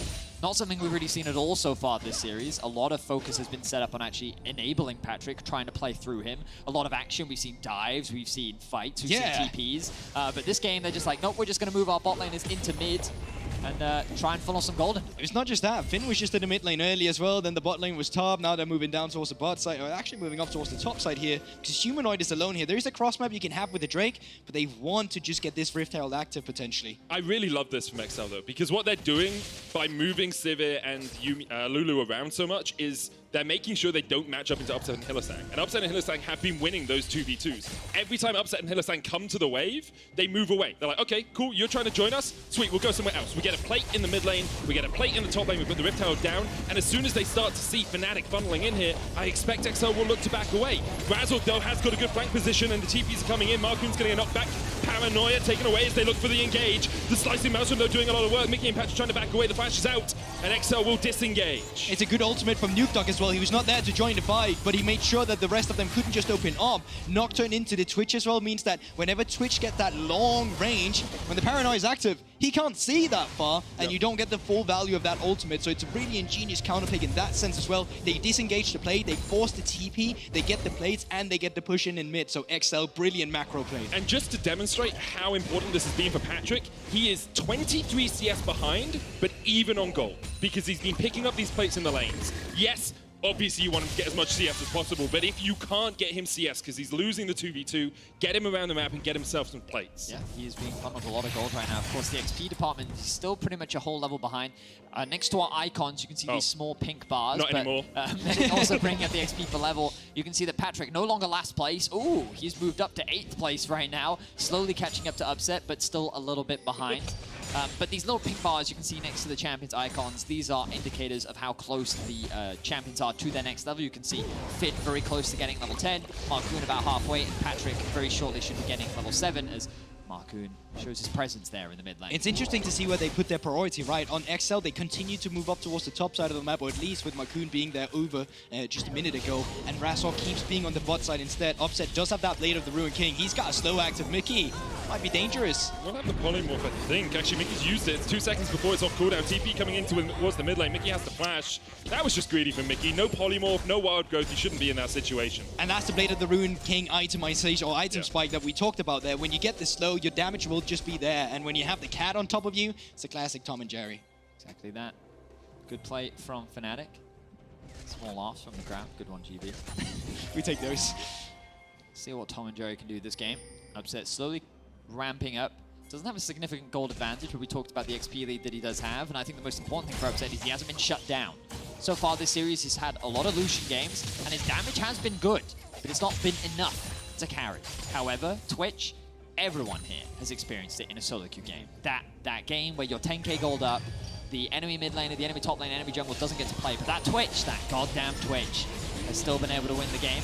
Nicholson forward here, final chapter coming out, Wild Growth used as well, Cleanse, and there's the first kill of the game for Upset. 1-0-1 now on the Twitch. Mickey once again just a bit out of position. And they make it look easy. They got Mickey's flash earlier on, they had the wave stacking up towards top, Razork simply pathed his way up there, Humanoid also hovering around, and Nukedog's ultimate was not enough to help keep him. Fancy there from Wonder, but still just going to be an even trade down towards this bottom side. Oh, maybe not as even afterwards, stun going out. Hey, Wonder could definitely re-engage on this. He has the flash. He's looking for it. Yeah, and Finn's gonna Let me step up, just, never mind. We all could see the kill pressure that Wonder had there. EW into Q definitely would have been a kill, so he's going to be forced to disengage off that. Wonder likely going to secure himself another plate. Not sure he'll be able to get much more off the back of it, especially with Marcoon pathing. Oh, he's actually going to path towards the top side, but Fnatic in a commanding position right now.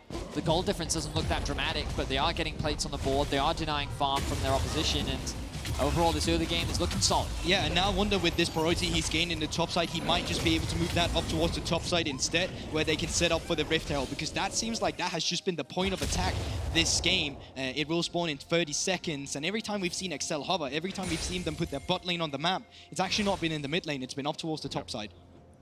Kraken Slayer now complete for Patrick, gets his Mythic, still well behind Upset in terms of that itemization, but Fnatic have a relatively strong start to this game, and relatively strong start to what would need to be a 3-game sweep for them. Currently sitting 0-2 down. Their hopes at Worlds, the hopes of any continuation of playoffs on the line in this game. XL, if they win this, would only have to go through Misfits to make it to Worlds for the first time ever. That would be huge for that organization as well, and specifically considering the fact that you'd be knocking out Fnatic, which, you know, always been a name synonymous from the European region going towards that World. So now, trading objectives, Fnatic, starting up that Drake instead on the top side. Raccoon and the rest of XL will be prioritizing that Herald as we already spoke about. So both teams currently happy with this one. First turret still to go down, unless Wonder is clapping away the bot side turret, but Nukedog also with a potential first blood turret on the top side. If he gets it, and it looks to be he will be the one taking it. Level 11 now on Nukeduck. Dramatic cooldown reduction on the ultimate means he's going to have that one up available way more often. I was waiting for the next Nocturne stat. Do you know that specific one as well? The cooldown of your ultimate at level 11. Sorry, I expected too much. I think it's like I'm gonna say 90 seconds. I'm gonna say 90. That's my guess. Something like that. 140, 115, 90 as level 3. So it's 115 right now. Obviously has some ability haste as well, so we'll reduce it. Keeper's verdict going down. Marcoon locked up with the Glacial Prison. The chase is on. The final chapter coming out. Upset trying to get in behind them, but Nuke now spots him. The fear onto Upset. The jump across the Paranoia coming out. Upset feared away from the fight and really now has to look for the re-engage. Nuke glow flashes. Dustbringer with a bit of movement speed for him as well. Huge. From Marcoon. What is the flank situation? It doesn't matter. Upset with cyanide in his veins takes the kill. Poisons Nuke. Really good play from Fnatic overall. They punished the over-aggression there from XL. And they're able to get more kills onto Upset, the person that you need those kills on. What? Whoa, hang on, I missed that. That's the Rift Tower just charging in, takes the Inhibitor Tower. We were so focused on the fight, we didn't see what was happening on the map. Of course, Humanoid going to be the benefactor of all these creeps, but Fnatic, they changed the game plan up. They secured themselves the Yuumi, and they got themselves the Twitch early on in the draft, and so far they've been making it work beautifully. The big question is, how hard can Upset carry? So here we see Hylissang and Humanoid looking for the engage, and XL try to respond. Yeah, and there you see it. They wheeled it up here. They just feel like they're going to get disengaged on with Humanoid, but the stolen Sejuani ultimate sets it up perfectly. And the big one really here is Upset. I really like how you phrase this. Can Upset carry? Because he has been the big difference maker in this game. The level 1 ingenuity, the threat you now see in a fight instead. He's the one really making XL sweat for it this time around. Really good job there by Upset. Of course, you can see that range indicator on the poison, and the control ward helped give him information on where Nukeduck was, so he was able to get that last tick off. Another kill goes into his back pocket.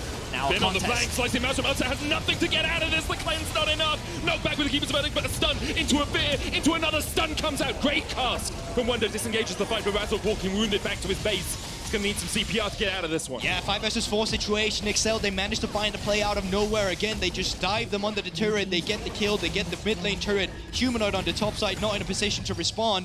And just great response to XL after Fnatic dominated them. Oh, at least got a victory on the top side fight earlier. Finn was quiet in game 1, but his Kled definitely came alive in game 2, and now he's looking to do the same thing on the Kennen here in game 3. That's going to be the biggest problem that Upset has to deal with. Hylissang's exhaust and Upset's cleanse are going to need to be alive to get away from Finn, and these flash timers are things you're going to have to track, because I've spoken to a number of Kennen players throughout the years, and I'm telling you right now, the most important thing that they think about is who has flash and when is my flash up, because those will be the deciding factors on whether or not they can make the team fight win for them. Big one as well is the exhaust coming through from Yuumi. That's the one you want to save for the Kennen as well, diving into your face. But I think we've had a Kennen playing on us before, right? But now you have a Nocturne on the team. You can start the Nocturne ultimate, TP, and not be aware of where that Kennen is going to be coming from. The setup from XL, I think, is something we really have to pay close attention to when we are gearing towards the objectives. And we are leading up towards an Infernal Drake. It's 1 minute and 30 seconds, although the Drake timers have been really slow today, or at least in this game. You definitely hit the nail on the head there. We didn't talk about it much, but this Nocturne Kennen, it has been seen over in the LPL. Its team fighting prowess is extremely terrifying. And you really summarized it beautifully, Goldberg, because it's something that we haven't gotten to see a lot here in Europe, but I'm super excited to see it play out. We'll see how well Fnatic can deal with it. And keep in mind as well, Mikhail's Crucible actually coming out for Mickey as the first item. I think that's just crucial as well when you take a look into the CC that can get applied onto you. The stolen ultimates that of course Humanoid can apply, because we see one Kennen ultimate, right? But there's Sejuani, there's a stolen Kennen ultimate as well. Humanoid can be that flank taken into consideration too. And the final chapter as well for that route. Fun Nocturne fact number 99. Oh, you got to be really careful as a Silas trying to steal away a Nocturne ultimate, because he can spell shield it, and then it will go on cooldown, and then you are a sad Silas. It's a good one. We'll keep our eyes like oranges for that one. Peeled. Go on, Medic. Thanks, man. Dragon now up in 20 You've been seconds. working with me too long that you got that immediately. Nukeduck is in the top lane. Almost called him Nocturne. Nukeduck is in the top lane, does have the TP, and he has the bot wave that he can teleport onto. Fnatic have control over the mid right now. Upset gonna walk up, push that one in. And this should be one of the big fights of the game, unless XL want to concede it, considering the control Fnatic has. 9 seconds away. 7-6, 5-4, just showing you I can count as it comes back off cooldown. And now XL, second to the play here in the river. They have that one ward, they will know that Fnatic have started this. Finn, no flash on him, does have the Hextech Rocket Belt and a Slicing Maelstrom as a possibility. I don't think there's a Blast Cone there for him. Fnatic, they're like, okay, Finn could be like, here. where is Let's Finn? make sure we know that he's there. Nukeduck still pushing in that top lane though. I think XL will just give this one up. Yep. Marku might step forward, looks for the smite, doesn't land it. This time it goes over to Razork. Paranoia used, that's Nukeduck's I believe. Yeah. As he just used it from the top lane to allow XL to disengage. But I do like the idea here. They wanted to just be able to smite away the Drake and then Nukeduck trying to take the top lane inhibitor, albeit quite early still in the game. And I think it was just like, can we get it right? Smite, let's get out. And if not, well, then at least we tried. Yeah, it looks like that the main game plan there from XL was not to overcommit to the objective. They don't want to run the risk of forcing a fight right now. They are afraid of how strong Fnatic is. So instead, they're going to wait a little bit longer for these further items to come through. Oh, cool, but can you just read that red number between Twitch and Sivir on the screen for me? That is 1.1k. Yeah, Patrick's pretty strong. He's at 2 items. After being put so far behind in the early game, XL have funneled him so well. He now has Phantom Dancer and Kraken before the second item from the Twitch, before the mythic from the Twitch. Now, he did buy a Cull, obviously 300 extra gold for you, but XL have done a very good job of stabilizing the weakness they had in the early game and putting Patrick once again on a platform to carry these later game fights. Felt like being back in high school there. You've not been paying attention in class. The teacher just asked you a question really randomly. hoping that 1.1 wasn't like out of your comprehend. You expect too much of me. Sorry, Mikkel. Keeping my eyes on the mini-map, of course. Twitch, one of the scariest things about it is it used to be known as the submarine, remember? Where it could come out of nowhere. The Shen Twitch combo, of course, with Yuumi, it can be just as scary. Here comes Upset. Looking for it. Final chapter coming out. Patch is going to be rooted up, but immediately the Mikhail's coming out, and now look at him stepping forward because of the paranoia. Upset went too deep, and XL pounce once again. Their collapse, just absolutely beautiful. Humanoid now trying to get away with the other flash. Finn with the flank, the slicing mouse from Humanoid down. Wonder tries to flash away. The blasting barrel will push him back, and that's another for XL. Fnatic went too deep, and XL just clapped them. This game lived or died for Fnatic by Upset here, and he decided to face check it while the paranoia was active. They had the ping ward in the bush, but Nukeduck immediately went for a blackout there. Razork looking for the chase here. Hylissang there as well. Mickey coming in from the side. Razork still with the damage, but the Dustbringer movement, the movement speed for Mickey as well. Gets Nukeduck out. Baron started by XL. Razork, no flash. No Hex Flash, of course, as well. He's going to be body blocked. He's going to be marked by Mickey and by Finn. Razork can look for Mickey here. The hammer comes down. He'll get one. Hylissang will fall as well. TP coming in. Finn, you need to get back in the pick. Take the blast cone or something. Pops it. Keeps Razork away. Markoon jumps across. He knows if Razork's not in the pit, there's no smite there, but Razork's still on the chase. Trying to do everything he can to deny these Barons off of XL. That's 3. Razork with a triple. 1 recall will come through. Nukeduck, where you going to go? You got flash. Paranoia in 2 seconds. Let's see if he can use that to get away. Humanoid has cannon ult. Paranoia. Everybody's coming to get you. Nukeduck dies. 4 kills over to Fnatic. They wiped the Baron away. I mean, it's definitely the best case scenario for Fnatic. Considering they just lost the fight, they picked up a lot of shutdowns and they denied a number of Barons, but Patrick still walks away with the Baron buff and XL still walk away the victors. Look at this fight. This is going to be crucial, okay? So they believe they have vision because of that pink ward in there, okay? So they place another one when the fight comes out. Immediately the paranoia is there. That means you have no vision in the bush whatsoever. So as soon as he flashes over, well, Nukeduck is still attached to him with the ultimate, and because of that, he's not allowed to stay alive. The rest of the fight, then of course, Finn comes around for the flank, he splits them all apart, and XL, they take the team fight. Wow, great team fight coming in from XL. Kind of had flashbacks of Reckless 2017 on the Twitch against Immortals. He tried to make a play and everything fell apart. It could be history repeating itself for Fnatic. All credit to Razork, though. Yeah, doing everything that he can. Yep. Doing a really great job, and he kind of set up the play for Fnatic to be able to get a number of kills back. Fnatic push. Markoon checks it with the play of the Northern Winds. They will back away. Obviously, Patrick, the only one with the Baron buff. Nukeduck pushing in the mid lane. The other important thing to note is that Finn and Upset's flash cooldowns are basically the same now. Upset's will come up a little bit sooner, but when Finn has flash, Upset has flash. And that's some good news for Upset at the very least. But it's something that he will have to keep track of, because if that flash gets burnt early, you know that Finn is going to be hunted. might be a little window because of the Cosmic Insight when Finn has first strike. Don't know what the secondary rune is actually of Upset, but that might give you like a 10-second, 50-second window as well to move in between. Now Drake will spawn in 30 seconds time, and Cosmic Insight as well, yeah, so it was identical coming through. Makes sense. Vision control around the river area in favor of XL, so Fnatic, they need to clear this out. And it feels like for XL, one fight locks you into round 2. One fight locks you into that fight against Misfits for the final spot at Worlds. Fnatic, one fight could be everything. Like one fight could be your end of your year. It's August and you're done. You don't get to Worlds, you do not pass go, you do not collect any opportunity to redeem yourselves. Here we go. The dragon has been started. Information. They do not see the cannon. Blast cone they is there. do not know. Blast cone is there. Upset doesn't have flash. Does Finn see Upset? I think he does. Finn looking for it. Blast cone. Humanoid standing there as well. Patrick pushing in the mid lane. They'll give it up. They want Patrick on the inhibitor tower instead. They might try and stop the ports. The back's coming out, but Patrick's already taken half that tower's health. I mean, this is a team already in the series that have been willing to give up the Ocean Soul for the Baron itself. So giving up that one Cloud Drake here for the inhibitor turret in the mid lane, surely something they'll be happy about. And still, look at Wonder. Look at Wonder. He's looking for this flank on a control wall. Spotted on Vision. Finn is going all the way. He's been spotted and Finn is there, and Wonder's in the midst of 5.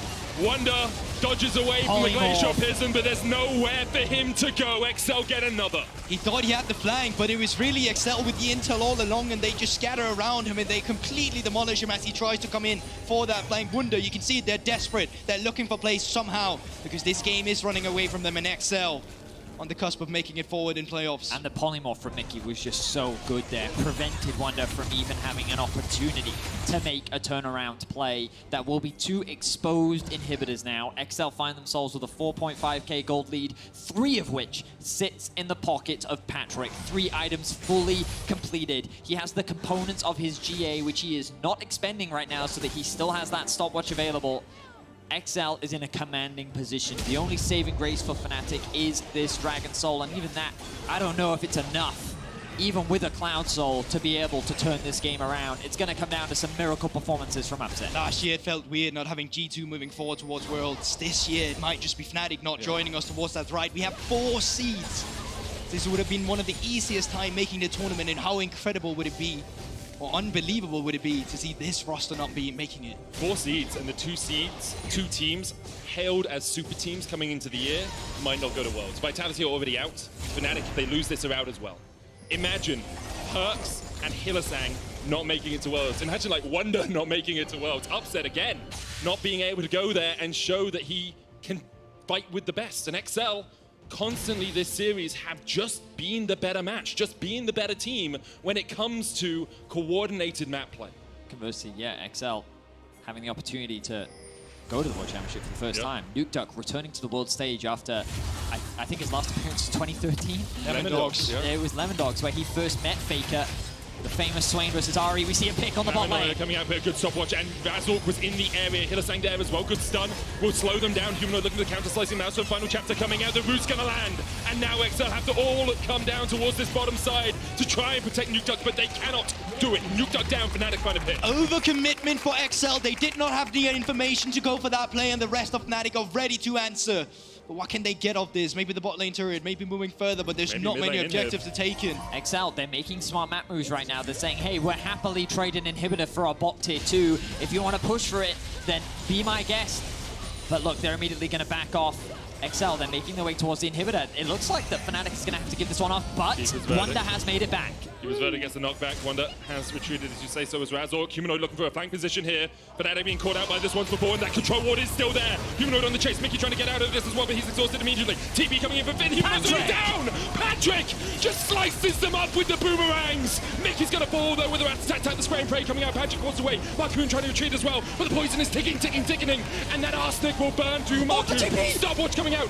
TP coming as well as Nuke Duck looks to get up to that back line. Dives onto Upset. 1 down. Patrick continues to just dish out the damage with boomerang after boomerang.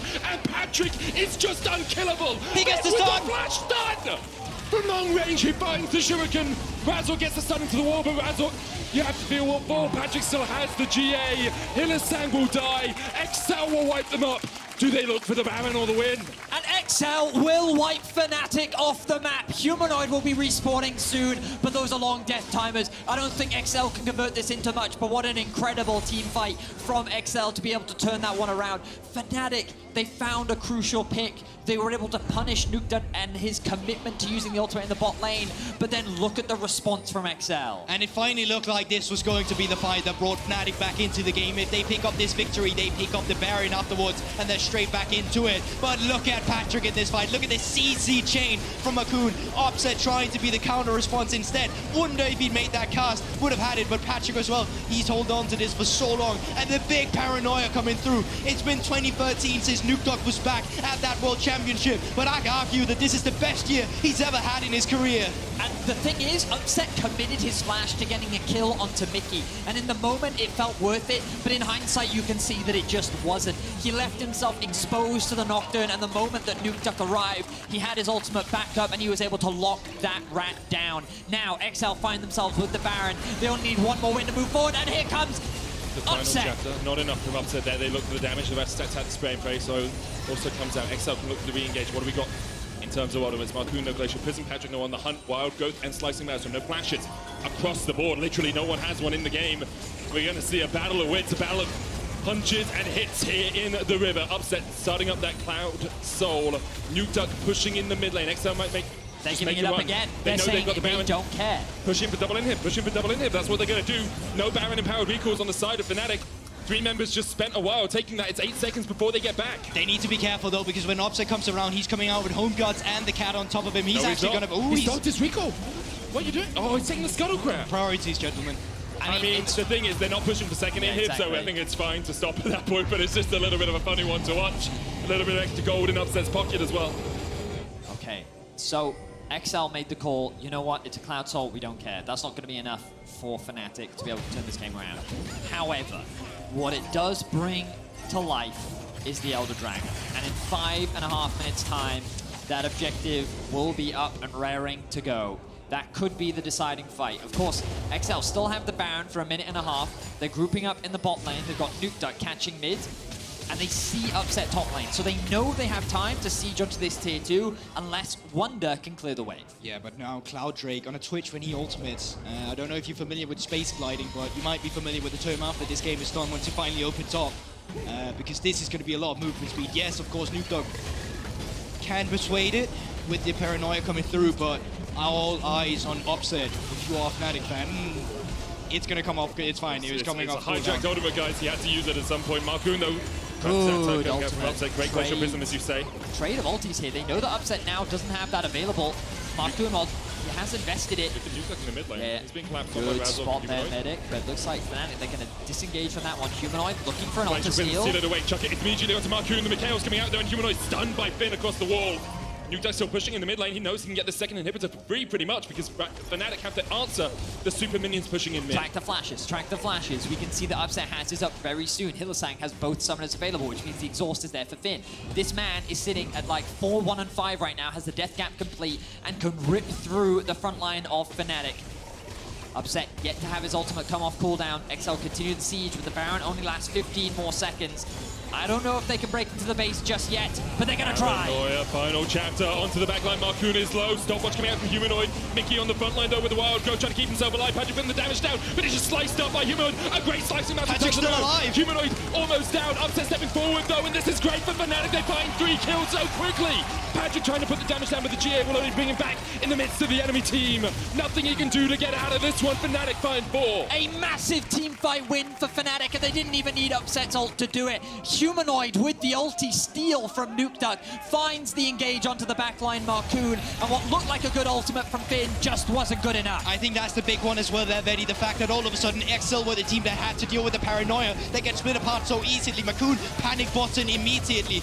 Mickey get caught up. He's forced to use the ultimate on himself, and when you don't have that for your teammates, it's just not going to be as vulnerable. Patrick gets caught in the middle by a great updog by Humanoid coming through, and then Upset finally unleashing in the backline with the rest of Fnatic able to hammer down the rest of XL. The front line just melts for XL, and Nukeduck not really having an opportunity to get involved in the fight is just a great play from Fnatic.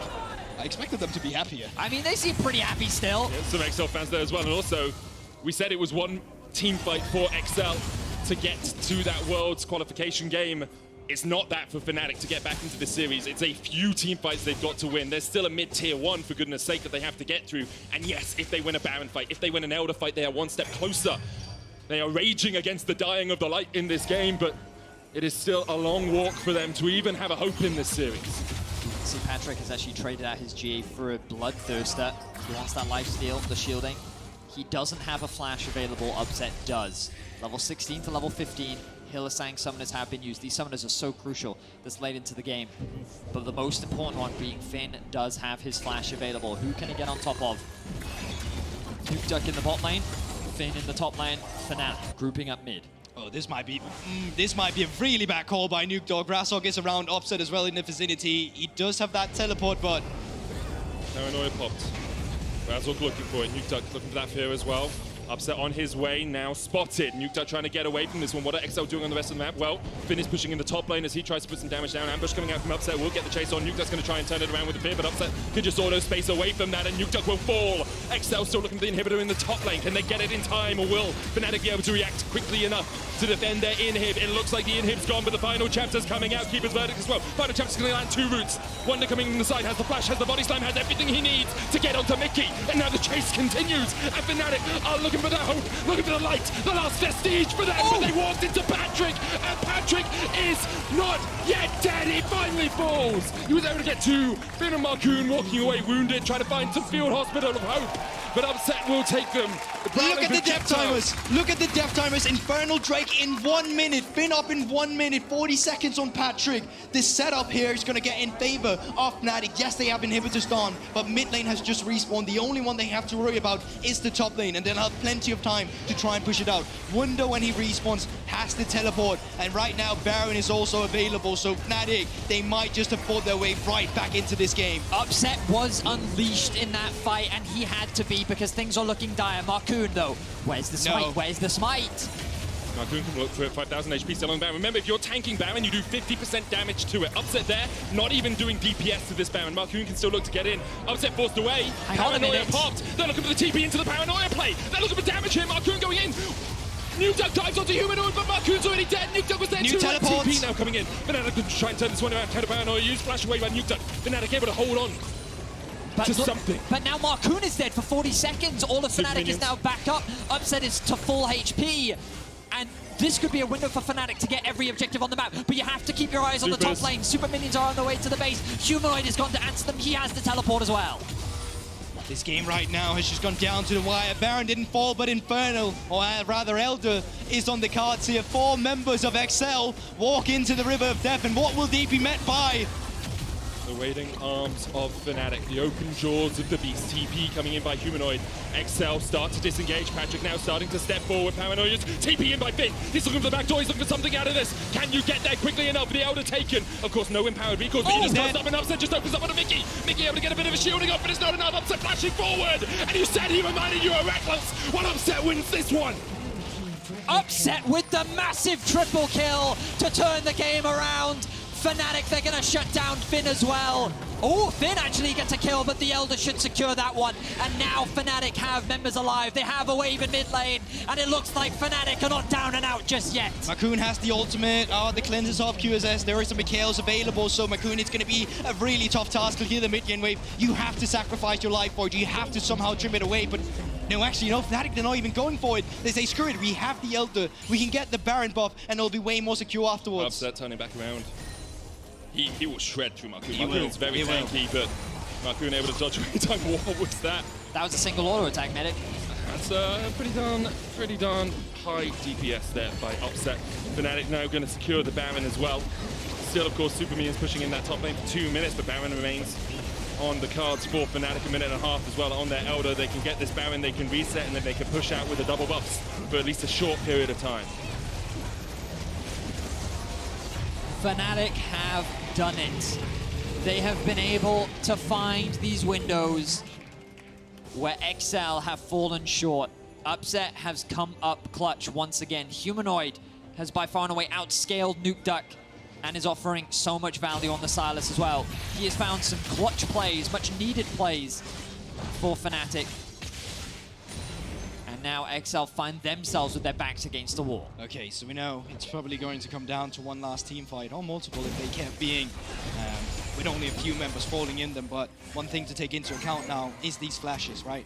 Upset, his flash timer is not aligned with Finn's anymore. That means that they will have a moment where XL, they can strike before they'll have that flash for Upset. Crucially though, he has just picked up that GA, and should he go down, even Humanoid now has become a threat. He's level 18 on that Silas. Items picked up, does a lot of damage in these instances too. And there's still that last item waiting to come through on Patrick, so there is a difference in the two carries.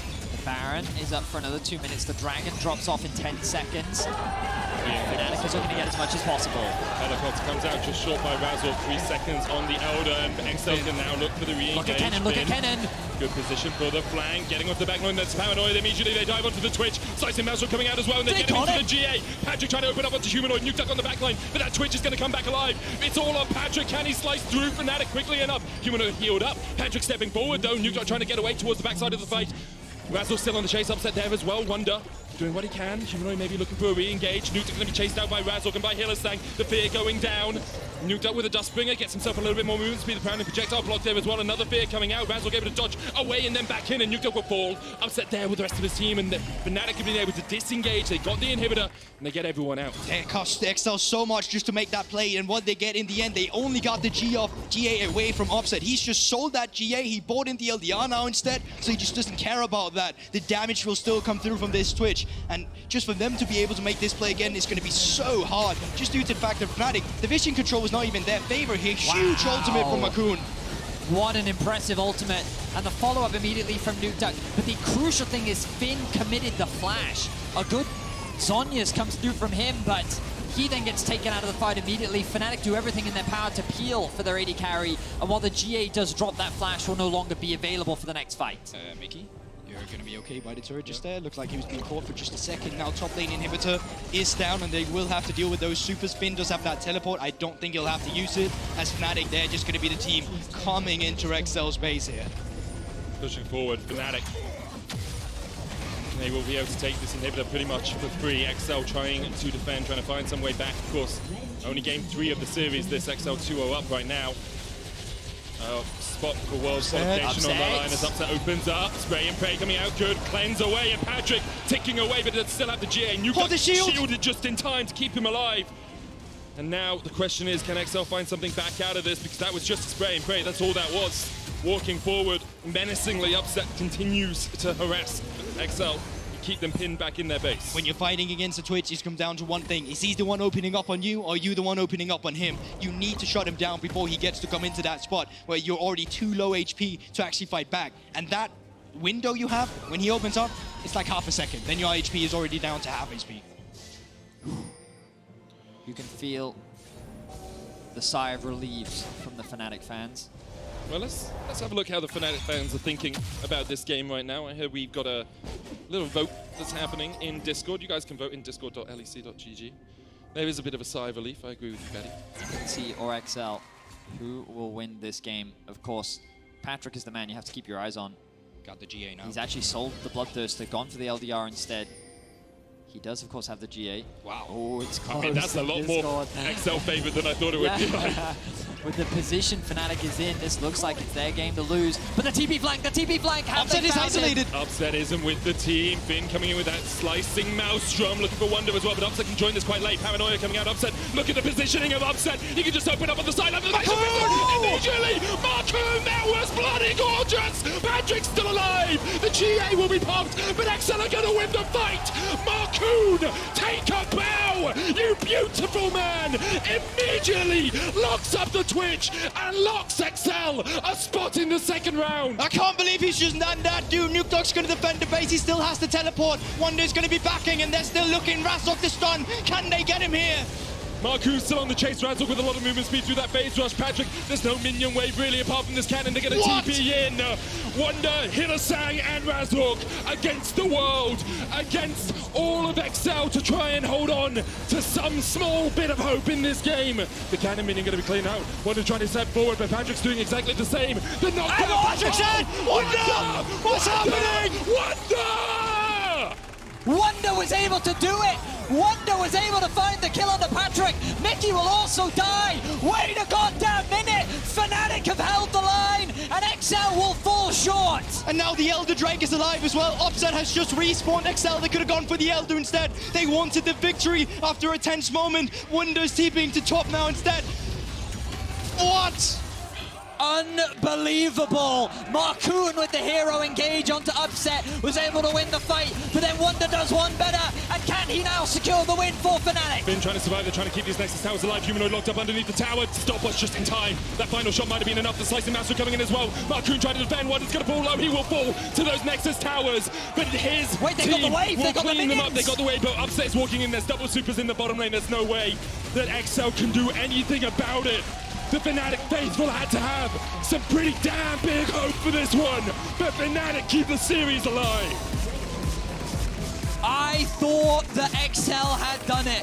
Marcoon and Patrick in that final fight were in a level that you can't even comprehend. And then Wonder with a single barrel completely turns it around. We're going to game 4. This series isn't over yet. I wish Trevor hadn't used all the swear words on day one, because that deserved one. Holy moly, what a game, what a series we have. It looked like Fnatic were done and buried. Dusted, put in the ground, they're eulogy ridden, but they are not having any of that. We're going to game 4, and what a series it has been so far. What an incredible turnaround. We talk so much about Upset being the carry, and we thought that the moment that he dropped, that would be it. They would be done. Who would have thought that it would be Wonder's Gragas? I mean, there's multiple things to highlight in that game alone. XL's early game, Fnatic coming back into it. The Marcoon ultimate was pixel perfect on the Twitch opening up, where it looked like Upset was just going to take in the entire fight. And yeah, I'm glad we have an analyst there. Yeah, so am I, mostly because I need the break.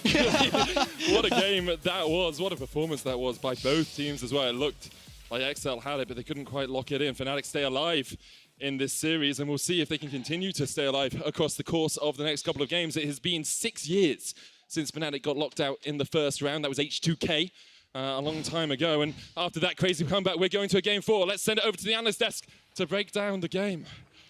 Yeah, you do deserve a break. Oh, I feel like you've been yelling for the last 5 minutes because it just didn't stop. I requested at the last minute to get that base defense, and once it's ready, we'll show it again. But I want to go to you, Trouble, because I asked you guys to outline if Fnatic is going to make this run back. Where can they look to go? You said Wonder, his Gragas, that could be an avenue. Oh my God. I said Twitch and I said Gragas, and they locked in Twitch and Gragas, but oh my God, the fact that that last Gragas cask was the thing that allowed Fnatic a second chance to that best of 5 was absolutely insane. Mind you, Upset, the AD carry, the hyper carry, the thing they relied on in this game was dead here.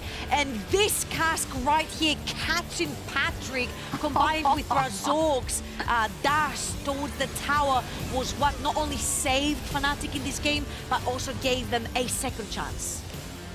I can't even believe that Fnatic actually turned this around. I'm still sitting here just thinking, like, how was that game not over? How did they do it? And it was just a mix of XL overstepping, making so many individual mistakes, macro mistakes, and then Fnatic just capitalizing on it, actually coming together as a team and finally playing as a unit when it really mattered. I think at a lot of moments, right, when it had to be split-second decision-making. In the green room, when XL was so far ahead, Trouble, you said they're so far ahead, no way they throw this. It's unlosable. You said, how did they lose this? And I said, this is exactly how, if they also believe that it is unthrowable. And if they start to step forward a little too much, if they become a little bit too greedy for those inhibitors, and that's what happened. I just felt like you saw the damage that Finn was able to dish out 45k. You use the cannon on your flank, you use the Sivir on the front to back, keep team fighting Fnatic to your victory. They kept greedy into like side lane take inhibitors, taking inhibitor towers to the point where actually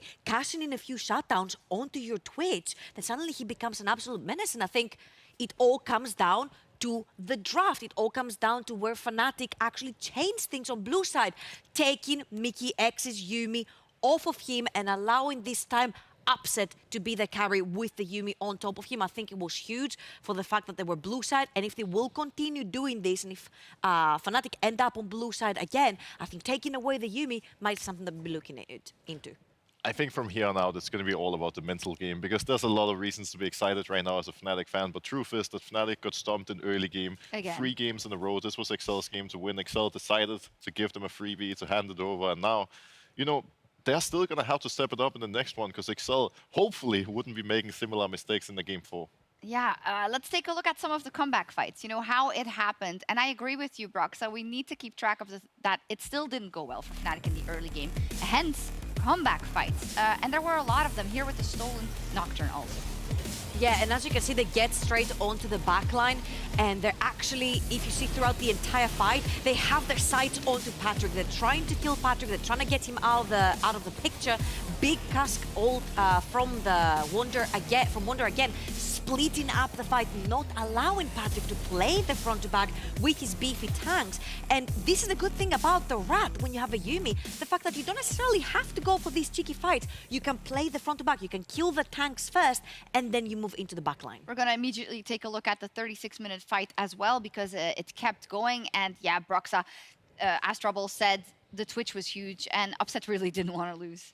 Oh, for sure. Like, the Twitch Yuumi made such a big difference in this game, and I think you have to give credit to, you know, Upset for this Twitch performance, because he was absolutely massive on this pick. He dished out all the damage for Fnatic's side, and, you know, it was a good combination of him just being so clean on the Twitch, as well as, you know, his team actually, for once, setting him up for success and helping their AD carry shine. I've heard you say now a couple of times, finally, I feel like they're doing things together. And mind you, not to say this was a perfect performance, otherwise you don't have to come back, right? So where do we end up now from the two sides? Because on the one side, huge momentum swing. On the other, though, Trouble, Excel is probably going to have a great early game again in game 4. And I'm thinking now that Excel have the choice to select their sides, they might as well just take the blue, which is the one they want, and force Fnatic possibly into different bans. And here come the mind games again. What do Fnatic ban away? What do they counterpick with? Who do you give your counterpick to? Because I feel like Humanoid hasn't had one of the best performances we've ever seen. He has been a little bit on the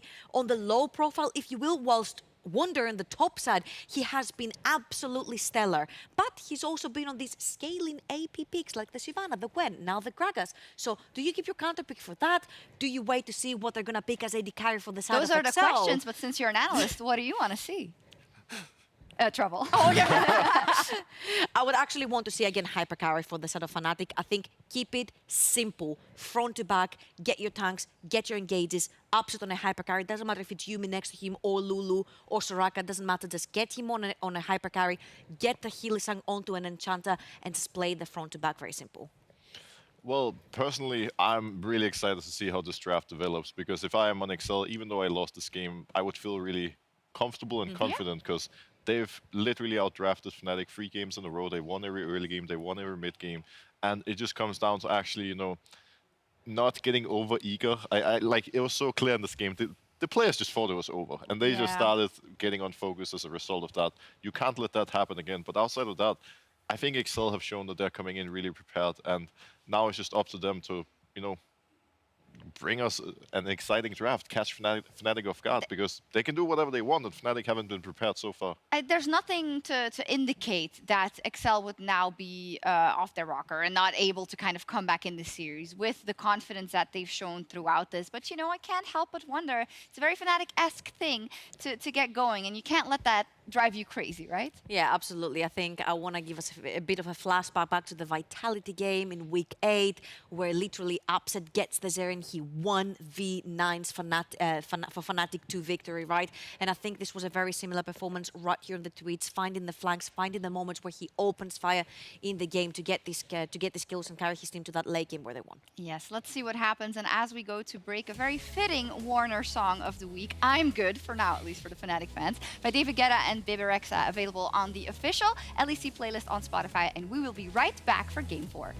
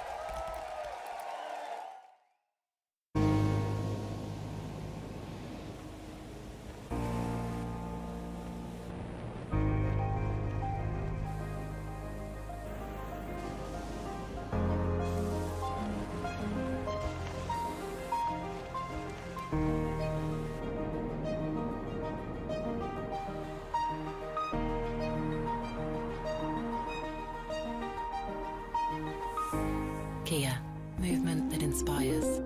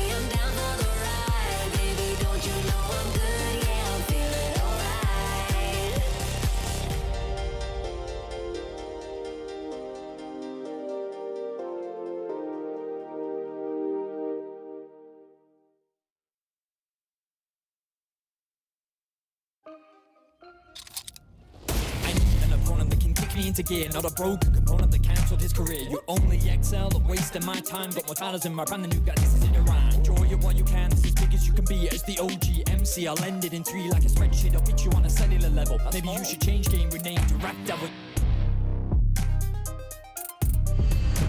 Well, they didn't end it in 3, at least, but Fnatic is on the board, finally. After 3 games in this series, they have 1-1, now on 1 and 2. Still trailing, though. Now XL on the losing side chose blue. I don't think that is the biggest surprise, of course. Braxa, you were talking in the break, you were saying you're so tilted for them, because this was such an unlosable game for XL. Well, obviously, part of me is happy to see Fnatic still having a chance to go to Worlds and being able to compete. Yeah, you have to pander, it's fine. Like, how do you throw this game away? It's embarrassing. It's not okay. You are pro players. It's the freest win of your life. You have a great team comp, a massive lead. It's so easy to play the macro game from there. But they just, I think they were just so out of it because, you know, in the back of their heads, it was already over. They were thinking about next week. And you can't do that. You have to close the game. I'm sorry, guys. I said it's unlosable. It's on me. I think a lot of people said that. Jinxes are not real. I don't know who needs to hear this. In any case, now we're going into Game 4. XL is on the blue side. Do they need to make any changes, seeing that they have had an impeccable early game, now 3 games in a row? Absolutely not. I don't think XL is a team that relies on the counter picks. They have a very clear game start to finish. They have Nuketak been able to put pressure in the mid lane and then roam to sides, whether that's a Nocturne, it's a Lissandra, it's a Taliyah. It doesn't matter to them because she always will do the same thing. Whether he has to take the 1v1 and not ditch the wave, or actually ditch the wave and play for his side lanes, Nuketak is going to do the same thing, and the same with Markoon. And as it comes for the bot lane, I think this favors XL much more to be on the blue side, because the bans will change, and there could be potentially a Zeri that will stay open for them. I also think it's a positive for Excel. Like, not only is Blue side just better overall, higher win rate, but they can now control the entire pace of the draft, and Fnatic has to be the ones responding to them, which is exactly what they haven't been good at so far. The flexibility just haven't been there. Now, you know, Excel, they can do whatever they want, and we just need to see Fnatic being ready, hopefully with good drafts and with white champion pools. Hopefully so. Yumi Hillsang was good. I mean, I always find it hard because, like, how are you going to see if it's a good Yumi player or not? It's funny because Yumi has always been a good, or Hyli has always been a good Yumi, and back in the day when we played Garen Yumi, he was usually our carry. Like, he would just go full AP and one-shot everyone. Now, obviously, times have changed, but it's funny how, you know, how one person can be so good on Pyke and Rakan, and then on Yumi. What is this? Yeah, a complete player. We look at the people that are behind them. It's going to be so important what gets drafted here in Game 4.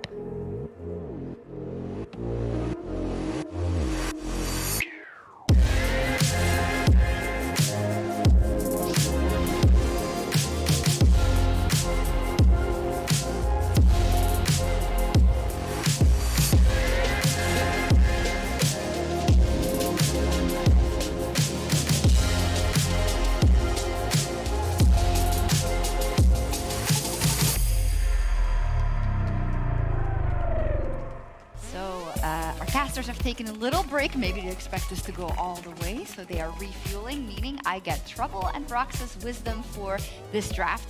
So much stress also, by the way, on the people that are helping the draft, or I should say, probably deciding most of it, Yamato and Youngbuck. Yamato really up against it now, Broxa. Yeah, and so far, you know, we're seeing standard drafts from both of them, basically banning whatever they've been banning so far. If they are going to continue that trend, we're going to see an Asir ban from Excel, we're going to see Kalista being banned again from Fnatic. But at this point, I feel like Fnatic should try to change something. Maybe, you know, look to leave Kalista open, trade AD carries to get a strong bot matchup. Just do something different, you know, surprise them. Actually, it was really interesting to me that you mentioned Hylissang Zilean right here, because leaving the Kalista open, you do have the potential to pick Zilean into it, and it's a direct counter pick to the Zilean, but they just Fnatic just don't want to take chances. And if history speaks for this draft as well, we're going to see a Nilla and an Ornn being banned, Ornn from Excel. It's going to be the Lulu, actually. Ornn is open, so they could potentially first pick that, but there's also Yumi. Yumi.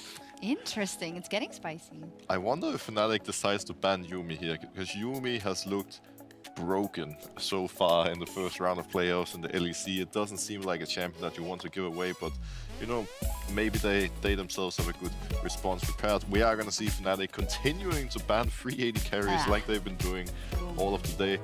And there it is, the cat has been locked in. Worth noting, though, that 4 AD carries are already gone, so they have to dig a bit deeper to find a good champion to pair with. I'm actually very surprised they don't pick something like an Ornn here for the side of Fnatic. Do it. Not the Lucian. Wonder has been fantastic with engaging for the team. I do not want to see Lucian again. The back-to-back. Yamato, it don't hasn't do worked. it. Not again. Oh no, they did it, guys. Why are you so upset, Broxa? No pun intended. I literally said going into the last game that I would rage quit the studio if I saw Fnatic log in Lucian and Nami. I haven't rage quit yet, I'll reconsider that, but he's reformed now. I feel like after that win, they just forgot how horrible it worked out for them in the first 2 games, and they're just going back to their initial plan coming into the day.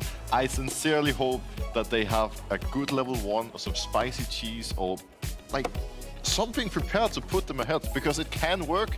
But so far, they've given us no reason to believe that they can pull it off. And right here, Excel can get full S-tier picks. If they want to lock in the Nilla, fair enough, it worked for you. But you can also take the Ornn, which is something that Finn has been playing towards the top side of the map. He has been a rock for them. No, this is so much more value for them. Right? Ornn has been permabanned the entirety of this series so far. And now that it's suddenly open, nobody actually picks it.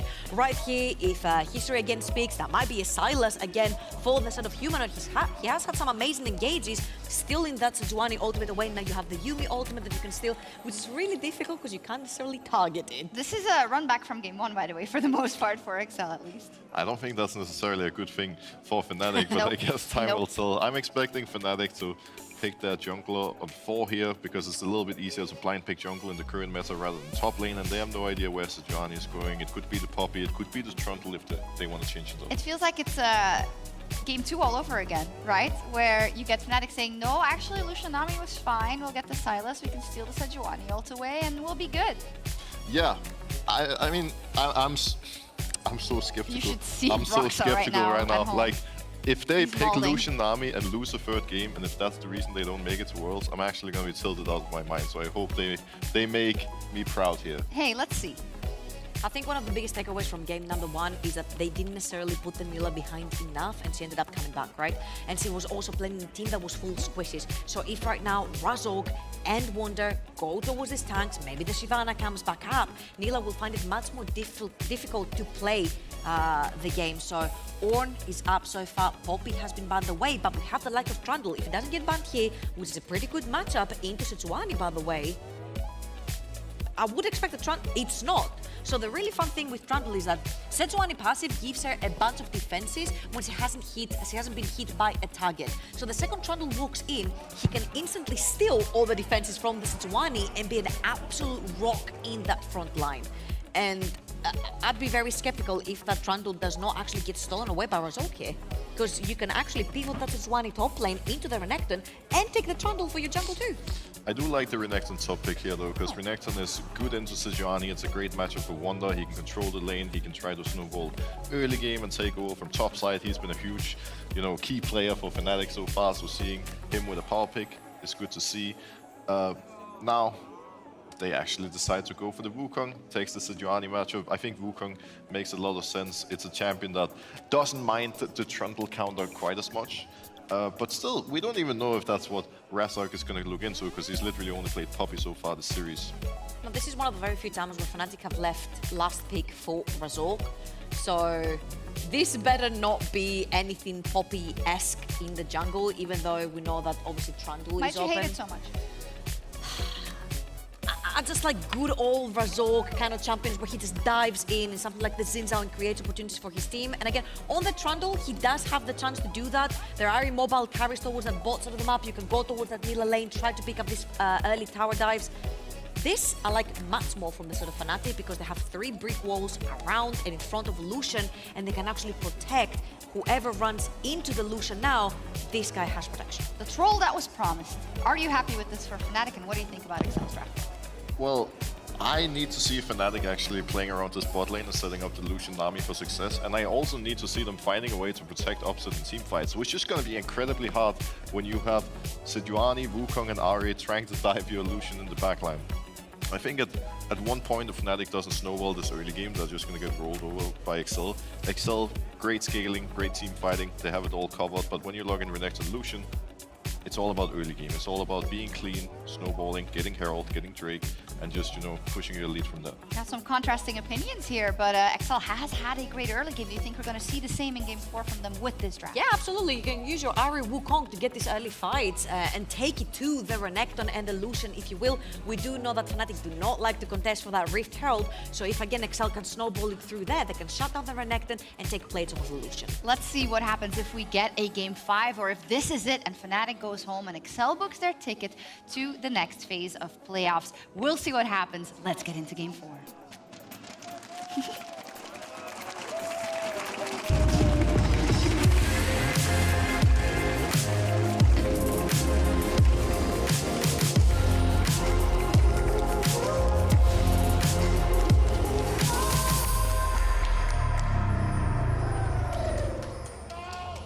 Once more onto the breach, my friends, once more. We have had a cacophony of a series so far. Melodious at times, but often just a mess. No, that's my cousin, mate. Oh, okay, melodious. Also in 7 Deadly Sins. Oh, yeah, also true. Now, let's have a look at the map. Yeah, he's a nerd. I think that I kind of like Fnatic's comp. Obviously, I understand why a lot of people are skeptical about it, but I think that they have a lot of early game agency, and I think they have a lot of options to play through in the early game as well, which is not something they've really had all series long.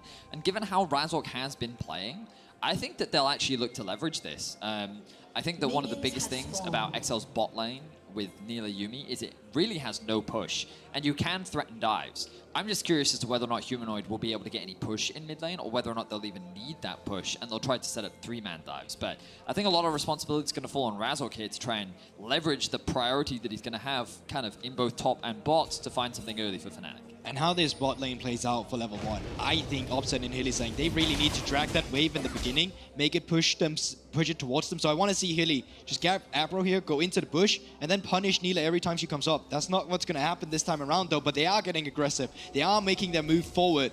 And this is what you need to do against Neela. She's so low range. You want to punish the fact how low range she is on the first wave to really make matters difficult for her. Yeah, first minion there did fall without Patrick being able to take it. She tries to get a little bit there, and Upset and Hylissang will step forward, but not denying too much here. Both Patrick and Mickey still in XP range. Just a bit of trading back and forth. There's the first Q coming up from Upset. And a good trade onto Mickey, but of course Mickey being the cat doesn't really care about that. Happily lose his life in exchange to keep Patrick safe.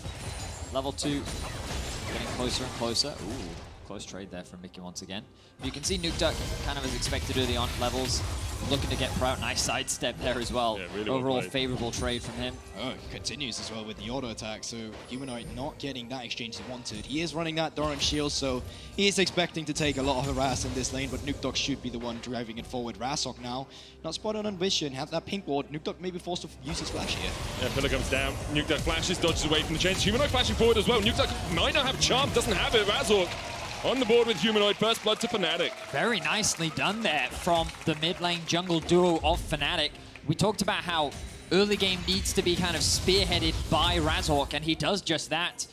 Even though the chains miss from Humanoid, it's more than enough. Nuke Duck only level 2, they're able to find first blood, Fnatic already on the board. And especially against Nuke Duck, right? Seeing Humanoid finally take charge in lane is really needed for the early game. So many times Nuke Duck has just been allowed to walk down towards that bot lane, really building his mid lane pressure down towards the bot lane and then enabling Patrick. So if you shut down the mid lane, in turn you also shut down some of the resources that, you know, Patrick would have liked to have had. See Patrick underneath this tower, and it was a Razork as well, foregoing any sort of potions on his first item buy meant that he had that control ward, which then cleared out a ward that had been put down by XL, which allowed him then to walk around. So smart forethought there to understand that he was looking for this gank, even on that first buy. Wonder here trading with Finn, that's a slight CS lead. Full Fury, he does have the Ignite on Finn, but the mana doesn't really facilitate anything. So yeah, little tense situation in front of the minion wave there. Both of them, of course, still have to teleport if they want to back and just get some of those resources. Finn doesn't have any mana, right? He's 62 mana. That biscuit is going to be used to get him over the wall. All right, so across the board, XL's kind of chilling for now. I think that scaling is going to be the name of the game for them. We already know Neela Yumi. At the beginning of the day, I said I'm not sure how well this duo scales, and I can tell you right now, scales pretty damn well. Based at least on the one-game sample size that we had from earlier on in the day. If any champion can 1v1 duel a Gwen, I have a lot of faith in their ability to scale. Betty, we're European. We make all our decisions based on a one-game sample size. True. Okay? Also true. Good dodges there from Patrick. Nice sidestep from the bubble, but Upset and Hylissang not going to let them walk away like that. Level advantage for Patrick and Mickey. Of course, with the way that the experience works as well, with Nita having that passive, so True. 50% of that lost XP does go over. So always in turn, this lane will be having that XP advantage, and one of the things that makes it so annoying as well, you know, laning phase not the best, but if they manage to stabilize, they kind of run away with a little bit of a lead. Yeah, like, that's like one of the many passives, right? We don't get into that now. Marku shadowing mid lane as Nuke Duck pushes the wave underneath. Razork recognizes the gank isn't good, decides to disengage. Good vision investment here on the bot side of the map. Going to be sweeped out. Ooh, that ward just missed. It's going to expire in a bit though, so Yeah, you don't get like the extra 10 experience. 10 seconds but away. The vision control will expire. Both teleports gone off from the top lane as well. Of course, there's not really any minions to TPT before the 14-minute mark either way, and it just looks like outside of that mid lane aggression we saw earlier, it's just a little bit of a battle for vision, small control around the river. Coon spotting out Razork, getting rid of that blast cone. That's smart from Marcoon. Just hovering to make sure that Patrick and Mickey can push this lane in a little bit, because otherwise it's frozen in their faces. It takes the blast cone to stop Razork from being able to blast cone into the bush, which is the only place down there that isn't warded as well. So you could avoid that ward by blast coning forward. Marcoon just jumps in and and make sure that Razor can't attack his bottom lane. Nice trade there from Humanoid. Taking advantage of the fact that Nukeduck's mana is so low. Not being afraid to go in and trade. Finn doing the same thing on the top side, not quite level 6 yet, but he is very close. Means that Wonder just going to back off, likely drop a ward, could even look for a base hit. But for now, he's just going to go get himself the plant and heal up. And look at the early itemization from Wonder as well. He opted in for that Merc Treads immediately, which means that when Sejuani gets the stun on you, her time to get that auto attack that's amplified is really lessened. So if she's not on top of you, you won't actually hit it, which is why you didn't see Finn do a lot of damage there. He only got the grass proc, not actually the ice shattering. So Wonder playing it smart with the Merc Treads value. Good trade once again. And overall, Fnatic, while they do have about a 1k gold lead, a lot of it sitting on just the Renekton being able to out-bully Finn on the Sejuani in the top lane. We saw a similar situation in game 1, where Wonder was doing the same thing on the Gwen. In the mid lane, because of that early kill that Humanoid was able to secure. But overall, pretty slow, nothing too crazy. Eyes are on Razork, of course, to try and make things happen in the early game. We talked about how Fnatic have a lot of agency in this early game, and playing through mid early on did them a lot of favors as well.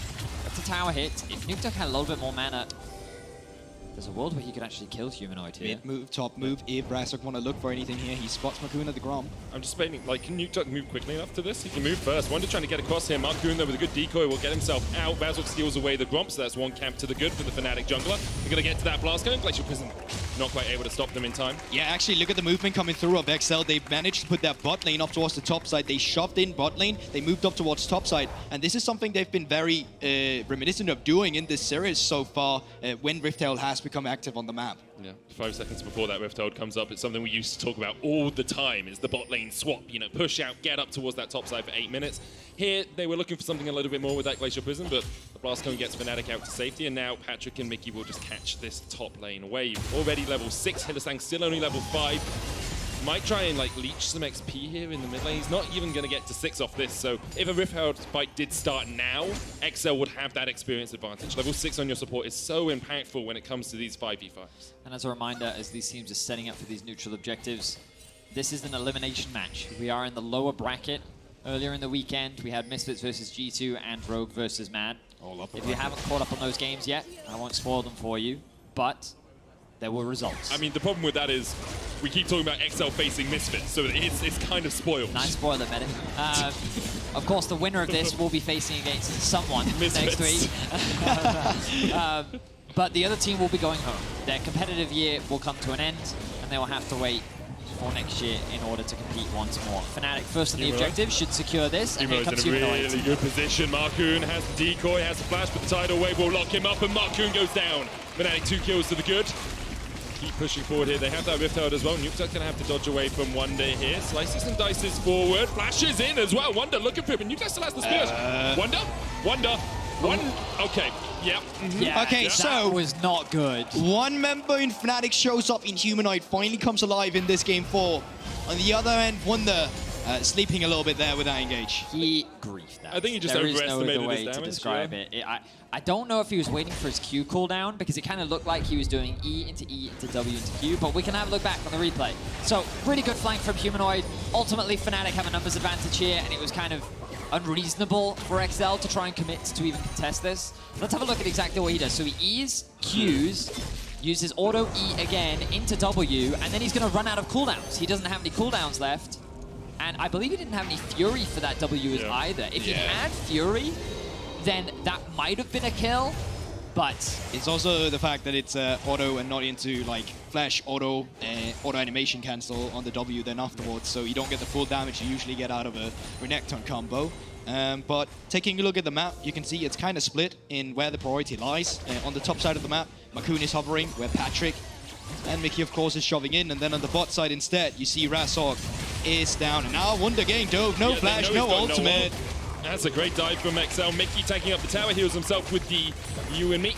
Or the Zoomies, I think it's called, and will be able to take it. The tower in the bot side will fall here. Razork and Upset have enough damage between the two of them to help this Rift Herald charge forward. That's 5 plates in the bottom lane. Upset with a 700 gold advantage.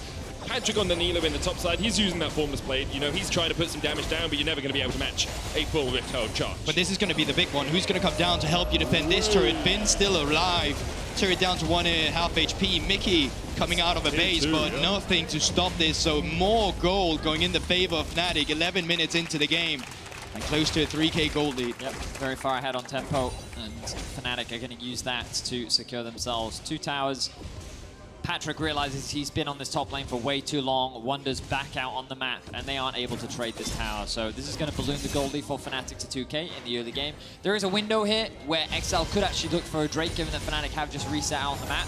But that window is now gone. Razork already making a beeline towards it. Both of his bot side camps are up. Humanoid is being sent bot. Upset and Hylissang are being sent to mid. Their responsibility will be to get push in that lane, and they can look to secure the first dragon of the game, or maybe they can look for a kill. Finn very far. Remember, 2 turrets has been taken down. He does not have a flash. He's got denied. And all right, let's have a look at the long run. Arctic Assault has been used. Tries to dodge away from the pillar, knowing that Razork could use it here. Humanoid's going to join as well. Finn just trying to put the fancy feet on, but it's pretty difficult when you're sitting on the back of a board to dodge around. Humanoid with his 2nd kill of the game. Long walk to freedom. I don't know. Never watched it.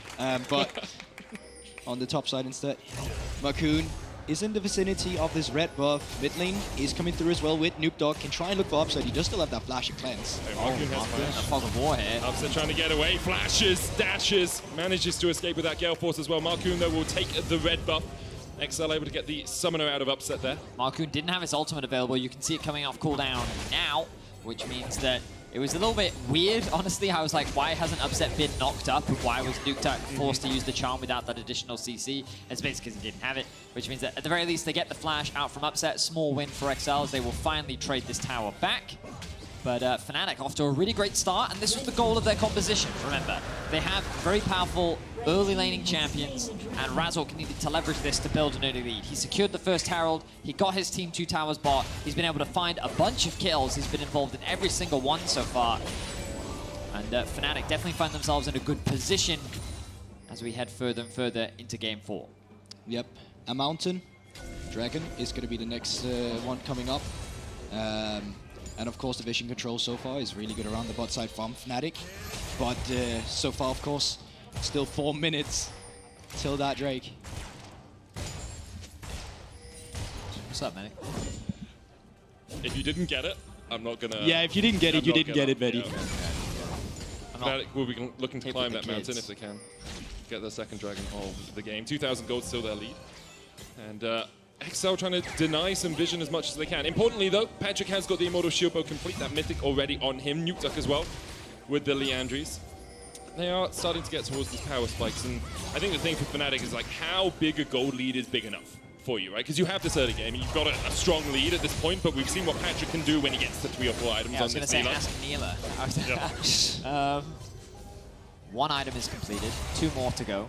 3 item power spike is usually what you're looking for. Remember, the crit application in her kit is really what makes or breaks this champion. So getting to those 3 items where she comes online. And so far you've secured 1 of them. You need to buy time. Seeing as how early the first Drake was taking, I think you're fine with it. It wasn't so early that you're not worried about contesting the 3rd or 4th Drake when it finally comes down to it. But I think the ball is really on Fnatic to see how much can we take and expand our gold lead with what we already have, especially with the picks that you wanted to get going in the early game. Lucian looking fine. Renekton maybe not so much, but Humanoid has stepped up and is sitting on a shutdown and the first mythic if they want to look the place. Well, the Herald spawns in 10 seconds. Both Fnatic and XL have actually just based. Wonder has TP, Finn is in the vicinity. It's likely going to be a scrap. Here we go, XL. Face checking into the brush. They found Razork. Very much on his lonesome here. What's Does up? flash away, but the charm's going to connect the Glacial Prism going out as well, and Razork with the Cyclone is down. Marcoon takes him, Wonder TPing in. Hylissang looking for the tidal wave, but that's only going to hit onto the clone of Marcoon. Wonder now next on the menu, slicing away, but he's getting cut down by Marcoon. The Yuumi coming in as well. Nuke Duck onto the backline. Patrick finally joining the fray. Humanoid's going to be stunned up here. Upset charmed. Humanoid, nothing he can do. XL! Clean up 4 in the river. And just like that, it was a fumble of a flash. It was a team fight that goes in the favor of XL. They pick up the neutral objective in the Rift Herald, and they're right back in this game. It was a 2K gold lead for Fnatic. but the gold now completely even, and let's have a look at it one more time. So, Razork, he just gets caught out. XL, they use their numbers to face check the brush, but unfortunately Razork, he does fail his flash. Humanoid gets knocked up here, and it's a little sketchy, but he's able to dash back out. Wonder commits it, but then look at this knock-up again from Marcoon, hitting both Wonder and Humanoid. And then I want to keep my eyes on Upset. What exactly happened to him as he forces Upset out? Nukeduck flashes over the wall. He just gets melted by Finn, and Nukeduck, he runs out of mana as well, gets the charm. There's no way for him to get out without his flash. That allows Nukeduck to then clean up the fight, and huge props needs to be given to Nukeduck there. 2 crucial charms landed. He finds himself with a scoreline of 3-1 and 2 so far, and even though he was ganked early, he's right back in this game. That Leander's Anguish already showing its value in the early game and the team fight there. Wonder barely getting away, but then the burn takes him down. It really just allows Nukeduck to get the resets as well, allowing himself to get on towards the Lucian afterwards. And once again, clutch charm to pick up Upset. Now back into the game, 1 minute and 20 seconds on that Drake soul. I was just going to say that Fnatic do find themselves still with the gold lead, largely because of the tower advantage that they do have. There's a Herald sitting on Patrick though, so he should be able to crack another tower whenever he wants to. Might wait for the Mountain Drake. Yeah, and I think it's really important actually that they use it mid, because when we think about the comp from XL, the problem you're always going to have with Anila is your siege will always be weak. Without the range, it's obviously hard to hit the towers. So by opening up that mid tower, it then gives you much more control to attack the other side lanes. Fnatic immediately going to walk into mid, gain control, move their way down towards the bot river, start clearing out whatever vision XL has. Yeah, but look at the wards right now. There's a good pink ward in the tri-bush. There's still that ward behind. Finn has to teleport. So as you can currently see, there's good flanks opportunity should they look to fight around the Drake, despite Finn just being on that top side. Looks like after he's pushed in the wave, he's actually just going to walk there, and Fnatic will spot this with their top side vision. But now XL is the one to push in the mid lane, and in turn will probably get priority for that Drake. Importantly, XL, no sweepers up, no control wards in their inventories, means that these Fnatic wards that have been placed will stick around in that river. Tidal wave coming out, withheld, looking for the charge in, TP behind by Humanoid here. Wonder's collapsing as well, a great Everfrost, the cleanse away by Patrick. They're trying to Cyclone onto Humanoid, trying to collapse onto him, but the Apotheosis was stolen away. Humanoid has to flash though, living for just long enough to get taken out by Marcoon. Red Smite there, I believe, was just enough. Nukeduck looking for the chase. Nukeduck, it's his year. He can sense it. Patrick will take it, but Nukeduck is on fire. And XL, they're coming up big right now. Humanoid with the flank looked good, but it wasn't good enough. He stole away the ultimate from Patrick. He didn't have enough damage to take him down because the cap was on Patrick's back.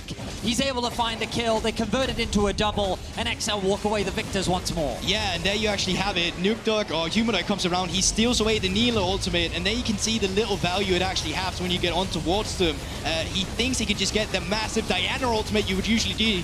Like it kind of does nothing, and then Nukeduck really pops off. He gets the reset off the charms. He spots Wonder and immediately just flashes on top of him. Remember, still no summoner on that guy, and Wonder, I think he knows he's burning, needs to get a Q through, but Nukeduck and Patrick is around to solidify that kill. Ever so slight misplay there, but you can tell that Nukeduck is feeling it, right? Like the number of charms that he's landing, the flash committals. I want a story for him. Like, the man has been recognized as a top mid laner in Europe for the longest time, but he doesn't hold a title. Nope. He's actually never won anything, and he's actually been on a number of rosters that have come close. Schalke was the closest. It was actually Schalke versus Fnatic in the finals, and it was Cax that stood in Nukeduck's way.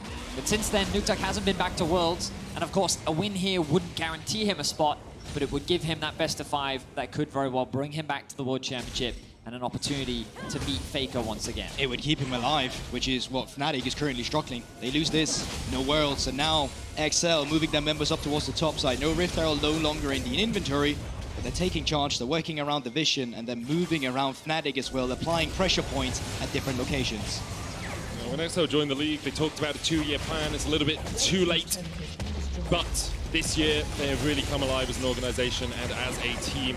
From their first playoffs in spring to now looking to make it to round 2 for the first time, taking down the Titans of Fnatic. Like, the history of Fnatic is probably the second best history of any team in Europe after G2.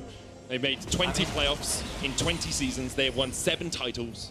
What I think is really interesting about XL's story is, like, it's almost like the throwaway players, you know? Yeah. It's the roster of players that, like, remember that Finn was originally on Rogue, and then he was dropped. And then he was on CLG. Right? Yeah, and then you look at Patrick, he was on Origin, they made a finals, and then he was dropped. Mickey was on the OG G2 roster, and then he was dropped. Like, Nuke Duck has been a part of so many different successful rosters, and then he too has been dropped. Now all of these players that have kind of been abandoned or left into the nether have come together and potentially could find a massive victory over Fnatic, edging another...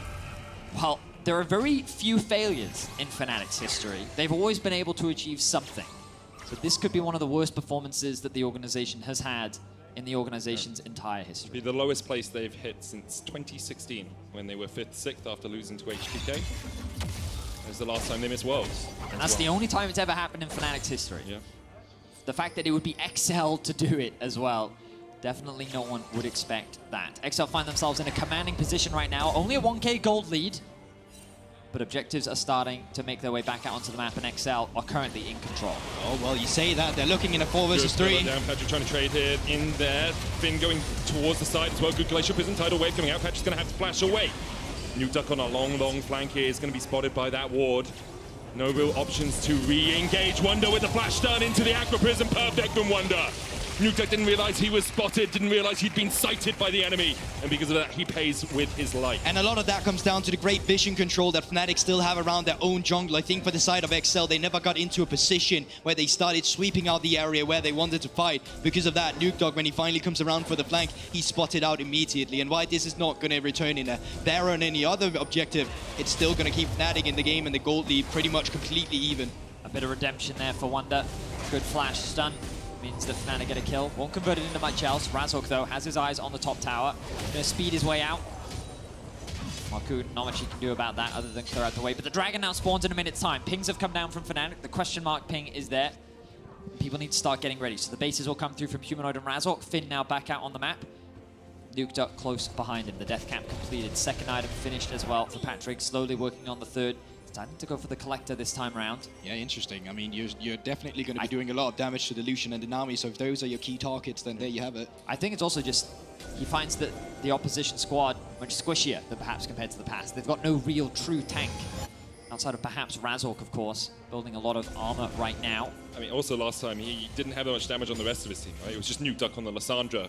So here, because he's got people that can burst people down, you can use that collector a little bit more as the Glacial Prison. Nice one from Razork. Just the movement speed to get away. Now, Fnatic actually have prior on the wave. They're now going to start hitting the mid-tier 1. Sejuani ultimate by Humanoid here if they're looking for a play. Marcoon leading the charge, can always bound into that clone, of course. But now they have no access to the Dragon River, which means that XL can be the ones to start this one up. The question is, will they do it? And there's no blue trinkets available, so they don't know if Fnatic would go on towards Baron, so they're just looking for the fight. Only hits onto Finn. Glacial Prison pop. There's the final chapter coming out. It's great tidal wave as well as Patrick is just healing and shielding through it all. Huge heals onto Patrick. The Immortal Shield was popped. Nuke Duck still has 2 Spirit Rush charges here as Upset tries to put the damage down. Ooh. Charm just short, just wide. Upset able to dodge away from it. Upset used his E to dash into the minion wave, and Nuke Duck saw the opportunity. Humanoid, good awareness in that fight as well, though, because Nuke Duck had his eyes on him, and he couldn't quite land the charm. Now, complete darkness. Observers highlighting it once again. But XL choosing to disengage. Of course, Finn does have the teleport, but it looks like XL, they're not going to gamble it. They're not going to take the fight. They're going to give away the dragon to Fnatic. The HP bar works out in favor of them, and they don't have Marcoon ultimates, they don't have Nuke Ducks, and they don't have Patrick's. So in that regard, they just don't want to risk that fight. They know they have the scaling aspect as well. Giving over this Inferno Drake right now to Fnatic, they don't mind it too much, but of course, still a victory there for Fnatic. Small one, albeit. Second Dragon of the game for them. Gold pretty much even between these two teams now. And as we say, XL still looking just to scale up, get 3 items on Nila if you can. Fnatic finding fights. You looked at that, like Upset didn't burn Flash or Cleanse in that last fight. Humanoid still has Flash as well, so does Razork. And we'll say Razork's been playing out of his mind this series. Coming in from week 8, he was the lead charge for Fnatic while they won 4 games in a row. Yeah. And now his Poppy performances and his Trundle performance in this game have been absolutely stellar, especially at least in the early game. Pressure is on. Fnatic's legacy is a heavy burden to bear. And you used the word, Betty. The one we avoid. Legacy. Well, I mean, I'm sorry. It's relevant right now. It's true. Because this is not a good mark that they want to leave on it. 20 playoffs. 20. Out of 20. Fnatic haven't missed a playoffs. And to think that after what was a tumultuous struggle to get into playoffs, for it to end like this, 3-1, nearly a 3-0, the hands of XL would be nothing but a disappointment, especially when the expectations from Yamato himself was that this team, at the minimum, should be in the finals. Now vision control once again coming through from Fnatic. They're playing around these pockets. Makoon, they do not have the vision right now, so they need to be careful. Oh, the Humanoid charmed out of the chains there, looking for the Cyclone as well. Humanoid has to flash away. Patrick trying to put the damage in from the side, but he's going to be culled. Upset. Doing some damage as well, but look at Marcoon taken out by Razork. Finn trying to get back in onto the Trundle here. The Subjugate coming down. Junglers both dead on either side. The disengage happens. Humanoid has the TP. Though. That pillar zoned XL away from the tower. They should be able to secure it. Finn still has ultimate if they're looking. I think there's still Nuke Dog ultimate if they're trying to get on Wunder. Of course, Opposite still has that cleanse. They're just going to let them get away with that mid lane turret. And the tension continues. Ooh, the ult, the flash from Hylissang. Re-engage can happen here because Humanoid has behind. that TP. He's on a wall, he's been spotted. Finn might look for him just to slow him down. Glacier Prism stolen away, but Finn tanks it. The charm once again, Wunder deleted. He dived in, but the charm hits. And now on the backline, Patrick takes out one. It's only Hylissang though, and Upset still alive as is Humanoid. Finn going back in. Nuke Dog trying to do what he can, but he just can't quite do enough. Humanoid heals. Humanoid on his shoulders. The stopwatch, the charm just in time. Nuke Dog will take him out. Absolutely a huge fight coming through from both teams there once again, and the mid laners are the one dictating it with the amount of plays they're able to pull out in these fights. And it just looks like we'll have no winners coming through with it. It's just so close, back and forth every time, and no meaningful objectives will come out of it, but goddamn, this is intense. They are just scrapping. They're trying to find opportunities to fight, but they're not converting it into anything. It's not resulting in a real gain for either side. Let's have a look back. Both junglers have already lost their lives. XL tried to force an engage onto the bot lane of Fnatic, but Fnatic are able to disengage. Then the TP flank comes in from Humanoid. He sees the fight, a good ultimate lands onto Finn, and then the fight really kicks off. But a good charm from Nuke Dog. Yeah, absolutely. Patrick in the backline trying to get that ultimate through, but you're right, Medic. That dash from Offset really solidifies that he can stay alive a little longer. And then Humanoid popping off here, finding the kills, the amount of damage he's got. This Silas is something that needs to be respected, and it looked good when this Sonya's came through, but Nuke Dog with a very clutch instant charm where Nuke Dog can escape anywhere. Solidifies that fight. Humanoid picked up 1,000 gold in that fight. Got the shutdown onto Patrick and picked up 300 for the second kill, obviously. He's jungled it. Yeah, I was about to say, I don't know, is there a difference here? Kind of feels the same, but my word. Yeah, Wonder now with the Bladed Rune King, Gore Drinker. Perhaps looking for something against I think Finn wins this at this point, by the way. No, he's got the Frozen Heart and the Frozen Fist. He's a bit of a frosty Sejuani. Tries to trade onto Wonder. Wonder's paranoid because he's aware of where his team is, and he realizes, hang on, the reason why he's fighting me could be that someone is shadowing him like a Nuke Dog, so I'm not going to take the gamble, I'm just going to disengage. Dragon up in a minute. And 3 items on Patrick finally on the Neela. We saw what happened last time, so Patrick, someone to keep our eyes out for. Slightly different this time, obviously doesn't have the Phantom Dancer, going for that Collector instead, but the Infinity Edge really is that big spike. We'll remind people, Neela's passive, if you get healed, you get 7.5% extra healing on top of that healing, which is why she is so strong in these fights, why she can be in the middle of the enemy team. And there's the overheal passive she gets too, with the shielding and the... Yeah. So in turn, she has to, yes, we get it, gentlemen. She heals a lot. I just wanted to remind people that she gets healed a lot. Okay. And there's a Yuumi on top of her, which, okay, great. So, Bush has been ping-boarded. Marcoon going in. Glacial Prism only onto Hylissang. Upset pulling the culling down. Hylissang will fall first. Humanoid trying to get onto the backline. Patrick with the apotheosis. The charm going out as well. And look at the healing onto Patrick. Wonder trying to dive in onto the backline. Patrick there. Cleanse not quickly enough. 3v4 now for Fnatic. Oh, 4v4 still. Upset was able to get away towards the top side of the fight. That's pretty big though. Props to Fnatic, able to dive onto the backline. Patrick, there are way more threats on him than there were in the past. Even though he was able to outduel the Gwen, he cannot deal with a Trundle, a Silas, and a Renekton diving onto his face. Teleport. Here we go. Marcoon has won 2 smite fights so far. 2 50-50s have gone in favor of XL, and Marcoon could look for it. No flash for him though. Dragon down to 800, taken by Fnatic. 3rd of the game for them. Infernal Soul beckons in 5 minutes time. It was really dangerous. He didn't have the flash, so if he looked and died, then Fnatic, they could just turn on Baron immediately. So I think they made the correct choice there. That were not contested. We got into the fight. Huge ultimate from Finn. Finds Hylissang, which remember does not have that flash. But it's Humanoid in the backline on Patrick that really solidifies this fight for Fnatic. Makes and breaks it. The amount of damage he's able to dish out really carries this one for them. You can see how much threat is just being thrown towards Patrick. Wonder, Humanoid, and Razork, they were committing so many flashes and dive tools that Patrick just couldn't get away with his life this time round. You can see how close these fights still are. Fnatic still in a good position. They actually hold the gold lead for the time being. And Humanoid definitely has come alive in this game. Nuke Duck the same. You mentioned it earlier, Goldberg. The story of the series so far really has been more about the AD carries and who can clutch up. But this game, it's all about the mid laners. Nuke Duck and Humanoid having a stellar performance for both respective teams. It's just so key as well. So much to have agency in their kit, right? The playmaking potential we've seen. That's the macro aspect always going into a game of League of Legends, but their hand stiff is something you also have to respect. And as you said, that is both mid laners, they have been showing up, and I mean, it just feels like it's going to keep They're going to start this. Silas's bot has the teleport. He has one ward outside the pit, and he has the control ward. Fnatic now no. 6,000 HP on it. TP coming in. They're going to finish this. They're going to finish it. They're looking for it down to 2,000. It's going to get smited. It's taken by Razork! It is taken by Razork, and he's going to try to get the hell out of there. The Cyclone coming in as well, but Humanoid dives onto the back line. The Everprince coming out as well. Stopwatch popped. Patrick on the front line. He's going to get taken, and Fnatic and Razork have found it. Their way back into this series. Marcoon forced away. Razork with the steal. Upset with the follow-up, and it's enough for Fnatic to continue fighting XL. XL tried to rush the Baron down. They thought they had it, but Razork comes up clutch once again. The hero for Fnatic this series. Makes the impossible happen, steals away the Baron, and then just like that, Fnatic have control. They flip the 50-50 and they lose that Toin course. Razork, he's saving that smite for right this specific moment. What was that, 857, something like that? Yeah. That is absolutely monumental. Small seconds deciding that Baron steal, and then once again, Humanoid with a huge glacial coming through here. Patrick caught in between the middle of that team fight, taking down immediately, and without that damage, well, Upset finally pops off and leave his marks on this game. The fact that Humanoid even got out of that fight as well.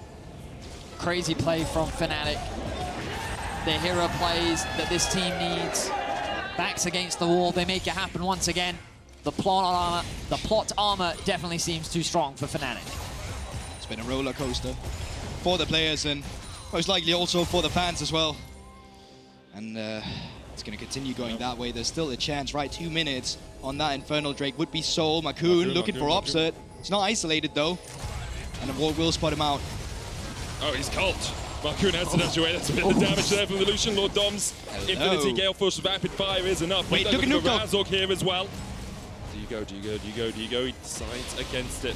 Okay, so not wanting to go. The charm hits. Patrick can look for it as well, but Razork just too damn tanky right now. The King Tribute helping him out a little bit as the minions are cleared in the mid lane. 6,000 gold now. The lead Fnatic, they're pushing in 2 lanes. Yeah, they can just continue here. One on the top side, rest of them in the mid lane. Humanoid looking for Patrick, but has that dash to get out. And they're going to continue the siege with the Baron buff. They still have a wave to play on the top side. They're clearing out the camps on the wave, denying the gold and experience for XL.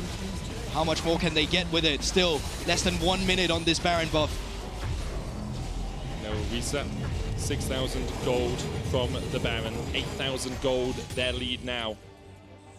And you said it's a roller coaster. We'll buy another ticket, Goldborg, because I think we're going all the way to 5. Fnatic, they experienced the drops, they experienced the Gs in the first couple of games, and now they're the ones typing GG at the end of it. Looking to close this one out. Look at the shutdowns being able to be picked up though. One fight going in the favor of XL, they're right back in this game. So for Fnatic, it's about not messing up here. Specifically, we're on the verge of picking up a soul if they can get this Drake for themselves. They're pushing in the mid lane, they're taking control of the jungle. Nuke Duck gonna back out.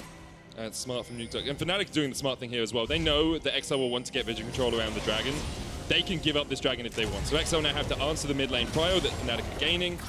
Fnatic can now push back, gain control over this red side jungle, and with it, the possibility of that Infernal Soul.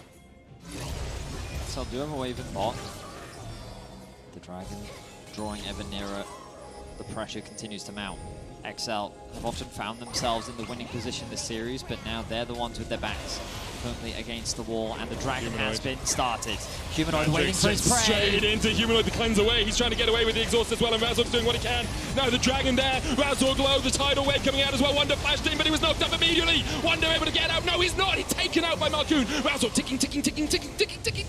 Smite just to make sure he's alive, but that means the smite's down for the next little while. XL can look for the push, can push in, can push forward. Humanoid charm. Humanoid charm. The stopwatch. The Mikhail's coming out as well. The TP now in by Finn. They're looking to try and catch out Humanoid. The dragon forfeited by Fnatic. Should just back away here. It will only be XL's second of the game, but signs of hope for XL. Fnatic can afford to take this L. It's better for them to just disengage, hand over Wonder, and be fine with the result. It's only one Drake. XL still need 2 more to stand a chance at turning this around with the Soul. But my word, Nuke Duck, this man is on a mission today. The number of charms that he is landing are absolutely phenomenal. And he is the main reason that XL is still relevant in this game. Wonder with a big overcommitment in that play. And XL able to force Fnatic back. Yeah, but also just the CC coming through on that Yuumi, right? Just completely deterring anyone rather, from walking forward. Having a look at the items, Nuke Dog on 4. Patrick still on these 3. Death Dance not picked up. You imagine that would be a huge buy, considering the amount of damage that he's also under threat with Upset on the Lucian still on these 4. LDR, Rapid Fire, Mythic and IE. Lots of stuff to be afraid of. Upset's just so strong. Wonder, to his credit, still actually heading gold, weirdly enough. Considering he finds himself at 6 deaths right now. Not been his best game ever. The towers in the Baron obviously helping him out with Definitely that do help, a little bit. just a little bit. As a support, I know what it feels like when your team has no towers. Does not feel the best. Props to Mickey though. 0 deaths this game. Wait, he's playing Yuumi, never mind. Still though, of course, Mickey having a great series overall alongside Patrick. This is probably the most muted we've seen Patrick so far today. Is that it? Is that Death Star? It sure should be. He's picking up the Rift Scuttle that got fed to him by his jungler. I think that considering the goal that he should have, yeah, there you have it. But he finally reaches 4. You take a little Upset. We're just talking about his items. He reaches 5. Now Guardian Angel available. So even if he does get picked up by a charm, then that's in turn going to buy time for Humanoid. It's aggressive. And they're on Vision once again. This has not been swept out. Control ward's been put around the side. There's no sweeper for them. Marcoon now stepping forward. Fnatic waiting. They know that Nuke Duck's there, but the Banshees. Oh, Nuke Duck's going to have to spit us away. Upset goes in and immediately melts him. They're looking for the damage on the Upset. That Ignite is ticking. He'll go into the GA. The heal not quite quickly enough. Now it's on Patrick. No Nuke Duck to stand beside you. Upset comes back from the GA. Baron can be started by Fnatic. Lazy with the Vision again. They get punished. Marcoon still have the gear. He has to flash. He has to smite. Humanoid on the flank once again. No Vision. Has his ultimate up in 4 seconds, 3 seconds, 2 seconds. Spotted on Vision. Humanoid now has it. No Vision in the pit. 8,000 on the Baron. Humanoid able to dodge away, and Fnatic Return. disengaged. They're looking for Patrick. Wonder going in, just wants to stun, just wants to get onto that backline. The AD carry's still alive though, and Patrick trying to dive onto Upset. Yeah, Perseus will pull it too. Upset able to get the stun out though, and that's enough. Wonder stuns up Patrick, and Fnatic stun XL as they continue the reverse sweep. It will be 2 for Fnatic. They can push in here, maybe not quite get the win, but the Baron and those inhibitors, their targets. A single big pick onto Nuke Duck is all Fnatic need to find a commanding fight. They have all 5 members alive. Razork is trying to interrupt the backs, but Fnatic have their eyes on the Nexus, and Fnatic have their eyes on Game 5. Wait a minute, if he gets away, and he does, there's still 2 members. They can take care of the way. Nuke Duck has the ultimate. They might just get the inhibitor, and this is not the game. Wonder's going to TP. Wonder's going to TP. Trying to clear out the wave, Ari will do it with the Orb of Deception. Everfrost coming in from the side as well, and Humanoid's going in now. Upset still alive though, Marcoon trying to dive around. Nuke Duck trying to do Still the one same, but minion. Nuke Duck's low. There's 1 minion left, and that 1 minion is all Fnatic need. Great call on the TP. We're going to Game 5. And against the Yuumi, the demon that Fnatic has been forced to play. In their first 2 losses, they finally make up for it and they find a victory. And we talk about members stepping up. Humanoid in this game on the Silence. Phenomenal performance. And XL standing on Vision. Once again, that's what's costing them the game. The lack of Vision control. Sloppy mistake. Makes for a sloppy game, and Fnatic, they punish. You have to feel that the pressure is mounting now for XL. They were so close to 3-0ing Fnatic. They had the Nexus in their eyes in Game 3. But here in Game 4, Razork with a phenomenal Baron steal. Yes. Razork was so instrumental in terms of their early game success, helping secure the early Herald, the early towers, setting up Upset, setting up Humanoid, to then finding that steal. Fnatic have brought back from the depths of despair what could have been Fnatic's last chance, and now they find themselves in Game 5.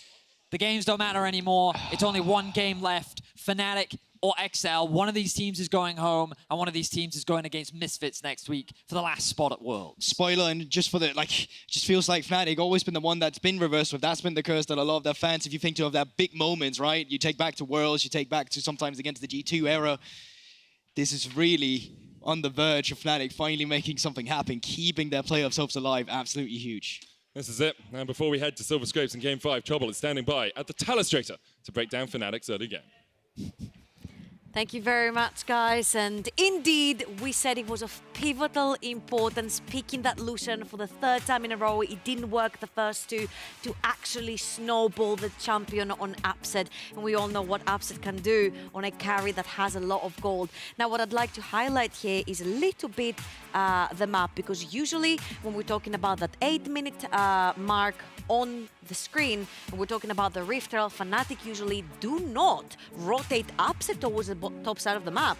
And as we'll see on the minimap right here, it looks like Fnatic does want to go for it, but Upset is down the bot lane. But what we'll see is that Upset is actually going to shove in that wave and start moving up the river to actually go and join his team for the Herald fight. Human will also move down, and this is where the magic happens, because usually, again, there's not 4 members around that Rift Herald when Fnatic are playing for it. And when it comes to Excel, they usually bundle up their entirety of the team to fight for the Herald. But look at this. Finn is down the bot lane without his teleport available, so he cannot join a fight that's about to break out. Nuktak is stuck underneath his tower, and the bot lane of Excel is actually starting to push that top side of the map. So it looks like Excel doesn't necessarily want to contest that. That is not the case though. Marcoon walks a little bit too close for comfort, will get caught. Beautiful flank right there from Humanoid, and there will actually be a kill on Upset as well as the Herald.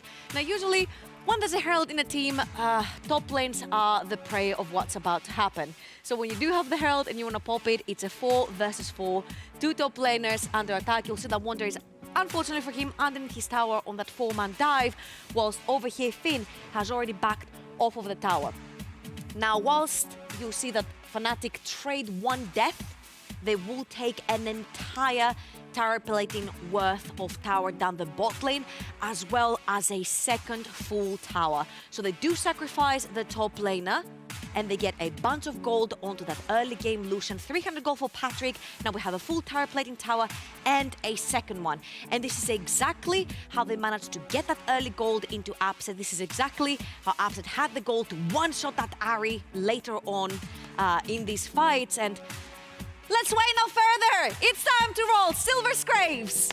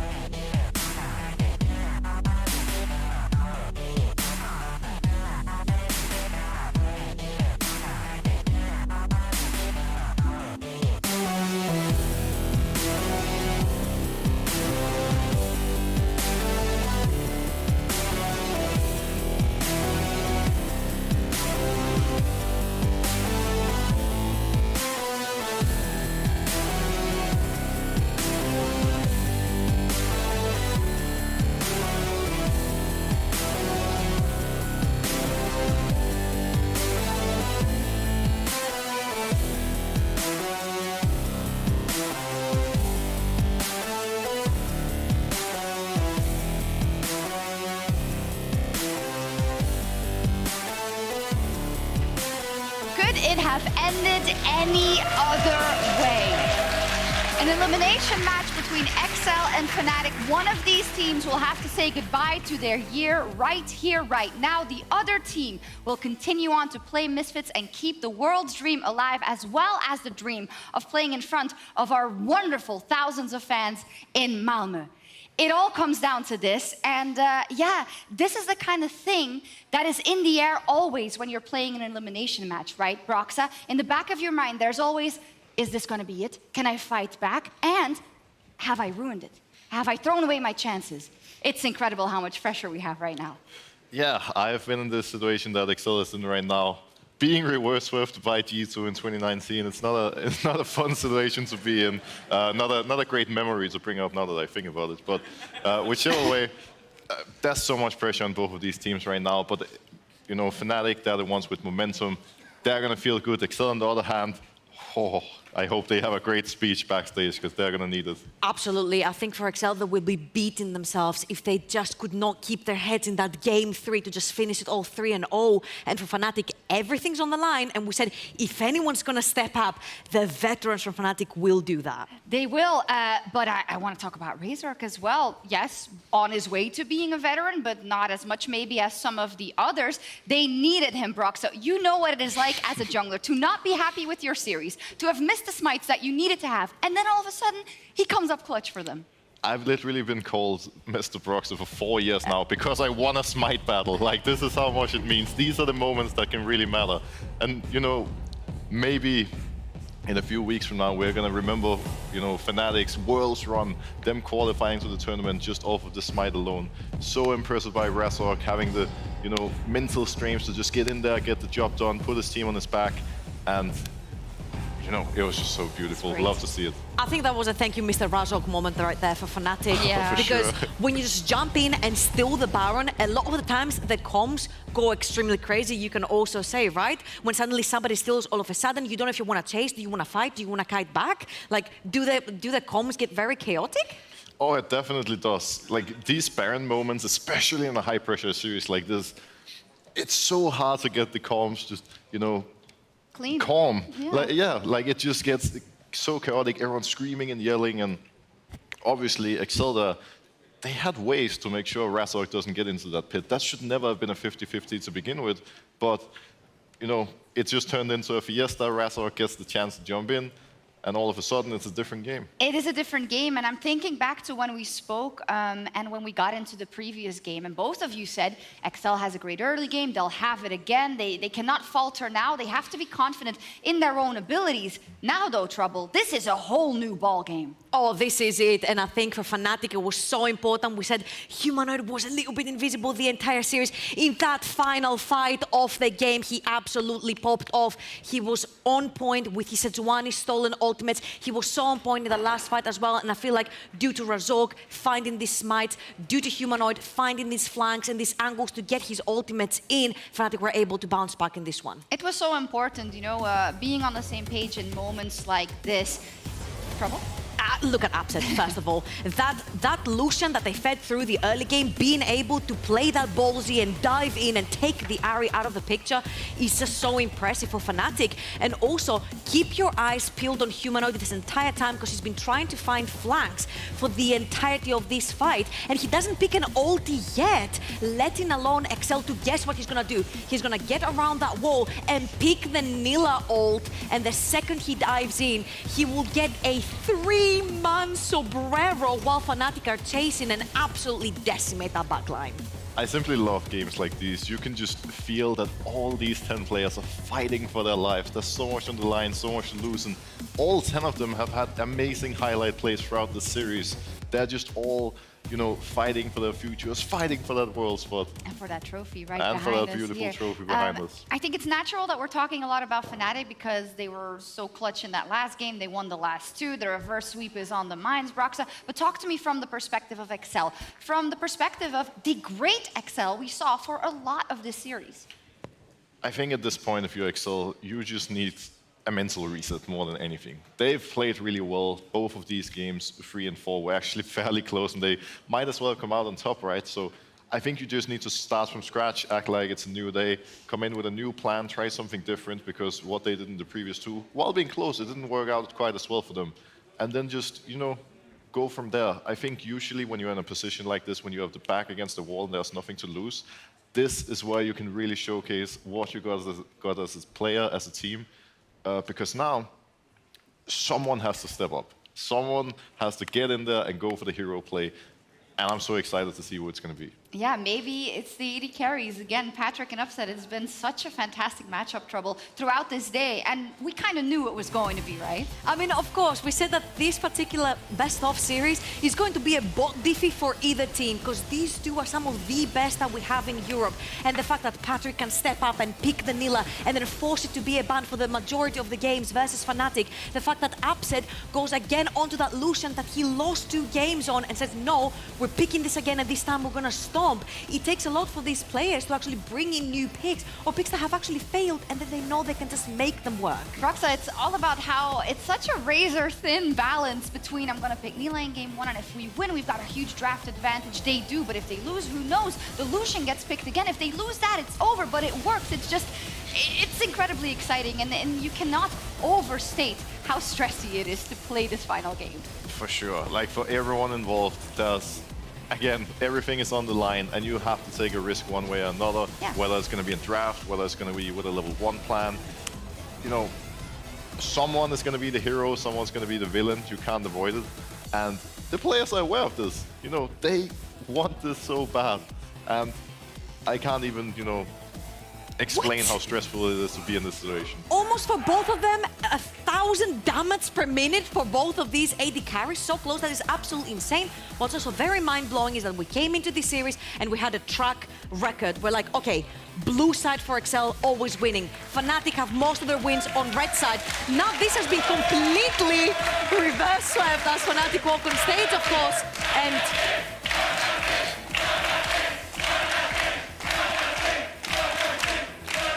this is very much needed. When you're on the edge, when you're game 5, they're having loud. the crowd. I'm gonna say I can see them. There's a lot of XL fans as well. Just didn't support. Like, there's 2 flags right in front of me. So, and it's great. It's what this match deserves. So, both of you had Fnatic win at the top of the day. I'm going to allow you to flip-flop if you want to be so bold. Trouble. Who's winning game 5? I'm gonna stick to my guns. I'm gonna say Fnatic, the fact that they were able to bounce back, pick the Lucian again, and make it work. I think they've made it work for them on red side. Red side is what really, truly fits them, and this is where they gain most of their wins from, and if they can replicate, then it's easy. They're coming off of a 2-0 momentum so far. I'll make it short and simple. Fnatic in best of 5, I'm gonna go with Fnatic. Okay, wonderful. Well, thank you for that. With all that, I think everything is said. We need to see what happens on the Rift. I hope our casters have some energy left. I know they do. I can't wait to hear this cast and see this game. Game 5, it is time to show up or shut the F up. Let's get into the draft. Woo! Let's do it. One more for Fnatic. 3 in a row. They would reverse sweep XL. They themselves got reverse swept by Rogue in summer semifinals. XL need to find something, need to dredge something up from the bottom of the barrel and find a way to win this. Last year, it was Fnatic that started at the bottom of the gauntlet. Oh, and yeah. They went 5 games, Game five. Right, and then they threw 0 broke. But it was an incredible run for them all the way up until the final, where they were inevitably shut down. But it was... it could be the opportunity for them to start that story again. Yeah. We'll see. XL, they've come close many times before, and now they only have 1 shot left. This will be our final draft of the day. It's Game 5. Let's get into it.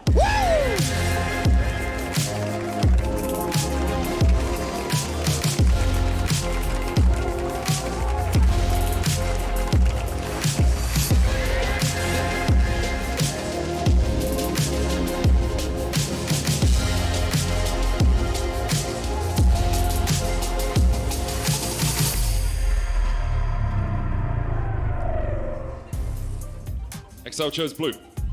Fnatic are on the red side. So far, Yuumi has been very impactful. Nilo as well, we've seen in a couple of games. Well, the question is, do you have the confirmation bias now that you won against Yuumi, that you can beat it again? Because I still think it's a strong champion coming through. But at the same time, I also think XL was in a position with the draft where they looked to be in a comfortable spot, had it not been for some of the key members of Fnatic like Razork and Humanoid showing up.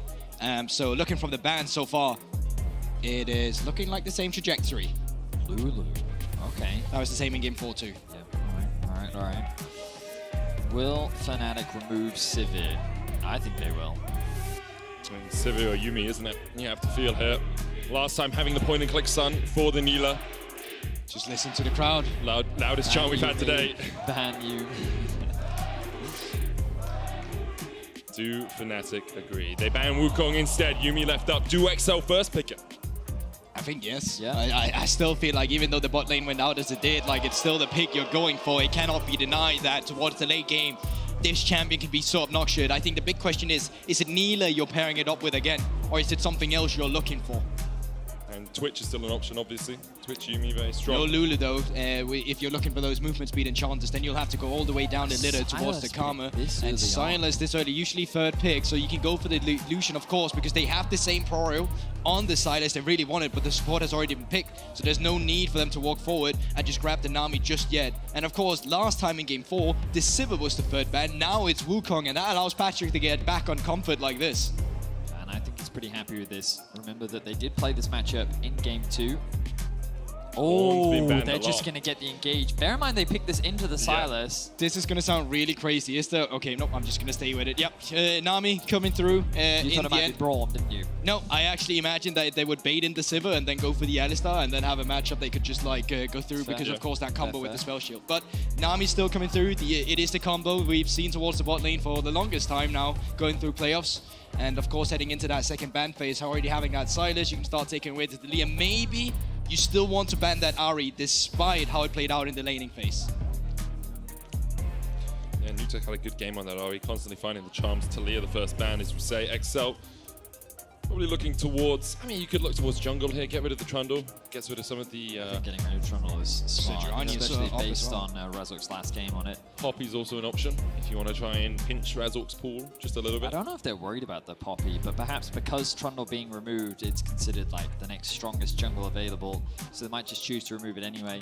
The big thing is really how many bans XL throws at the jungle. They're really banning out their own champion pool as well. Remember, Wukong's already off the table. So if they ban away the Poppy now, you're going all the way down the ladder to something perhaps like the Jarvan, which fares really well into the Sivir as well, because if he does not have flash, well, Patrick would just die.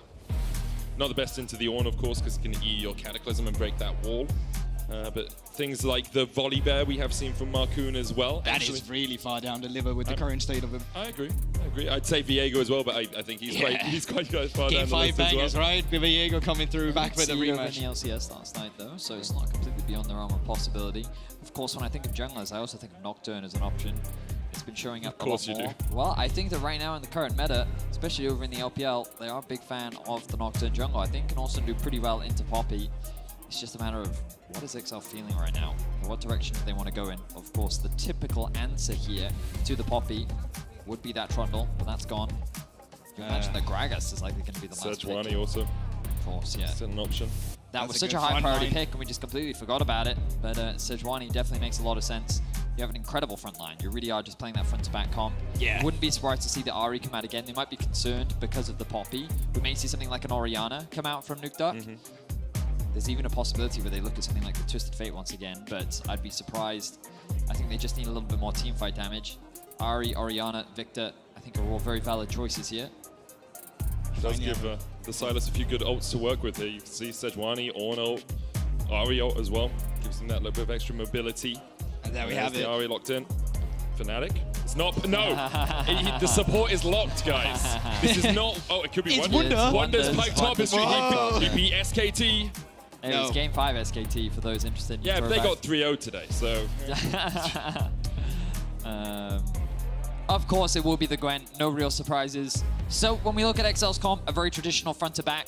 Very easy to execute, very much in the scaling department. They also should, in theory, have push in bot lane and even in mid at the early stages. But I'd be surprised if Markoon really looks for early ganks. Fnatic have a lot more agency to make things happen early. The Gwen is only going to continue to outscale in the side lane. And I think you could argue the same thing for the Sylas, which means that Fnatic have options towards playing something like a 1-3-1 or maybe a 1-4 as the game progresses. Yeah. But we've seen this game revolve so much around the team fighting, around these neutrals. And I think that XL need to be a lot more confident when it comes to contesting these Drakes, because over the last 2 games, that is where Fnatic has had the edge. I think you're completely right, and I think that edge has also gone down to a lot of the vision control. I think this time around, they need to keep the tracking on Razork going. If he's kept untouched in the early game where he's allowed to make plays like we've seen him already do in the Poppy or just the game earlier as well, then XL will struggling because they need to get their carries ahead. They need the Sivir to be active. They need the Ahri to be the threat it was in the game 4, or else they're not going to have the damage that's going to be caught up in the side lanes when you have a Sylas, when you have that Gwen that you talk about, Betty. So I think for sure, this is a game that can be of 2 different stylistics, but one thing is certain, definitely need to get that early game going for you as well. It's it. This is it for these teams.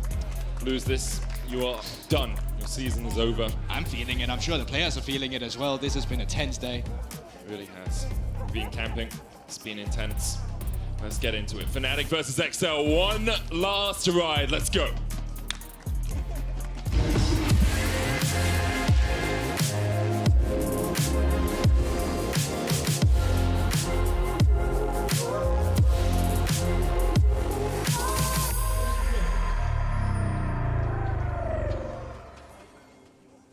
The game's afoot. Fnatic looking for something early on as they funnel into this bush in the mid lane, perhaps wondering if Nuke Duck will overstep. The Oracle's coming out as well, means they could spot someone if they were close enough to the wall, but Nuke Duck paying respects. Steps forward, sees Humanoid, sees them all, and they back away. And I think that's very clever. If you place a ward, well, then Nuke Duck's just going to back immediately. If you start out with the sweeper, well, then of course, they won't have that vision on you. And that's the level 1 coming through at least from the side of Fnatic. That sweeper, of course, has finally been bought from one of them, but it's not going to be used to spot out any wards if XL gets aggressive with it. I think the important thing of the vision you have currently from the XL team is that... Wait, hang on, they saw them move in. Okay, if they'd gone into that bush, that could have been very dangerous for Fnatic's bot lane, but they're just going to drop the wards. They should be able to spot. Can we see what Fnatic sees right now, observers? So they haven't quite spotted them just yet. They can probably get into that second bush, actually. And they will do exactly that.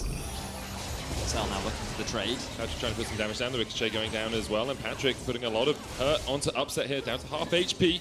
Both of them have 3 red pots though, so they should be able to sustain up a little bit, but overall the trade in favor of XL.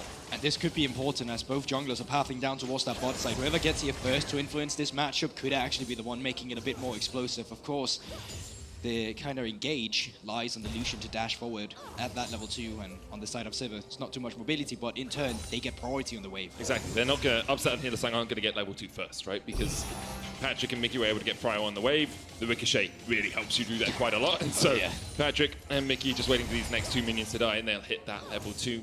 Upset and Hillsang pen back a little bit. Razork did start top side. He went red into Razors, into Romp, it looks right now. And can go to the blue and look perhaps for a bomb side gank, but Markoon is mirror it up. He's doing the same thing. Sorry, it's been a long time. Doing the same thing. And he'll be down towards the bottom side as well. Patrick stepping forward here.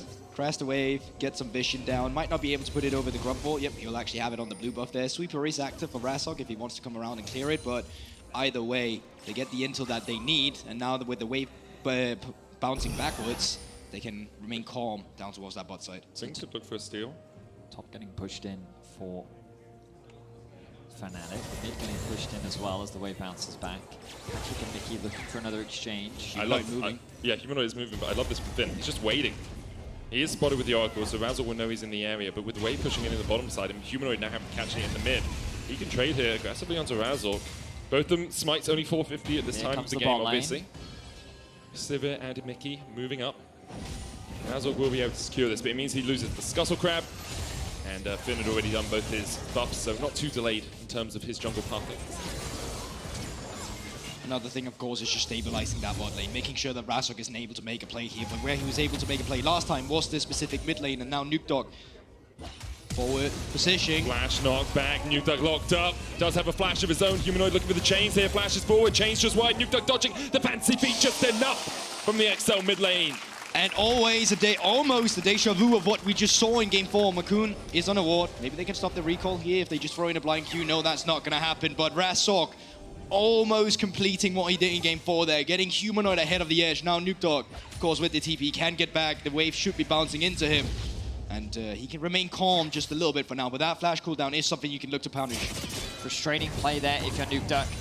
He had good control over the wave, and then Razzle should have been a difficult gank to make happen, but he flashed in front of the Ahri, and then Humanoid used E and then held onto the chains. Basically, he was saying, the second you flash, Nukedog, I'm going to follow it up with the chains, and I'm going to kill you. So Nukedog was in this awkward, what was it? Catch-22? Yes, he was in an awkward catch-22 situations where no matter what he did, he was in danger. But he held his nerve, he saved his flash for the last second, and he was able to get away.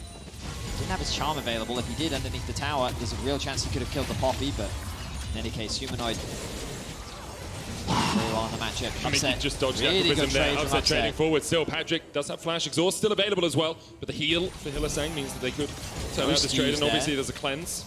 Ghost was used by Patrick, so he was hesitant of upsets all in. Look at the wave here. They can just clear it up just a little bit, make sure it's going to freeze right outside the turret. If they're recalling, well then Upset and Hilly can just recall as well, and the wave will stay in that position. So right now, the XL bot lane, they need a jungler, they need a mid laner, they need someone to bail them out if it stays here. And remember, Upset's already had a cheetah recall, or a recall. He got back, he's come back into this lane, and now, so if we see a prolonged trade here, if Patrick has to stay around, this is bad. It's only beneficial to Upset, who's already got those double longswords. Humanoid might come down towards this bottom side as well. Razork walking his way down here will just be spotted on that ward. Ooh, maybe not. Patrick feels it. He's like, I think he may have been spotted and then it expired as we switched to the vision. Something is wrong, and Patrick knows it. He's like, bear in mind, he's 15 CS up. Yeah. Like, Patrick has been playing this lane very well, but he doesn't want to lose that XP. That's the crucial thing. Staying just in range. We'll get that. Ooh, misses that last hit. Chat already spamming -1. Patrick with the spell shield there. Here comes Sejuani though. This is what they needed. Gulberg talked about it earlier. When your lane is in a bit of a pickle, you call your jungler to help. Something you'll never see in solo queue, but you'll actively see here in pro play. I really thought you were going to manage to make that rhyme. I was hoping for some sort of Gherkin reference. I thought like... Listen, I don't even know what a Gherkin is. You expect me to come up with good, a because I didn't. Patrick looking for trade here though. Marcoon perhaps going on to Upset. Dash away by Upset means he's safe. Razzle coming in from the side as well. Patrick has to run away from this one. Low on health. The heal coming out from Fanatics. They look for the chase. Razzle, of course, no flash on him, but can get the damage down. Exhaust going out. Patrick low. The shields, the heal, not enough. Hillisang takes 6. And Fnatic will draw first blood. Patrick and Mickey have been trying so hard to fix this wave, but it has taken far too long. It's still not fixed. And exactly that. Fnatic should be able to create the slow push. Patrick had to burn his flash, but it wasn't enough to get away. Upset and Hillisang secure first blood. And I think the main issue really is here that you're looking for a kill. What you need to look for is really just making that wave crash. If you can make the wave crash, not take this damage that you take on Patrick, you can get out of the situation. But because it gets so prolonged and Razork gets to be the aggressor, they come around and Mickey almost manages to keep him alive, but Hilly with a clutch flash. Ebb and flow from exactly. Hilly there. It's a classic. It's a support stream right there. What they've now said is, well, our wave is screwed bot lane. Let's go top lane instead. Wonder looking for the Ghost away, gets knocked up, but the Hang on a needlework minute. heals him up just a little bit. Slap from the Forge God, Bin with a solo kill. We saw this from Irrelevant against Broken Blade yesterday, and now we're seeing it again from Finn, punishing Wonder. He made a couple blunders last game, and Wonder falling short once more. Patrick is then going to be the benefactor of this wave. Now we're getting the rhymes, but on the top side as well, as we saw in the earlier games, the XL bot lane has moved themselves up towards the top side. Of course, Rift Herald is spawning in just 15 seconds. Finn, on the other hand, is going to be making his way down towards the bot side. And if you take a look at the minimap right now, Wunder's still making his way up towards the top side, potentially with Upset recalling now. Fnatic as a whole squad might look to contest this as a 5-man unit, with Finn moving himself down towards the bot lane. Yeah, Rift held up, as you said, Goldborg and XL, just trying to get some plates here, trying to get some gold back into Patrick's pockets after he fell a little bit behind. Healing coming out from Hylissang means that Humanoid's able to get the push in this lane. He already had it, didn't really need Hylissang's heal to help him out with it, but we'll give it a little bit of a boost. Upset now, Bax comes up towards this top lane, and already Patrick and Mickey are moving away from it, and then moving back into it, perhaps. In a tricky situation, they can look to punish if anyone overstays here. I mean, Upset's probably not going to do it, but what could happen is that Mickey wants to get in and get vision, just to make sure his AD carry can walk up and farm, and that might be the death sentence. Bear in mind, Upset was very sneaky before on his Twitch. Guess who was hiding now? Aqua Prison coming out. Glacier Prison, though, a little bit stronger there for XL. Upset now has to try and get away from this one. Has the cleanse. No flash for him. Razzle coming in from the side, but he's now in a 1v3 as Upset went the long way around to get back towards his tower. 1 kill over to XL. Patrick still putting the damage down, forcing Razzle and Upset away, and because he got that extra damage down, the Rift Herald can be started up by XL. All I have in my head is the I was hiding line from Twitch, and it just so apt that XL are able to find a sneaky play onto Fnatic's bot lane. Humanoid will take a tower shot, but again, trading hyper-aggressively against Nukeduck, and it's kind of what you have to do in this matchup because of the longer cooldowns that Ari has at early levels. That's the only way you can really gain control of the lane.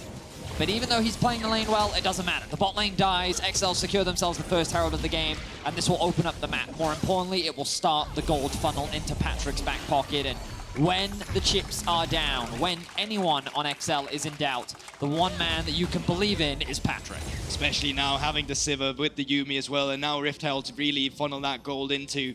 Drake control has been gained by Fnatic, has a cross map here instead, but once again, they're not really in a position to just start it up immediately. Resets coming through from Nukeduck, he does have that teleport, and you can see lanes now, they're reversing back to normal state. Finn making his way up towards the top side. Upset now recalling from that top side, having to make his way down but it's XL dictating the rotations, and that's why in turn is going to give them the tempo to try and come into the river and clear some of the vision for themselves in just a bit. Nukeduck's wave is now in an awkward spot. You can see Hylissang recognizes this and is hovering around mid. Will secure level 6 and actually just steal farm away from Humanoid. I say farm, I meant XP. As Nukeduck now clears up his wave, now in a much better position, sets up for the Drake. The bot lane is pushed in, the mid lane is pushed in, and Markoon will start off this objective. Wunder's TP is up so much sooner than Finn's, though, so Finn has to run all the way down here if he's going to join this fight. You can see he's already moving from that top lane. Wonder will have TP in 3 seconds. Humanoid looking for that Glacial Prison, steals it away from Markoon. Nukeduck perhaps looking for a charm of his own. Humanoid able to dodge across the wall. So here we are, Ornn on the way. Wunder TPing in, the dragon has been reset, and that is the Nami ultimate out. Yeah, Wunder actually. Oh, that's the ult as well. Down as well. Wunder TP to the mid lane tower because, of course, we are free 14 minutes, so can't go to a ward or anything. Markoon looking for the back line. Glacial Prison coming out. Wunder behind them now, and Markoon is low. Humanoid diving forward. Markoon down. Patrick with the final chapter coming out, but Wunder able to dodge away from it. And Fnatic gain total control of the river, their second kill and their first dragon of the game. Such a sloppy team fight. I thought for sure that XL would have just been able to pick that up. The ultimate from Razok had already been used, but then they get scattered completely. On ultimate goes into the choke point on towards the top side of the river. Markoon fumbles the ultimate, and Markoon's just forced to disengage immediately. Mondo comes around on the flank, and XL, they're just forced to scatter away and retreat. I feel like the positioning of Humanoid and Wunder there was too problematic for XL. They thought that they could collapse, but the backline of XL was too hesitant given the collapse from Wunder and Humanoid, and they did a great job of kind of splitting up XL and forcing them to retreat. Ends up being only 1 kill and the first Drake of the game, which isn't the end of the world, but Fnatic showcasing that they're definitely not down and out. Humanoid definitely seems to be much more in form, leading the CS on the board right now, has a kill under his belt. We'll keep our eyes on him as the game continues. So I wonder if XL want to play this rotation game they continue to play the entire time. They just push up towards the top lane, then they bait off the Fnatic bot laners, and if they're really smart here, I think they go down towards the bot lane instead, then they try to challenge for the plating. They'll have Markoon path down there as well, and yes, that's exactly what they're doing. I love the way they work around with their rotations. They start in one lane, crash the wave immediately, and then they just run elsewhere on the map, and that will in turn give them the advantage when they have the tempo with the Herald instead. So yes, Fnatic, they're picking up plates, but they'll lose the longer fight when they finally get down here with the Herald. Yeah, TP comes out from Finn to defend this tower, means that Upset can only pick up 2 plates from it. Razzle could look for the dive, but it's an Ornn. It's an Ornn. Okay, he does have to flash away. Steadfast Presence stops him from getting the knock up there onto Razzle. Rift Herald, though, can go down towards the bottom lane. Markoon was able to force Wunder away, has yet to reset.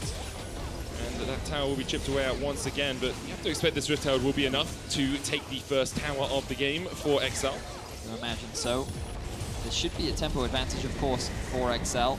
Upset alone will take this tower way too slowly.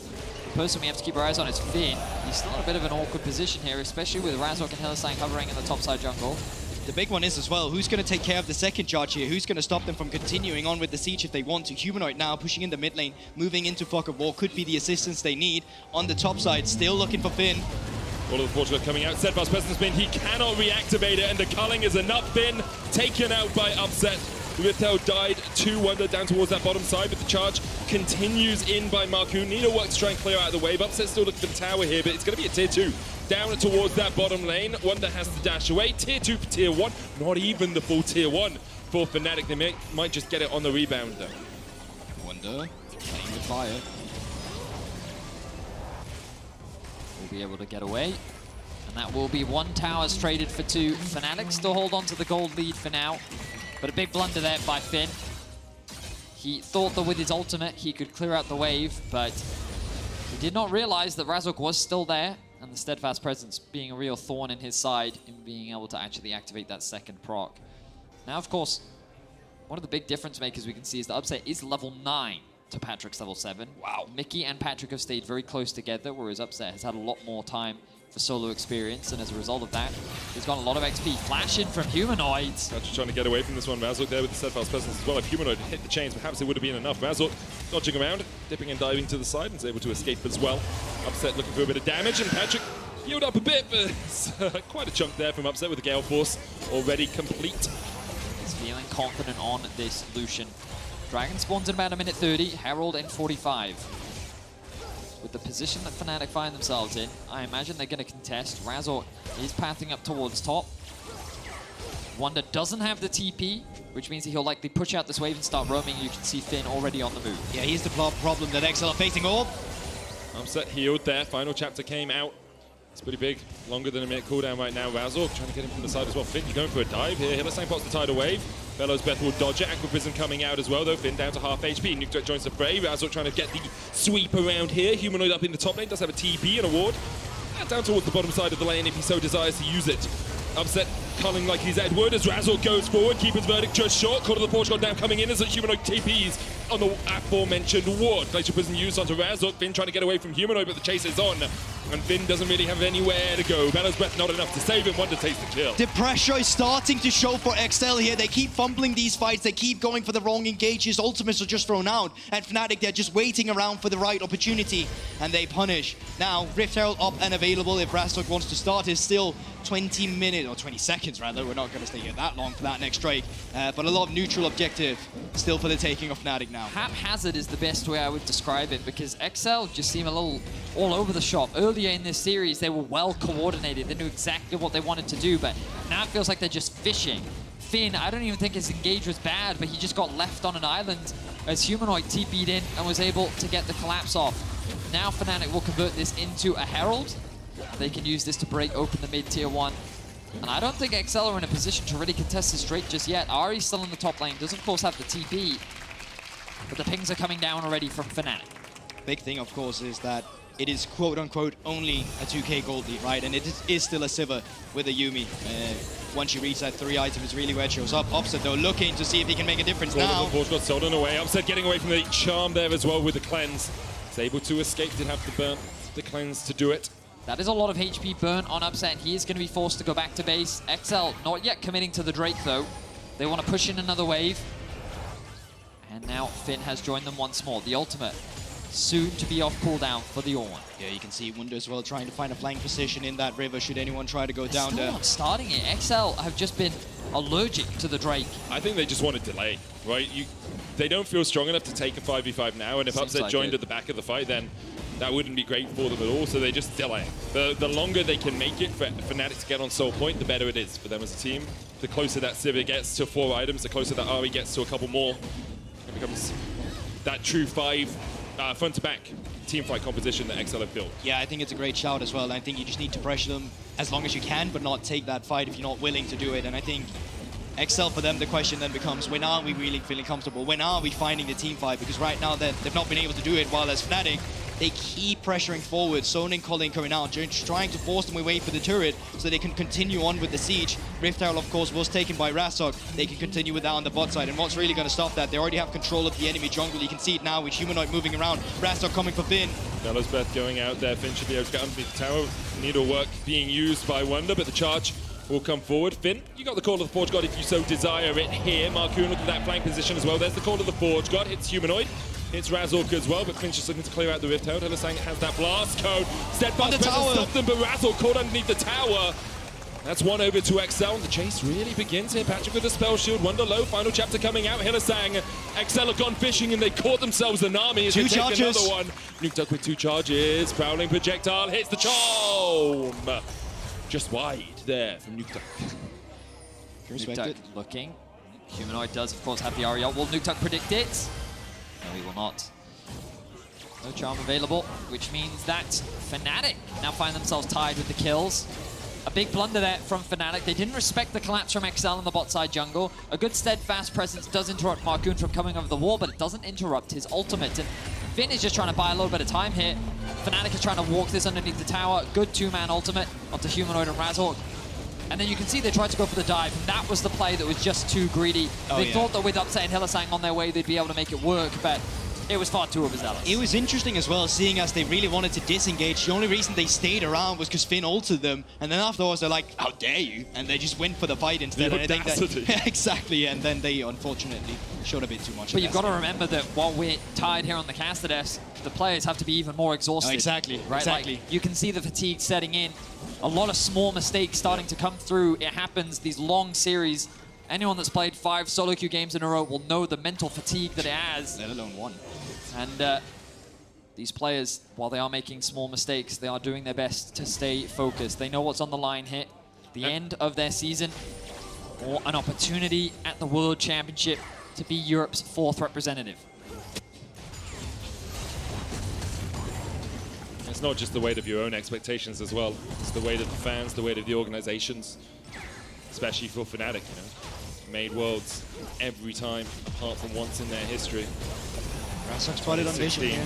Razork spotted, as you say, they look for Upset, cleanses away. Call of the Portrait going out, hits onto Hylissang. Mickey diving forward, Hylissang flashes across the wall, tidal wave now being used in response. Nuke Duck nowhere near this, he TP's in, but he's in the tri-bush right now. Humanoid exhausted immediately. Patrick able to get out of the back of the fight, but Finn has been sacrificed by the rest of XL. Nuke Duck now joins the Barney, joins the Fray as he looks for something, but he just can't find it. Fnatic get one and get the hell out of there. Once again, a massive fight coming through there, and it was a man advantage for Fnatic that they equalized on there. Nuke Duck just wasn't there in time. And you can see Marcoon flashing forward, trying to be the shield for Patrick. Patrick flashing it as well, but tense moments once again. Both teams just overcommitting to the fight there. Upset though in the bush. Wow. Playing at the very edge of danger. Hylissang giving him the movement speed along with the Cloud Rift.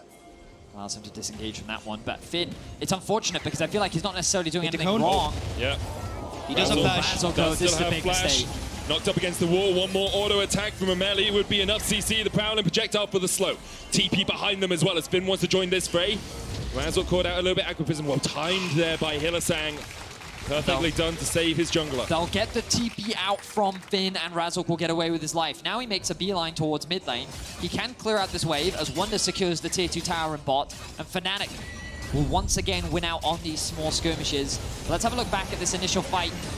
The ultimate onto Upset forces the clans out. They see an opportunity to fight, but look, Patrick's already running away. And this is the window where they're like, hey, we can kill Hilly, we can kill Hilly. But now they've overcommitted. They don't get the knock-up, and Humanoid joins the fight much earlier than Nuke Duck does. Good flash from Marcoon there to catch the Glacial Prison coming out from Humanoid. But there's just nowhere for Nuke Duck to TP to. He actually teleports to the tower way behind the rest of his team, and it's just far too delayed, which means that the arrival of Humanoid forces XL to disengage, and Finn gets that out to dry. Yeah, and I think it also came down to it wasn't really a play that they were trying to set up. It was just a play that kind of created itself after they got that mid lane turret, and then Fnatic was just in a better position with their members around the play. Same for XL, taking that deep breather when they have the composition they have, make sure that when they commit to the big plays, they do have the vision around it. They do have the facilitation needed to set them up for success. But for Fnatic right now, they've been able to put themselves in a good position leading forward to this next Drake. Well, at least with the defensive position right now, XL looking to camp around that bush there, hoping someone's going to face check. Remember, Upset still doesn't have cleanse. But why would you face check? Like, there's no one coming anywhere on the map. There's no point really to face check this as Fnatic. They just get mid lane prio. Wonder caught out just a little bit. That's the Ghost. Ghosts forward with the needlework. Charm gonna land there as well. Here's the Sank was caught with the Glacial Prism. Call of the Forge got stolen away, and Humanoid's gonna try and use the counter onto Patrick. Doesn't quite connect, but Finn and Marcoon now split from the rest of the team. Patrick stepping forward, Vision in there with the control wards for them. Nukeduck now has the Yuumi on his shoulders. Finn once again the first of all. Charm dodged by Wonder with the stopwatch. Nukeduck, one more Spirit Rush charge. Where are you gonna go? Decides against using it for the moment, but once again it's Fnatic who win out the fight, just taking down Finn. The problem for them here is that they have a kite-back combo, right? Patrick can't just step up, so even though they find these really good long-range engages, there's no one stopping. Mickey almost gets stopped by his steadfast presence, but teleport comes through from Wonder now again, and with a man advantage, they should be able to push in the river and just beeline down towards that Drake to pick up the third Drake for themselves. XL have just been far too lenient when it comes to these Drakes. I think there have been very clear windows where they can contest them, but they've been giving them up for free, always fighting ahead of the objective rather than around it. And the one fight that they tried to make earlier happen just did not pan out. You can see the engage actually isn't that bad for XL. Wonder immediately gets zoned out of the fight, forced to use the mist. And then you'll watch this ultimate from Marcoon come into the backline, land onto Hylissang, but then the follow-up isn't really there. Patrick is forced to play defensively. He's keeping an eye on his positioning, forced to sidestep absolutely everything. But then when the ultimate comes out from Humanoid, both Finn and Marcoon are forced to disengage up towards the river. And then this is where, again, you can see how far away Patrick is from the fight. Nukeduck does what he can, but it's not enough. The fight is too scattered, and Fnatic is just coming out ahead in these small skirmishes, which is ultimately what the fight is devolving into. That's the fact, because XL, they're just on different pages. You can see Mickey, he's ulting down towards the right side. Marcoon and Finn looking for Hylissang, who's prisoned up in the tomb. And all of a sudden, it's not necessarily Fnatic splitting them apart. It's more like XL splitting them apart, and they need to fix that moving forward. 3 Drakes gotten over to Fnatic, and they are looking to really just cruise alongside this 5th game, still having that gold lead, having the lead in objectives. You can really feel the pressure now. XL, they're so close to knocking out Fnatic. Of course, they would still have to defeat Misfits to earn a spot at Worlds, but considering they were 2-0 up in the 3rd game, the Nexus was in their eyes, and then a single Gragas barrel denied them that victory. To have Fnatic now bounce back in 2 games. Fnatic seem to be riding off this pressure.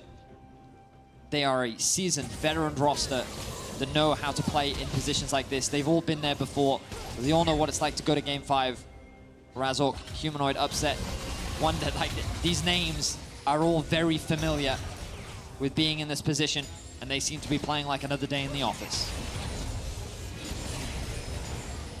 25 minutes into Game 5. 3,000 gold between the 2 teams. Cloud Soul available in 3 minutes' time. Fnatic gaining control over the bound. All it takes is one misstep, one slip up, or one moment of perfection from someone, from anyone in this game to change the fortunes of their team, to change the fortunes of the year for the 5 players on your side. And you can see it this time around. They are quite pragmatic with their way of clearing out the vision. They're not going to leave one single spot behind, and teleports is available for Humanoid. It's soon to come up for Wonder as well, and some of these TP flanks is really what's been plaguing them as well, with Humanoid suddenly coming around with a Sejuani ultimate or something like that. So I think for XL, once again, remaining calm, remember the fundamentals, and then just trust your own mechanics and instinct in those late game team fights. But look at these levels. 13 Razork, 12 Marcoon, 15 Wonder, 13 Finn, 13 Upset, There's a 12. deficit. It's just, Fnatic have just been playing the map so much better. The experience that they have on each individual champion is so much greater right now. You can see all those Fnatic members in the top half of your screen. They're in a commanding position. They have a significant gold lead. A lot of it coming from the top lane. But the dragon spawning in 2 minutes' time. The Baron is alive. You imagine that we're not far from the conclusion of this game, of this series, and who will move forward and who will end their year. Vision control still. I mean, Fnatic has been so good with their vision as well, especially around the objectives. You can still see it. There is a flank ward that's not accounted for. There's ping wards in the river all the time. So even though you're stepping forward, still something you have to be worried about.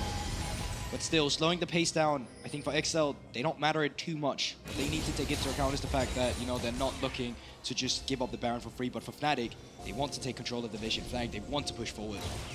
Patrick finally hit his 3 items. Infinity Edge now complete on him. I think XL will be a little bit more willing to fight now. 3 items as well on Upset, of course. The Lord Dominix to try and get through that Ornn. That Sejuani makes a lot of sense. Wonder continually harassing in the side lane, just keeping Finn at arm's length. A minute on the Cloud. That's when we expect our next bout of action, our next explosion of death on the Rift. And perhaps after that, we'll have a victor of this series. It looked after 2.5 games that XL were just going to run away with it. XL were going to take it, and Fnatic, that single barrel that you talked about, Betty, since then, they've had XL's number. They've had every moment that they've needed to get back in. In spring, they were reverse swept. Here, they're looking to do the sweeping. Get out the dustpan and brush. Janitors. just sweep it up. But now 40 seconds, that one of got course, away from me a little bit. to this Cloud Soul that it would be Fnatic now looking to take control of that river. Here we go. Call of the Forge got available. Glacial Prison just short.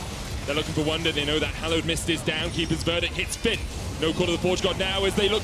Razzle dives onto Patrick, but Patrick's still able to get out alive, and Razzle being chased off towards the top side. Wonder going in as well with the needle work. Humanoid diving forward. They want to get on this Civet, and they have done exactly that. Severed her from her life force. They find 2 as Mickey falls as well. Marcoon and Nukeduck can only stand and watch and try and dash away, but Marcoon will not live to fight another day. Nukeduck, the last man standing on the top side of the Rift, as he tries to trade onto Upset, but Upset hits the Ardent Blaze and blazes his way to glory. Baron on the menu for Fnatic. And Fnatic have done it. 4 members are dead on the side of XL. They were down. They were at match point. They had no wins on the board, and now they find themselves on the verge of the reverse sweep and still a chance at the World Championship. Yeah, and with this, they're going to pick up the Baron. They can even just get the recalls through quickly. Death Time is still active on XL, and they can pick up the Soul for themselves. They're getting everything on the map once again. And let's see how that all pans out. So keep your eyes on the engage here from Marcoon. XL get a little desperate. They can't land it onto Wonder. They can't land it onto Humanoid. Humanoid just buying time. And then with Ornn out of the picture, Razork sees his opportunity. I'm diving onto Patrick. The spell shield comes through, which means it's not available for the Ornn. This gives time for Wonder and Humanoid to dive onto the back line. Humanoid uses the Sejuani to close the gap, and Mickey just cannot provide enough peel. Nukeduck tries to do what he can, but the moment that Upset arrives, XL know that this fight is not won. Hold up, wait a minute. Something's still on the cards down on the bot side. Razork with the ultimate. Fellas, bet to stop the Keeper's Verdict going down. They really need to get this one. Fnatic obviously don't have to. Would be a soul for them, but it's only the first dragon of the game for XL if they can secure it. 6,000 gold lead, now their lead. As you say, Ultimate's back up. We'll see, as Upset steps forward, there's the culling onto Nukeduck. Finn with the Call of the Forge God, only hits it onto one. Wonder on that front line, dodging away with the Hallowed Mist as well, and the charm lands once again. A shutdown going over, Razork falls. Humanoid now on the front line. Patrick trying to do what he can, stop watch. Humanoid can dodge across the wall, but not if he's CC'd till he dies. A shutdown going over to XL. And just like that, that's 2 Barons down from Fnatic. XL, they pick up an objective. They're not still back in the game, but they are certainly buying themselves some time here, picking up some crucial shutdowns. They're looking for more kills. The more Barons that they take away, the better the chances are for XL. Finn flashes! Oh, but the blast cone's there. Wonder will get to it. Snips his way up towards that top side. Marcoon cannot consult across the wall here if he wants to continue on the chase. My God, going they in are as well. hungry for I mean, this. I don't blame them for looking for it, but Wonder manages to get underneath the tower. Yeah, Upset Hilly coming up as well, so they can't overcommit to it. Gwen is immune. Gwen is still immune. Gwen is still immune, and now Marcoon realizes he may not be in the best of shapes. Ooh, Upset step too far because Patrick's here and Nukeduck with a charm. Could have turned that fight on its head. Now the tower in the top lane will go down. Objective bounty still available for XL. Get themselves back within 400 gold. Okay. Wow. So Wonder ends up getting away with his life. Finn loses another flash. And XL find themselves still in the game. You can see in the top right of your screen the Baron power play, negative 700 gold. Let's have a look back at this fight, see exactly how things played out. A lot of tension, good damage from Upset at the start, forcing Nukeduck to use his ultimate. But then the chain CC that comes down onto Wonder, forcing him out of the fight, and then Razork trying to peel, ends up getting charmed by Nukeduck, and I think he actually dashed into the middle of it. And the big thing this time around is the fact that XL, they can play reactive, right? So they finally kite back, they finally find the CC lockdown, despite Marcoon missing that ultimate himself. And then though, great Arctic Assault on the Humanoid afterwards, just to make sure he's not dashing over the wall. We are starting to see as well something we haven't seen the entire series, the ornaments coming out. Those masterwork items, the Kraken Lacken Slayer, Do you have the damage? The Moonstone Renewist. Do you have the damage? I do have the damage. Let's have a look. I feel like you didn't respect Kraken Lacken Slayer No, that much there. I thought well, that I'm was pretty comparing good. the Kraken Lacken Slayer to Upset and how he's feeling. Yeah, of course. And you can see that he is doing some serious damage. A lot of criticism thrown towards his Lucian at the start of this series, but last game and this game, he has come alive. He is doing what he can to carry his team to victory, but Patrick is doing the same. We know that both these AD carries, they were the start of the story, and they will likely be the end of it. There have been many highlight plays from many players throughout this series.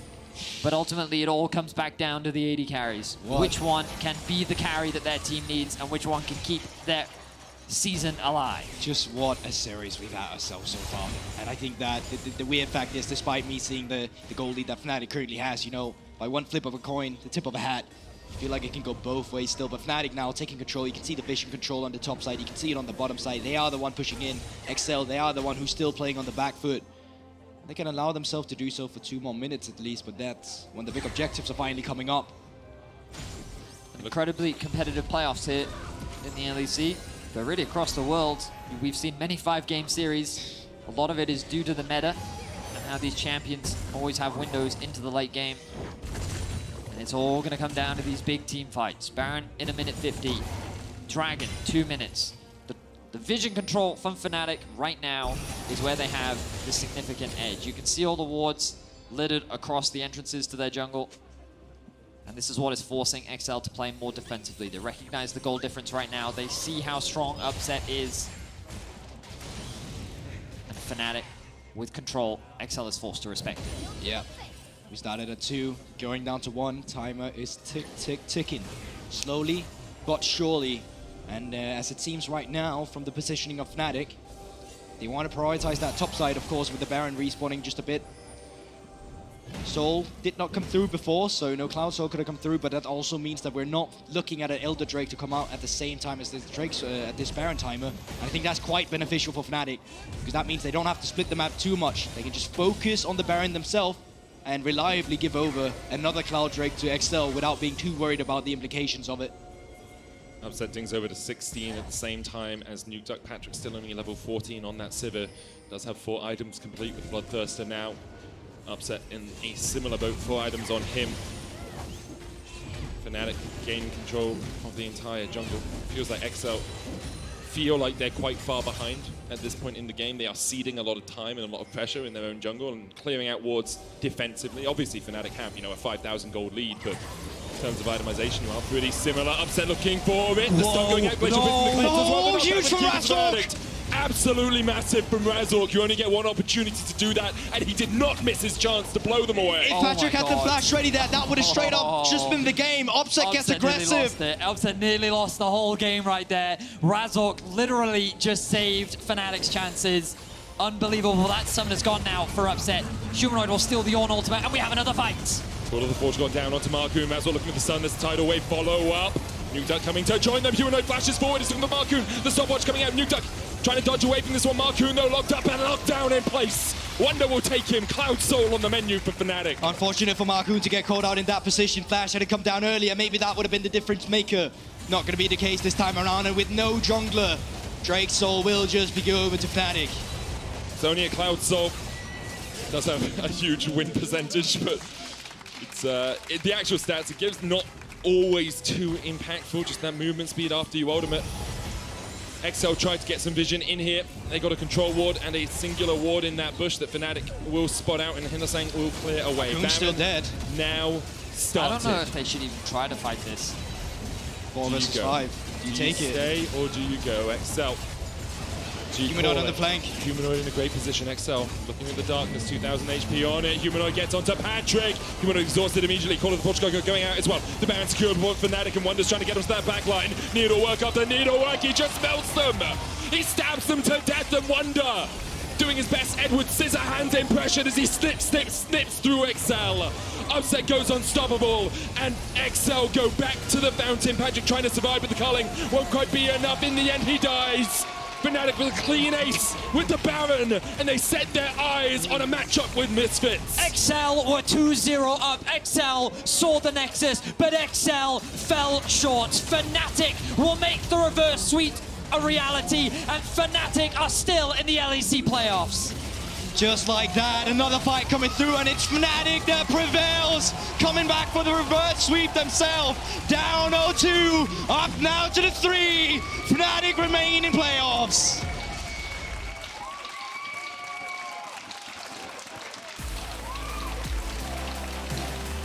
It's the LEC, guys. The plot armor is too strong, and Fnatic have done it. And think of XL. This is the second time this year They have lost 3-2 in the first round of playoffs. First against Vitality, now against Fnatic, and they were on the cusp. They were on the very edge of round 2. It just felt like in the final game, the pressure got too much for XL.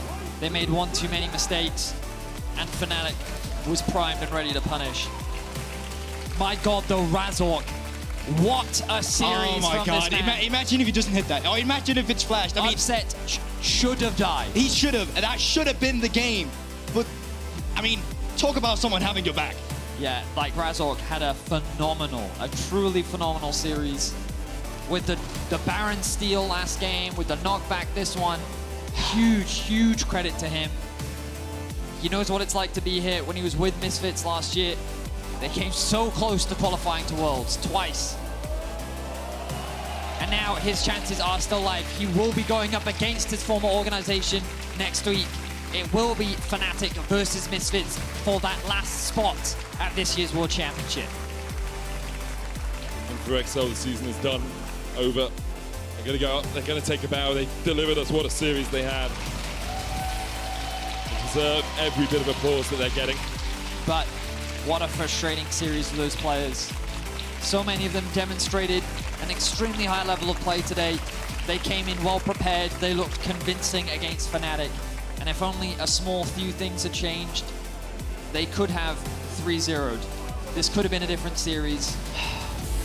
It's a tough one putting out. You've got to feel bad for them because it's those small things that they're going to think about. It's those small things that will sit there with them. Yeah. So send your love, send your support to the XL team because they did a phenomenal job here in today, and they came very close to keeping their playoffs run alive. And some people that are still in the playoffs or in your Kia player of the game, player of the series, vote at LEC on Twitter. Razork, Humanoid, and Upset are your options. Yeah, but I mean, amazing job by these players. They've really played their way back, crawled back from the, jaws of defeat, really. And it's hard to pinpoint one because I feel like, Razork, phenomenal experience throughout the entire series. Upset had some high highs, also a few lows. Humanoid can be set with the same, but it's a team effort in the end. Lots of moments coming through, as you're talking about, and Fnatic, it's super impressive for them to bounce back, especially after you saw their faces throughout the first two games where they honestly looked devastated from the get-go. What an incredible series. What a great way to round out week 1. We've had Still got 2 more weeks of this, by the way. Yeah, 2 more weeks. Malmö getting closer and closer. It's just Wednesday, Captain. Of course, the playoffs across the world continue to deliver. There's still more playoffs left to be had over in North America this evening, which I'm sure are guaranteed to be a banger. Evil Geniuses will be playing up, but commiserations once again to XL. Fnatic, the plot armor just seems too strong. They're going to keep their run going, and that's going to round out week 1 of playoffs. That is. After staying alive in the lower bracket, Law is now joined by the victorious Razork. Take it away. Okay. Wow. What an insane day for Fnatic and for you, Razork. Congratulations on advancing to the next stage. Any first impressions after this series? How do you feel? Well, my first impressions are that this is the first reverse sweep that I do in my entire career, I think. And I don't know, I feel pretty excited, pretty happy. And like we actually managed to pull through, even though we were 0-2. Yeah, I don't know, this is my first impressions. That's amazing, honestly, and congrats on pulling this off. I mean, I know that Roxa, before the last game, was talking about what's happening backstage and what are going to be the speeches that the coaches are going to give you to be in the best conditions to tackle this game. Tell me about what Yamato and the whole mood for the team before tackling Game 5 and getting into the Rift.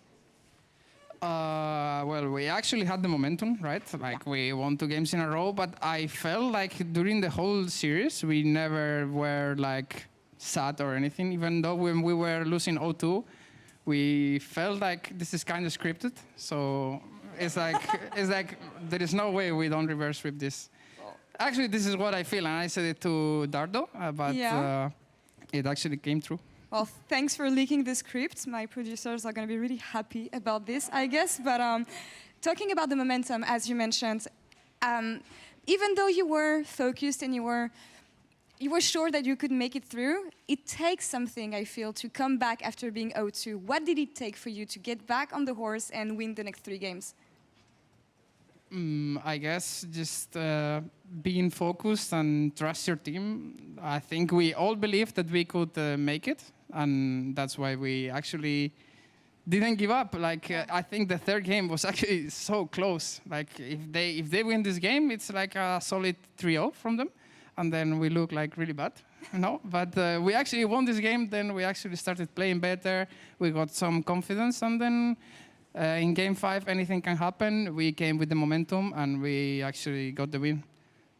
I think it's interesting that you mentioned trust, because when I think about the drafts, especially from red side to blue side, we know how usually blue side is favored right now. But what I found interesting is that in game 3, game 4, you went back to the kind of comps that made you lose the first 2 games. I'm talking about Lucian Nami here especially. So you mentioned trust, but what made you sure that going back to these kind of champions on which you lost the game would be successful this time around? Well, this is the thing that happened to us with the Twisted Fate, right? Like, if we think that a champ is good, and we are losing the games with this champ, but we are not losing the games because of that champ specifically, then we actually trust this pick and keep picking them, right? And I think with the Lucian Nami, we knew. Yeah. we knew that the champs were good. Bolden was pretty confident on the picks, and we actually pick it and win. It was a nice call, I guess, but now focusing on to the future. You're going to be playing Misfits next week. You were playing with Misfits last year, actually, and you came this close to going to Worlds, losing to Fnatic. Now you're on the other side of the table. How is this one going to be? As I said, I think this is scripted, and I feel like next week's going to be a banger BO5 for the last world spot. And I hope in the script it says that Fnatic goes to Worlds. All right, let's trust the script then. Razork, thank you so much for the interview. I'll let you go rest and go backstage now. Congrats again on taking down XL, and we're going to take a short break now. And we'll be back in a couple minutes for post-game lobby with Shox. Stay tuned.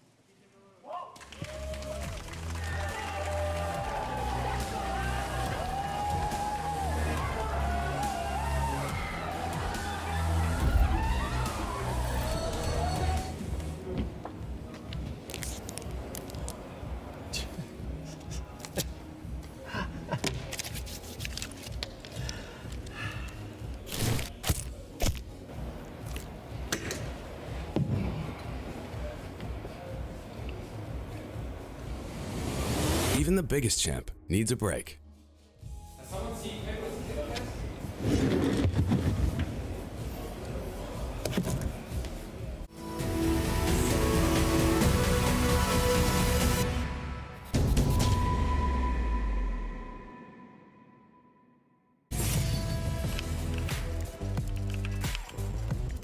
Over again, winning his matchup, taking control of this lane. Incredibly impressive stuff. Really inspirational.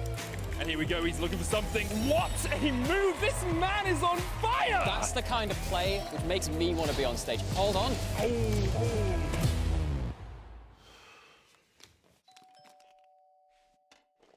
Thank you so much for joining me. Tell me, how do you feel after making that play?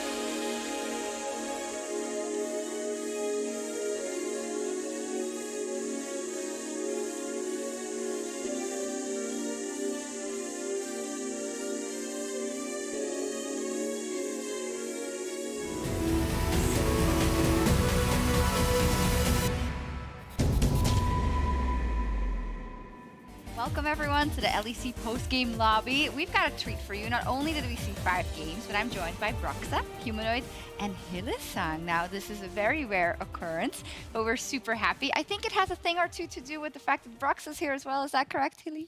Yeah, I guess Broxa requested me specifically, Yes. so I had to come. I had no other choice.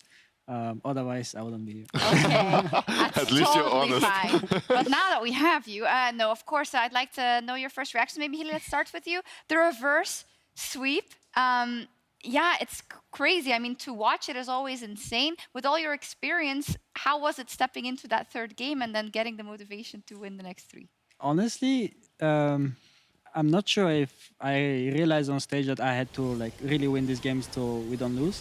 I really took it as another game, and we kept repeating it that we just need to like adjust some other things in the game, and we're gonna like win. And we kept saying this, and we believed in the draft and everything that Yamato prepped and Shaves as well. So I was just confident that we can still win and trusting my teammate as well. Okay, Humanoid, so did you feel in the first 2 games, even though you ended up losing them to Excel, did you feel as a team that you were better and that you should be able to win them then? I don't think anyone thought that we were playing better in the first 2 games, because we were for sure playing worse. But then I guess, I don't know how, I think the 3rd game was like really close, and both teams play like kind of even, and then I think in the last game we played a lot better than them, in the last 2 games, for sure. But yeah, at the start I thought they were playing better than us. Broxa, of course, was watching you guys intently. He's not biased, but of course, Hilly was looking at you as well. Broxa, when did you start to believe? I started to believe after game 3. When you guys closed out game 3, that's when I started having hopes, because it was a little bit sketchy up until then, I'm not gonna lie. But I'm kind of curious, because you guys mentioned that you felt they played better in game 1 and 2, but like after game 2, was there something big that you guys, talked about backstage that you had to fix going into the next one? What was the focus? I mean, I think in the first 2 games we were a lot like stressed, maybe about being on stage after a long time. And I think, at least for me, it felt a bit weird at the start, but on the 3rd and 4th game, I felt like at home, and then it was just easy from there. Was it similar for you in terms of stepping back on stage, Hilly? Yeah, I would say so, but I also think that they kind of picked like picks that were not very standard, and they had like really well prepared strategies with them that like caught us very off guard, and we also like made some mistakes in laning phase that cost us a lot. And with this like 5-man bot lane that they are stacking wave, and we have no answer, and it just looked very hard to play. But for the next games, we just adjusted some little things, and we matched the aggression, so it looked way better. I have a question for you actually, Huli, because when we played together, you mostly played like Pyke, Rakan, Braum, and now I saw you playing Enchanters 5 times in a row. Yumi, man. How do you like this current support meta? Are you happy about it? Is there something you would like to change? I mean, I'm happy. I'm probably not, but it does feel good to win on them. Even though I don't have like much power, I'm just like, I hope my AD carry is better than theirs in a way, and we have a better team. But it takes some skill to pull them off, and I've been like really trying to work well with Ilias in laning phase with upset, and I think we did a very good job. But I prefer like Thresh, Pyke, Rakan rather than Yumi, Lulu, and Nami and those champs. Yeah, not surprised to hear that. We prefer you on those too. But Broxa was actually saying that you're an insane Yumi, because maybe people underestimate it, but you can actually be a good Yumi too. Well, I was hoping we would see, the good old AP Yumi from the Garen Yumi days, the carry Yumi. On the next patch, I will for sure. Okay, nice. Final question about the bot lane meta. Of course, they came out with the curveball of Nila. It's something that they had played before, so I'm sure it was on your radar. But it caught off guard that it actually won the game, because it was hard. She had a bit of trouble in the late game, though. She was really strong. She got some really crucial fights. Were you surprised that she was as strong as she was by the end of game 1? I would say so, that I was surprised, but also she got like very ahead. And with Yumi on top of her, she was like actually extremely tanky, and he played her like very, very good in team fights. He had like he was always the last member and just ulting like 4 people like all the time. And I felt like he was very ahead, so that's why it looked very good. But he also piloted the champion like very good as well. Okay, Humanoid, did you feel like you had to be on Silas duty? I think it's paid off. Like you had a Nila ult that was insane in one of the games. You had the crucial Ornn. Did you think it was almost necessary because of what they drafted? I think they were just prioritizing Sejuani mainly a lot. So I just thought that, and they also ban Azir every single game. Yeah. So I just thought that Silas would be the next best pick because every single game they were picking really good ults. So yeah, we started picking it early in the draft later in the games. When it comes to your comfort level, you say, oh, it took me like a couple of games to feel on stage. I feel like I've noticed that before. You really need to feel the pressure, and you can't have more pressure than being behind 0-2. You know, as a fan, for Fnatic fans, they're probably like, well, that's a risk. Like, do you feel like your play lacked in the first 2 games, or was it just because the whole team wasn't really on the same page? I mean, I think I played better in the last 3 games than I played in the first 2 for sure. And I don't know. I honestly don't even remember what happened in the first 2 games, so I can't really tell. It's best not to remember, I guess. Yeah, I already forgot. So yeah, for me the 2 first games don't even exist. Okay, excellent. Well, we do have an interview standing by. I believe Mickey X is talking to Lore. Thank you, Sharks. Mickey, thank you for joining me. Please, Berlin. Big round of applause for Excel and for Mickey. Mickey, I'm sorry things are ending this way, especially with a reverse sweep, but would you be able to analyze or sum up what happened after game 2? I mean, I felt like we had a pretty good strategy coming in. I think every draft of ours we felt pretty happy with, and we always knew what they were going to do, and we felt like our answers were good. I mean, yeah, even after game 3, it was like, sucks, you know, we threw, but we should just do it similar, and then we win. And I felt like all the 5 games were really winnable, and we were ahead in quite a few of them. So, yeah, I guess we just misplayed some fights and stuff like this, and yeah. I know it sucks to lose like this, obviously, but it doesn't diminish the fact that Excel was a great team and that you achieved great things together. I mean, even thinking about the last week, the way you managed to pull into playoffs, but what are the highlights of the year with Excel and the personal learnings for you, personally? Well, I guess for me, I felt like I stepped up more in terms of talking and just like, yeah, talking during the game, maybe taking more initiative on, you know, learning outside the game, watching replays together and stuff like this. So I guess the highlight of the split was, I guess, us watching like replays in the last 2-3 weeks, like every day together, which I felt like, yeah, it was like, we felt more as a team, I guess, than in the past. We were actually doing stuff together, so instead of everyone just playing solo queue randomly, and then, yeah, it felt like we were getting better and better. I think in scrims, we were really good. I feel like even though we won 2 games today, it didn't feel like we showed the same performance that we do in scrims. I felt like there was still a lot of nerves, or like, you could call it choking a little bit. But, yeah, overall, yeah, it was an okay split, I guess, for us. I think we could have done a lot more, of course, but yeah. Sucks. It sucks indeed, but when I look at Excel, and I mean, we hung out outside the Rift. I saw you guys at the studio. It looks like you were getting along so well. Is there anything you can tell me about the dynamic you managed to create around the team and the way you guys bonded with each other? I mean, I guess at the start when I joined, it was a little bit awkward because, well, it was an awkward way to join a team. Yeah. But I feel like playing with them and then going to Korean bootcamp together and just playing together, I think everyone was like really close to each other, and it was really nice to hang around with all of them. And I felt like in the game we were pretty good as well, like mostly in scrims, but on stage sometimes we showed it as well. And yeah, I guess it was just quite enjoyable. Yeah. The impact you had on the team, Mickey, was immense, honestly. And there's a before and after, Mickey, honestly, with Excel. Before I let you go, is there anything you would like to say to the fans and the crowd who stayed here to hear from you one last time this year? Well, thank you guys for showing up. I see a lot of Excel signs in the crowd. Usually that was not the case from the start of Spring Split to now. But I appreciate all of you showing up. I think it would have been nicer if we have won, of course, but well, there's always next year. Berlin, one more time, please. For Excel and for Mickey. Mickey, thank you so much. Really looking forward to seeing you again next year. Thank you so much for everything you did this year. I wish you a wonderful off-season, and we'll see you in 2023, obviously. I'm gonna leave you guys with the chants we have in the crowd, and Shocks, back to you. Oh, there we go. Oh, yeah, you can't help but feel sad, obviously, for DXL team and Mickey, but we will be seeing a lot from them. Nice final moment. There was this big watch party. Did you guys notice in London? They mixed like all the XL fans and the Fnatic fans. They watched together. They were having a lot of beer, and it's been 5 games, so I don't think we should check in with them anymore. I saw something on the TV, but I'm not sure if it was London. Maybe, yeah, I think it was. They were like mixed, and it was a lot of fun.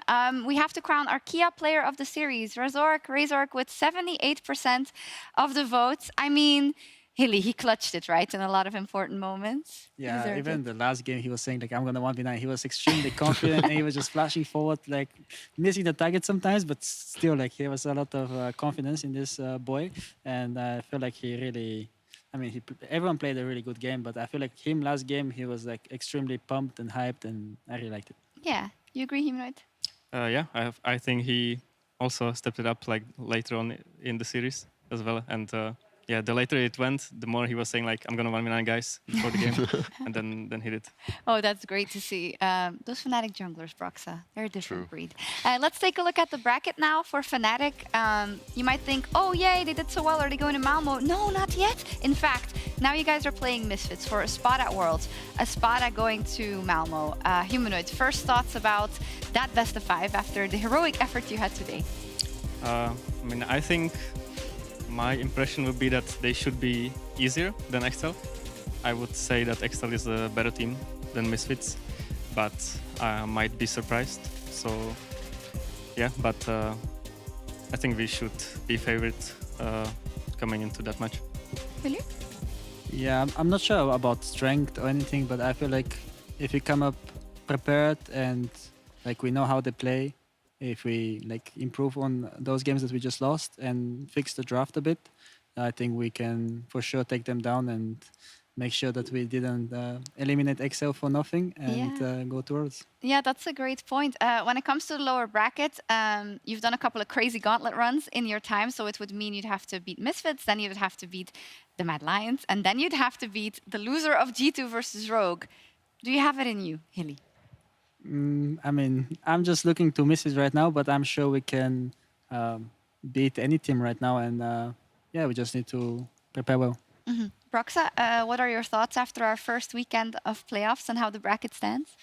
I think the first week has been very crazy. We've had 14 games, you know, out of 15 potential, so many crazy series. Even today, you know, you see it at those two. It's been a long, exhausting day, especially for someone like Huli playing Enchanters 5 games in a row all the time. But yeah, I think it's been an amazing weekend, and the fact that all teams are so close makes it really exciting, because in the end, I feel like anyone could take it. Yeah, Humanoid was ready to go after we threw to the Mickey X interview, but we're almost done, Humanoid. I want to ask you about what you think about Mad Lions, actually, of course, and how they're doing. They got knocked down by Rogue, but what do you think? I think Mad Lions, if we face them, we're just gonna stomp them. There's no way I'm losing to Mad Lions, guys. No way. It's a 3-0. Excellent. Bookend it. Love it. One more thing up on the docket, and that's the MasterCard Play of the Week. So with the close of round 1 of playoffs, we're going to take a look at all your options for the MasterCard Play of the Week. And then tomorrow, you'll be able to head over to @MasterCardNexus on Twitter to vote for your favorite plays. We're going to take a look at some. First one is the Sivir Pentakill. That must be from Comp, actually, from the first day. I'm sure you guys got to watch this. Mid laners and supports, they don't really get the chance pentakilling that much, sadly. Larson was upset about that, but yeah, Hilly, Sivir Pentakill, difficult or not?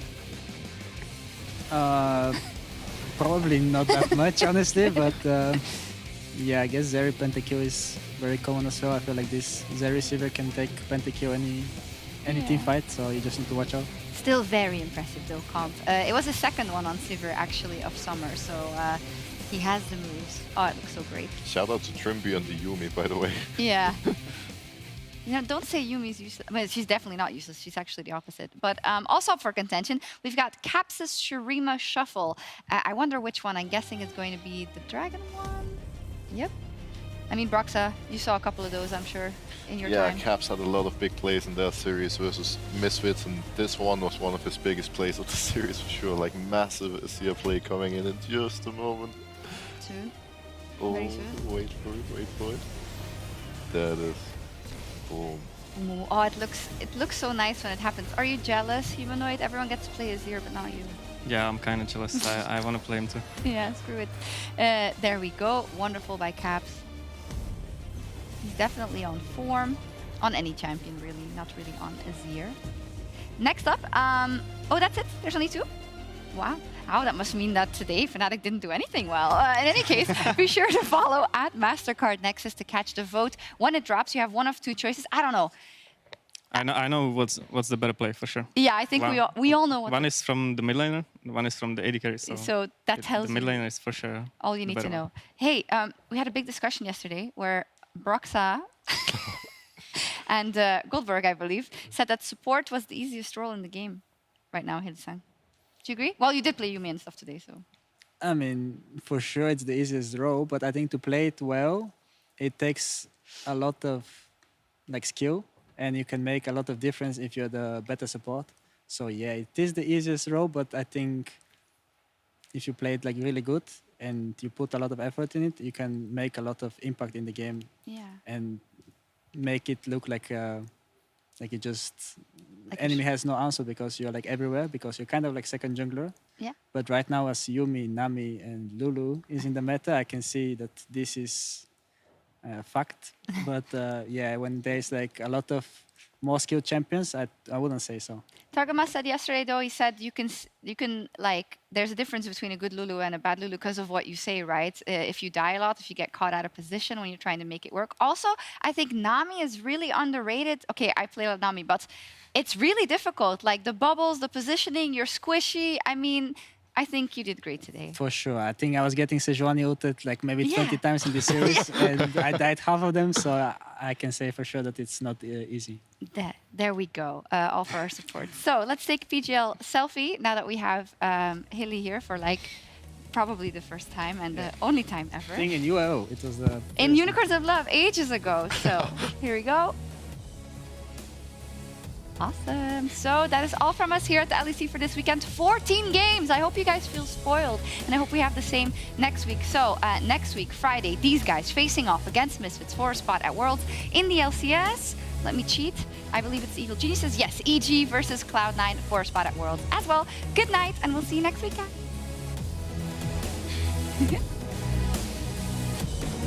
Awesome. Thank you. That was great. Welcome everyone to the LEC Summer Playoffs live from Berlin, Germany, where tonight Fnatic and XL face off in an elimination match in the lower bracket. Which team will end their 2022 season tonight, and which team can keep their world dreams alive?